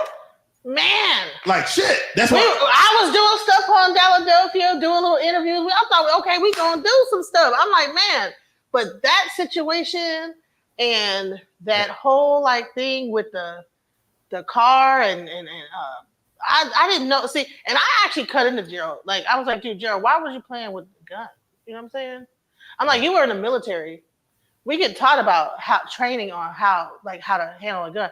And for you to be twirling around guns in a car, I actually cut into him about that shit. It's intimidation. When I got home, I called him. I'm like, dude, Gerald, what are you doing? It's definitely probably intimidation. Like, And I was in the Air Force. He was in the Army. So we both like veterans out here. So like, I'm looking at him like, dude, you should know better than that. Yeah, he should definitely know better than that. I definitely feel he was just in an element that he was just fucking intimidated by a guy. This dude come on now. Man, listen. Solar. Everybody, Solar, Jaguar, and Goomba all they was agreed having that, like a 3-way. They were just saying that shoulders were being rubbed in the car. Everyone said this. Like that he was rubbing on their shoulders. Everyone had different reasons why shoulders were getting rubbed, but they said they was getting with that. So no, Solar said he did rub Jag's shoulder and also attempted to rub Goomba's shoulder. Jag said, yes, he was in the backseat rubbing my shoulders, and also Gerald said, yeah, he was rubbing the shoulders. So I could see someone taking that as, man, is this man trying to get my girl? Right? What kind of weird? Yeah, that is. No, I'm saying it's perception. And then you got the carbonation element. Yeah, then you got he was on that movie with the transgender. Yeah, it's like it's a lot there. You don't know what he's trying to like. You don't know, like relax, everybody. Right, relax. That thumb could do something. That thumb hit a pressure point. I'm gonna rub his shoulder. Also, trying to dry out. Yeah, loosen y'all up a little bit. Let me combination style. Right, hey, they got oils and ointments that do all kind of shit. So I can see probably got a little satchel and shit like that. Yes, rub it into your skin. But that moment, and again, you're right because when I talked to Jaguar, for me, and she did tell me like, yes, no, she did ride around with her son's ashes and things like that. To see what unfolded at the barbershop and it did say like, man, this was, I don't know if we could come back from this. That's even me thinking business. Like, how do you fix this? So even me calling Jaguar, I'm like, man, we could fix this. Let's just figure out a way to they were supposed to be on the way back to the come. Yeah, we were supposed to come do a celebration of real life for touching. See, everybody was trying to fix things. I was trying to fix things. They were trying to fix things. It was a group thing of be like, okay, this is getting kind of wild. Let's try to figure out whatever. The whole time, like, oh man, like he was like a freight train, and we were behind her, like, hold up. 1 million views and get, we're going to talk about doing new content for Monday, right? And then that never happened. So we were still trying to figure out a way we could still come back from this. But then of course, the arrests, just everything happened after that. When did you and Jaguar's relationship? Because I think y'all had friction after that. What happened between y'all? Because I don't think no one knows. As far as, again, people are just not putting the face to your name. But whenever they hear about the Mesquite address and things like that, you're the person who was, your house was where everything was going on. I think she was leaving your house to go to the barbershop. I don't even know. It was all in the area. She did. Yeah. They did. They were leaving your house to go to the barbershop to find Gerald and shit. So where did y'all's situation kind of start going like a little left? When Legina came. Okay, so we'll go to Legina. All right, so let's do this. Yeah. After the Solar incident, Jaguar was still into the mode of let's fix this. With Gerald, right? Yeah. With Gerald. She went to jail. She got out. She went to she went to the mental. No, she went to Chicago, and wilded out at the airport. Well, before the airport, she went to the mental facility instead of jail. Not loose there. Right. She went to the mental facility. She was able to get out after a week, and then she said, "Let's get right back to it." She went to Chicago, clear her head. I talked to her up there for a while. She was just trying to clear her head. Then the incident happened on the way back from Chicago, in which she said, "Hey, there's a person I would want to get out here that I've reached out to, which is Miss Legina Gold, of course." Did she say that when she was in Chicago? Yes. She wanted. See? Hey, we're connecting here. See, because she tried to make it seem like I was the one who knew Legina ahead of time. See, I didn't know Legina.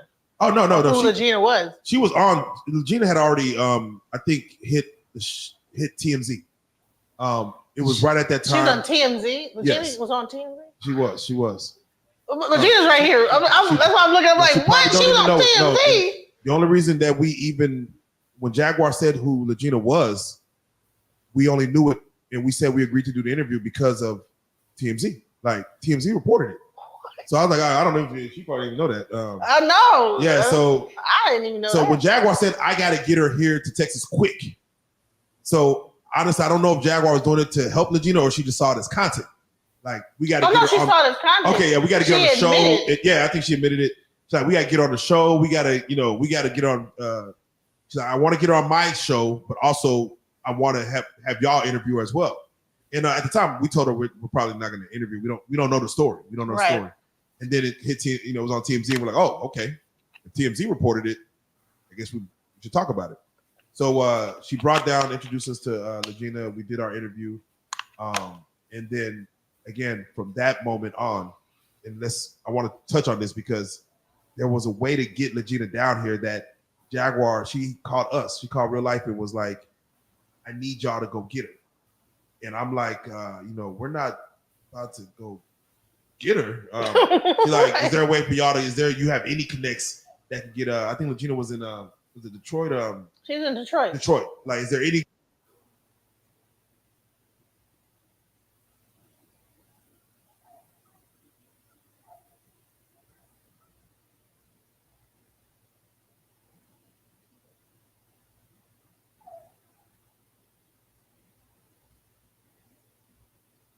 connects you got? I'm like, I could probably make a couple of phone calls, but I doubt we have those connects. So I believe you might have came in to She texted me that night, hey, you got somebody because Legina's in trouble. She got to get out of there ASAP. So I didn't realize that she had Real Life Street Stars involved, Sean Way involved, King Payne involved, and then she also called me, right? So she sent me a text message out, and I think it probably was a mass text, hey, and see, we need to get this person from Detroit. Me not knowing nothing, I'm like, oh, okay, being a friend, like a dumbass. Here I go. So I'm like, oh man. Did she say why ASAP? Why she have to get out ASAP? No. And then the next day, it was like, like on some it's almost like making it seem like somebody was about like tracking her down, or she had to get out like the mafia. Like she brought the mafia. You're the mafia again. The mafia. Time was coming. Right. They're coming to get her. The way that she made it seem like it sounded like people were outside watching her door for her to come out the house and was going to gun her down, type of thing, or or, you know what I'm saying? Yeah. I think, and I can't remember because I think we did send some money to help. Yeah, I had a friend of mine come and with a gun. It was also snowing, by the way. It was the middle of winter, snowing. It had just snowed. Like it was a snowstorm, I think, that had hit before, like in February. What she said before that, so it was like full blown Detroit midwinter, folk cold with snow, etc. going on. Okay, so and my friend, in 10 minutes of me calling, drove over there and had her because I'm thinking that somebody's really about to get this before. It's time. And I'm like telling her, tell her to run to the truck. Oh wow. It's like that. Like I'm like, he got a strap. He ready to fight. He's looking around. We're thinking that this is like a just once again we on Mission Impossible. Yeah, it's like that's what's been said. That's the theme that's been said. Like, listen, get in there, get out. No, if you see somebody, hurry up, get in the car. All right.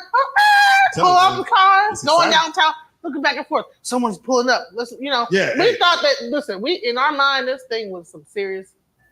So the friend gets her and gets on the road, and heads down to the Greyhound station. Okay. Now, mind you, I don't even realize They didn't even have a Greyhound ticket yet.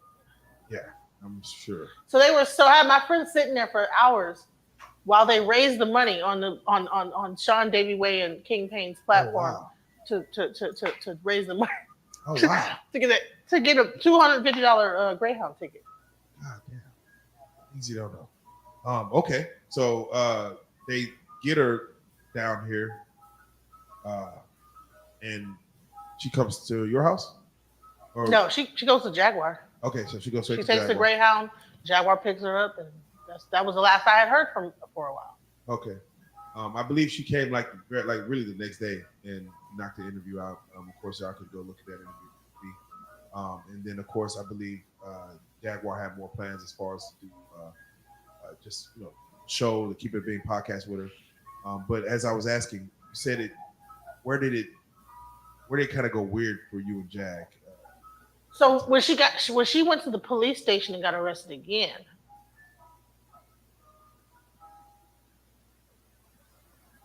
I found out that she got arrested, and because she got arrested so many times. Yeah, she did go to police station. I gotta get the times together. She like, went to the police station which like raising hell.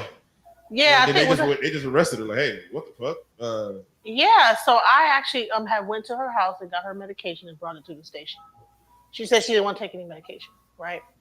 So I end up going back home, and then because I couldn't I was trying to help to make sure that she did not end up going to Lou Sterrett.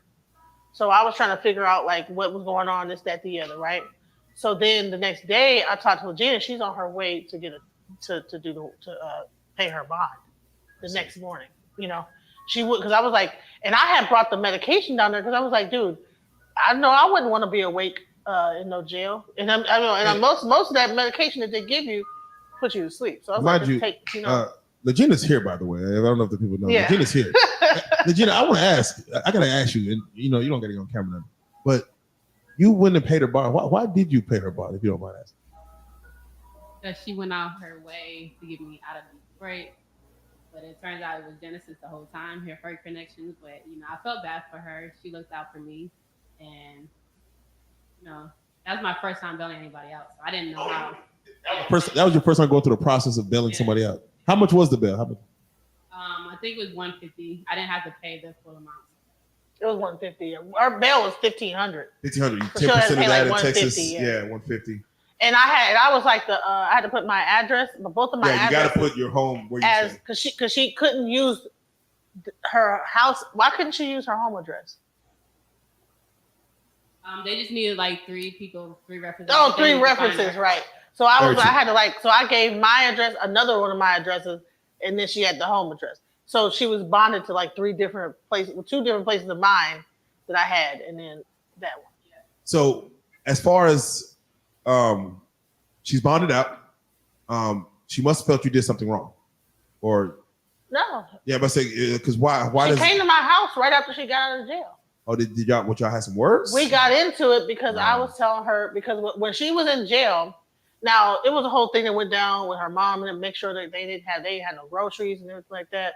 And Tokyo Tony got involved and they helped out to make sure her mom and them ate and stuff like that. So Genesis was the one that was helping like me get a Jag out since day one. So she been telling me things about Genesis behind her back. So she already been had a problem with her.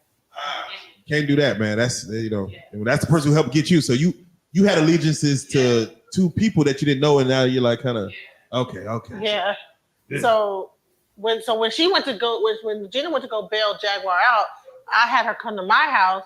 Because I was like, well, it's a lot going on, you know what I'm saying? So she came to my house and, I had her like, okay, by the way, I'm a Santero. Okay. Yes. I'm a priest, right? Yeah, in the Lukumi religion. And I was in my year in white. So anybody normally that comes around me has to, especially when you have a lot of like negativity. So I was like, there's a lot of negativity going on. So maybe we should I had her go take a spiritual bath, you know what I'm saying? And I put her in some white clothes.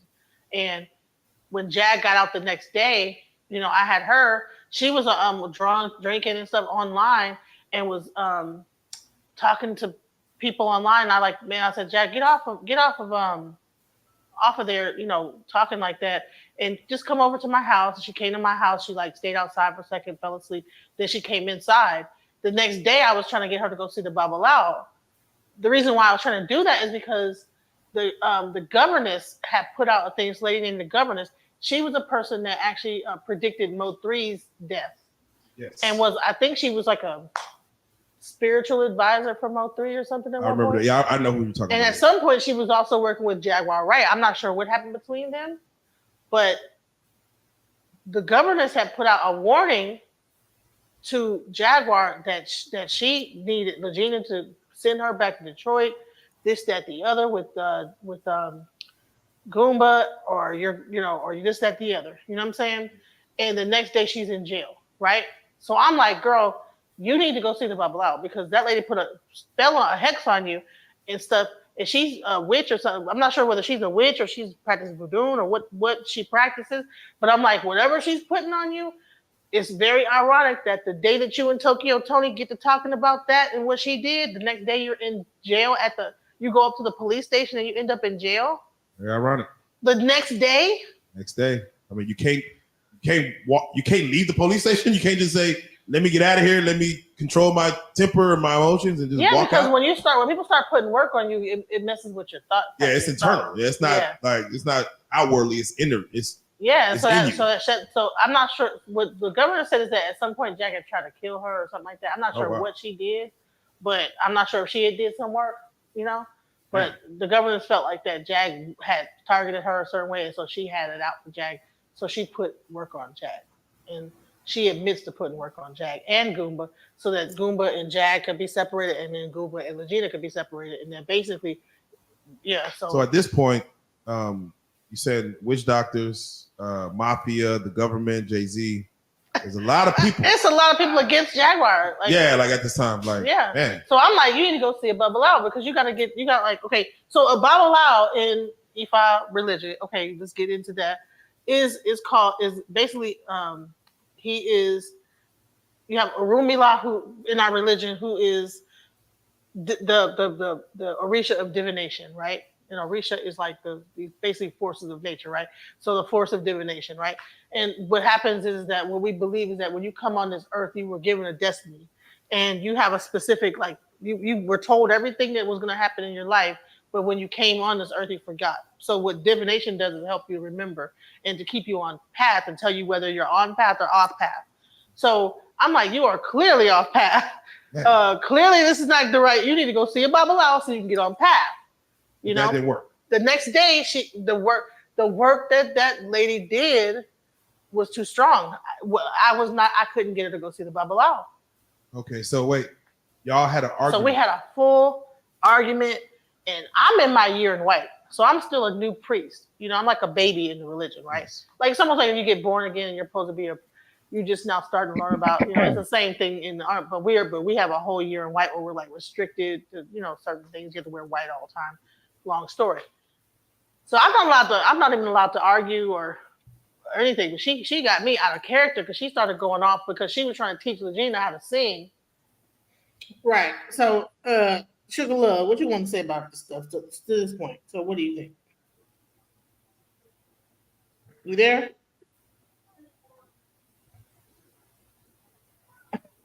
Sugar Love might be gone. So listen. And I'm trying to get her to see the Babalao. And I'm like, dude, your priorities, like, you can teach her how to sing anytime. You got work being done on you. You're getting put in jail. You need to go see a Babalao to find out what work she has done and what you need to do to get it off of you. But she was not down. She was not trying to hear it. So she just stormed out and saying, F no, you? She cussed me out and you like a fool. Look at you. Look at everybody. We're live right now, Genesis. We're live. Oh, you were live at the time. She was live teaching Legina how to sing. And the argument was going on live. The Babalao is 75 years old. We gotta respect his time. If he says he's gonna do something, we gotta be there on time, right? Yes. We're live. Oh man. I'm teaching her how to sing. She's learning how to sing. I'm like, dude, who gives a fuck about her singing?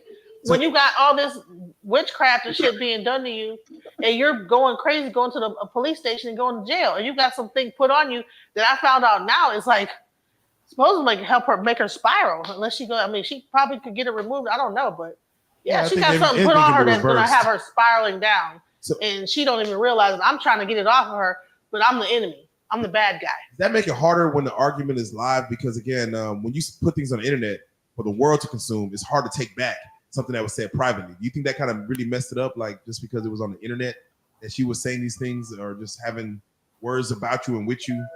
Honey, I didn't even care. I was seeing red at that point, you know, because I'm like, dude, she was yelling at me in my own house. You know what I'm saying? I'm trying to like not argue with her because I'm not supposed to argue during my year in white. I'm supposed to keep a, you know, Docile. I gotta stay iwapale, keep you know all this, keep calm, right, Yes. and not get. She's too- trying you. She pushing it. Honey, you know what I'm saying? And I have look, my head Orisha is Oya, and Oya is like a fiery. I'm a very fiery person. I will go off. I'm a Gemini. I will flip out. You know what I'm saying? And I had to control all that. I'm like, dude, you know, I had to leave my own house. Came back. She was still there. But and then she still said some old bullshit to me. And I'm like, okay, Jag.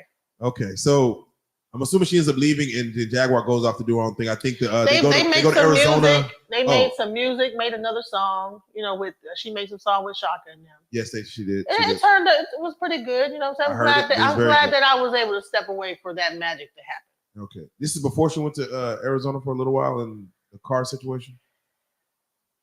It is after the car. That was after. Okay.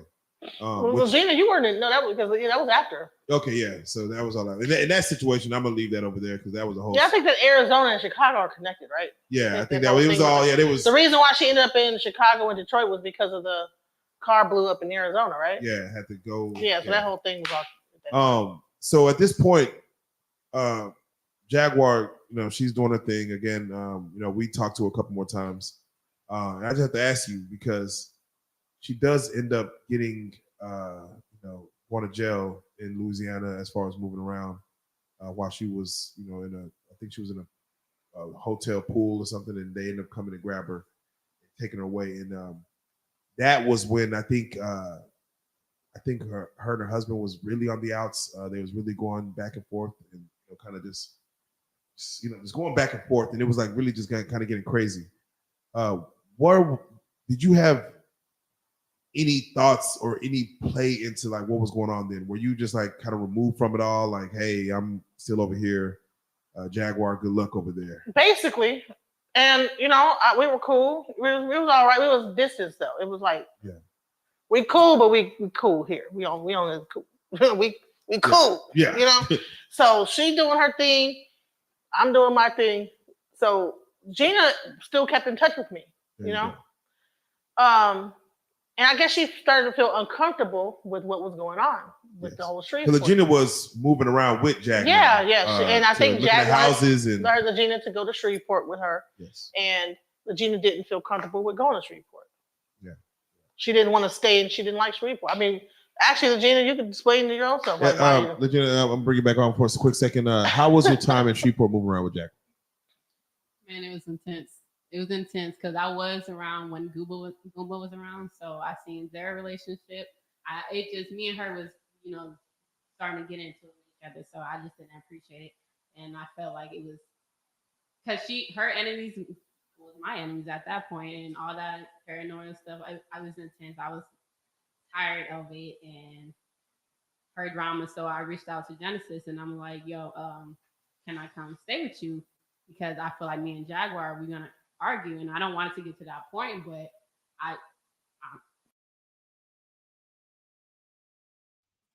So let's get into this, right? So right here, she states out of her own mouth, right, that she called me and said, I don't want to stay here no more.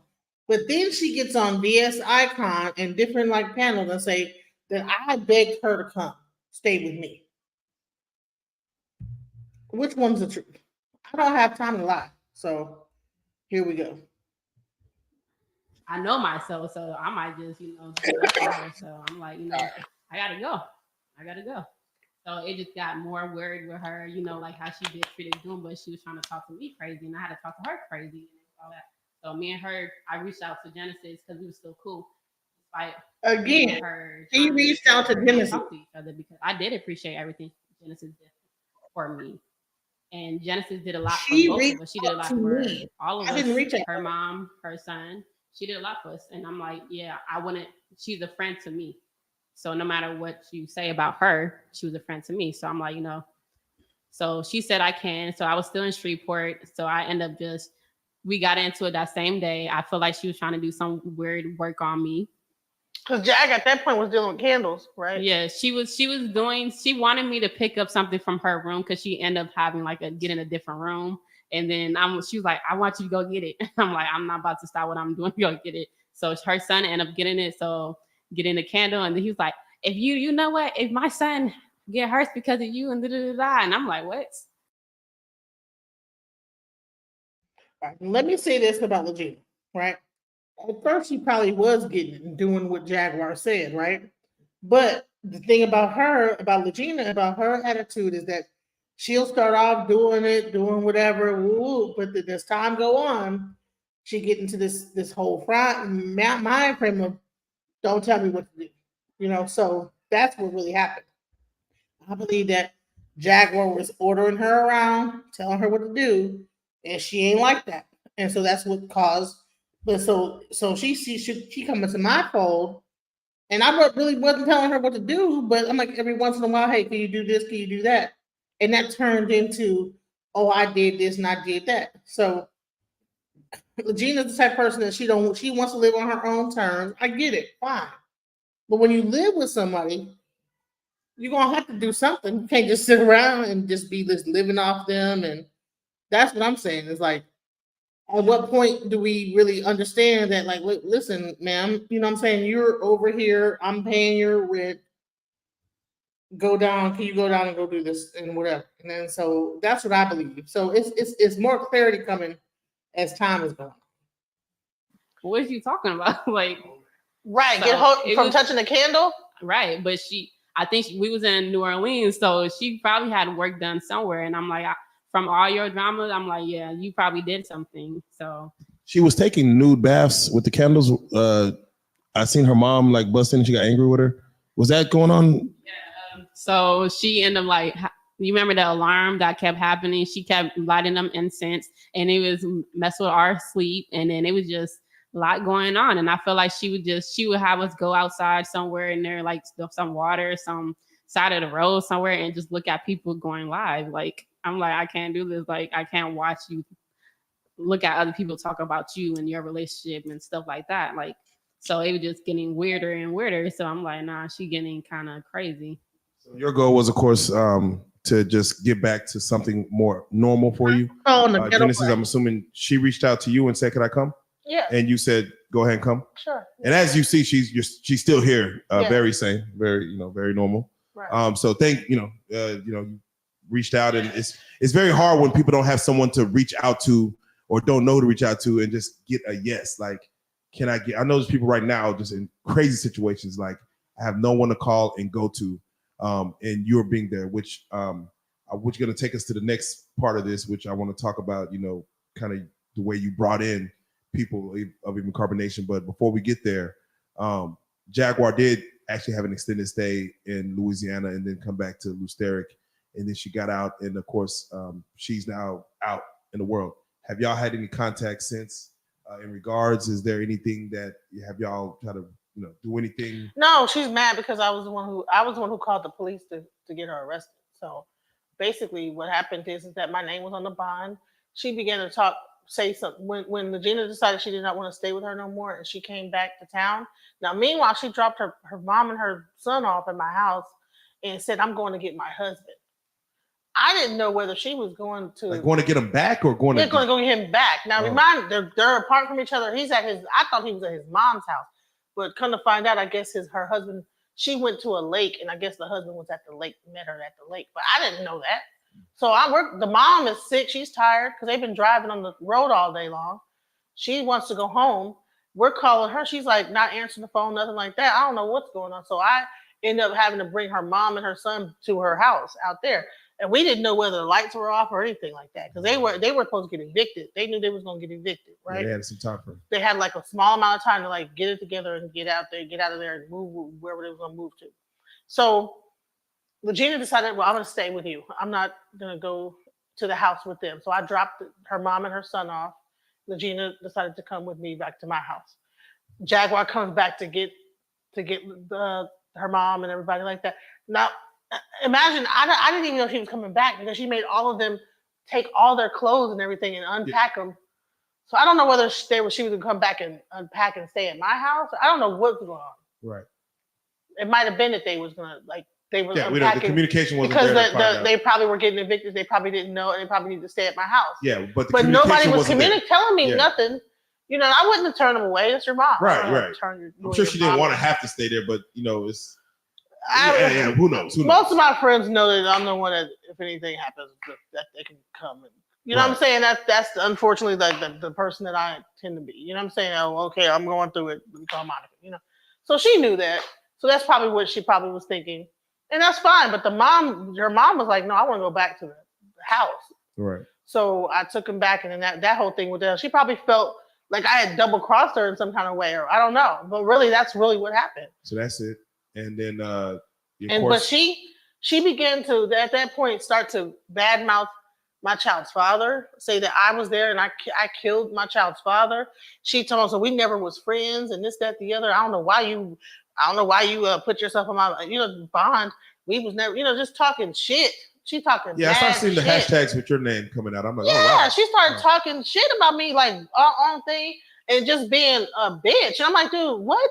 Like, I don't know who you think I am. Right. So did you throw your So hands you think up you're at gonna say that point? all this shit about me and I'm not gonna do nothing? Like, I mean, you gonna I'll just talk about me. People think I'm a pushover. You got me fucked up. Like, dude, you don't get to say all that shit on what?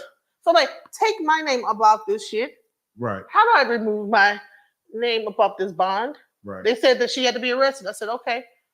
So they thought. So she's sitting at pool. They thought it was King World. King World then was followed. They knew had where the location. they had her they find location. people. Yeah, they Carmen Sandiego. Exactly. They find people, and they was online talking about her whereabouts, and I contacted King World. Hey, you know what I'm saying? Where's she at? Yeah. And I found out, said, okay, well, this is where she is. Remove my goddamn name off of this shit. Because you don't get to talk shit about me, and I'm the reason why you're even. I'm like a witness on some shit. Yeah. I'm sending money to bread to your mom. I'm the one helping out. But I'm not your friend. Are we not friends?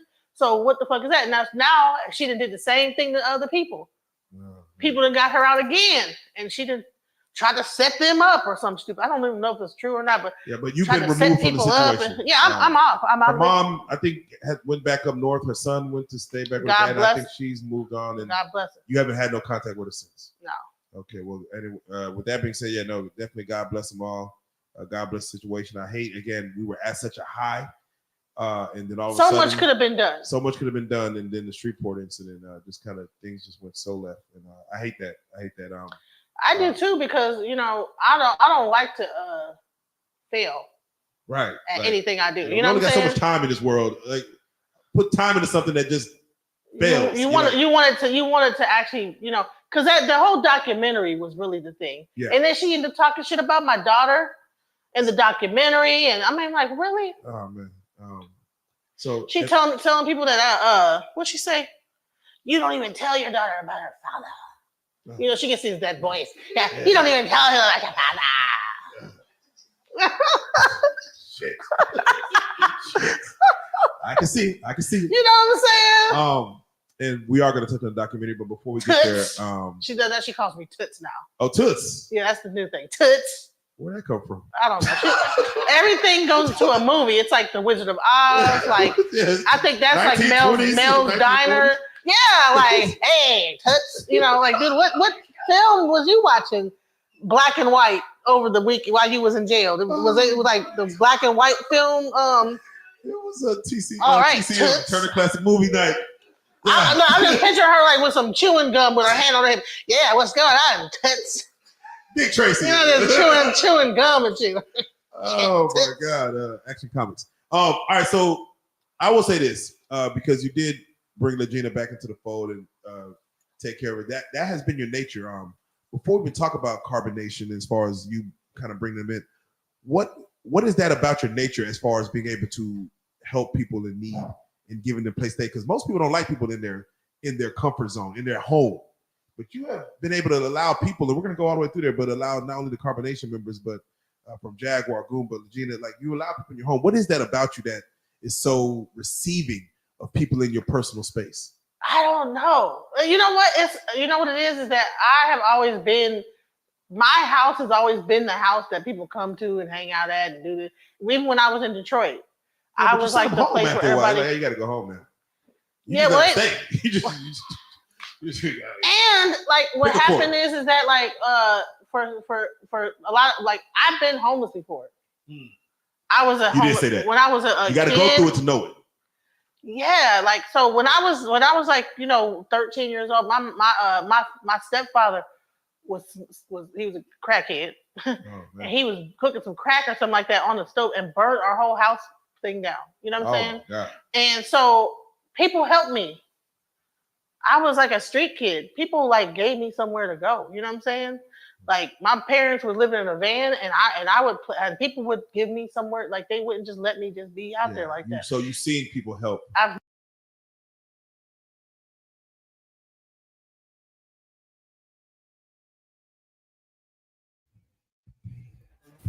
So another call coming.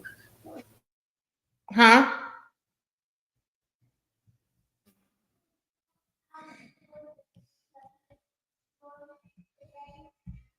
Another medicine because you still seem a bit riled up and stuff like that. He was like, we're gonna give you, I think it was lithium. I think it was that. It's a mood stabilizer. So he was like, and I'm still doing okay. I'm still in school. I'm getting my A's. I'm doing that before he left me. But I'm like, then eventually when I got a teenager and grown, I'm like, that's stupid to think that. Like, well, I don't know why I was thinking that. I don't know nothing of them, but in reality, I did. I was just suppressing my memories and stuff like that. So I think they did that to him because he influenced a lot of people. Music influenced a lot of people. You control people with music. Sony, they had something to do with it too. RCA, that's the label, the curse label. And I'm gonna say allegedly because they might feel like I'm doing slander and defamation. So according, how this any lawyer would take your case free. today. I was trying to find him. I don't know. Name 10 Houghton's. I know my family members. I don't know what the other one's at. They can find his brother's kids, anyone. I'm gonna reach out to my uncles, or I'm gonna reach out to people that talk to my dad and my uncles, my family. I'm gonna just do that. I was already going through situations, as far as distractions, I feel like, from Jag, Genesis, all of them, I was them for a distraction. And I was put into what their life was and trying to help them in their life too. And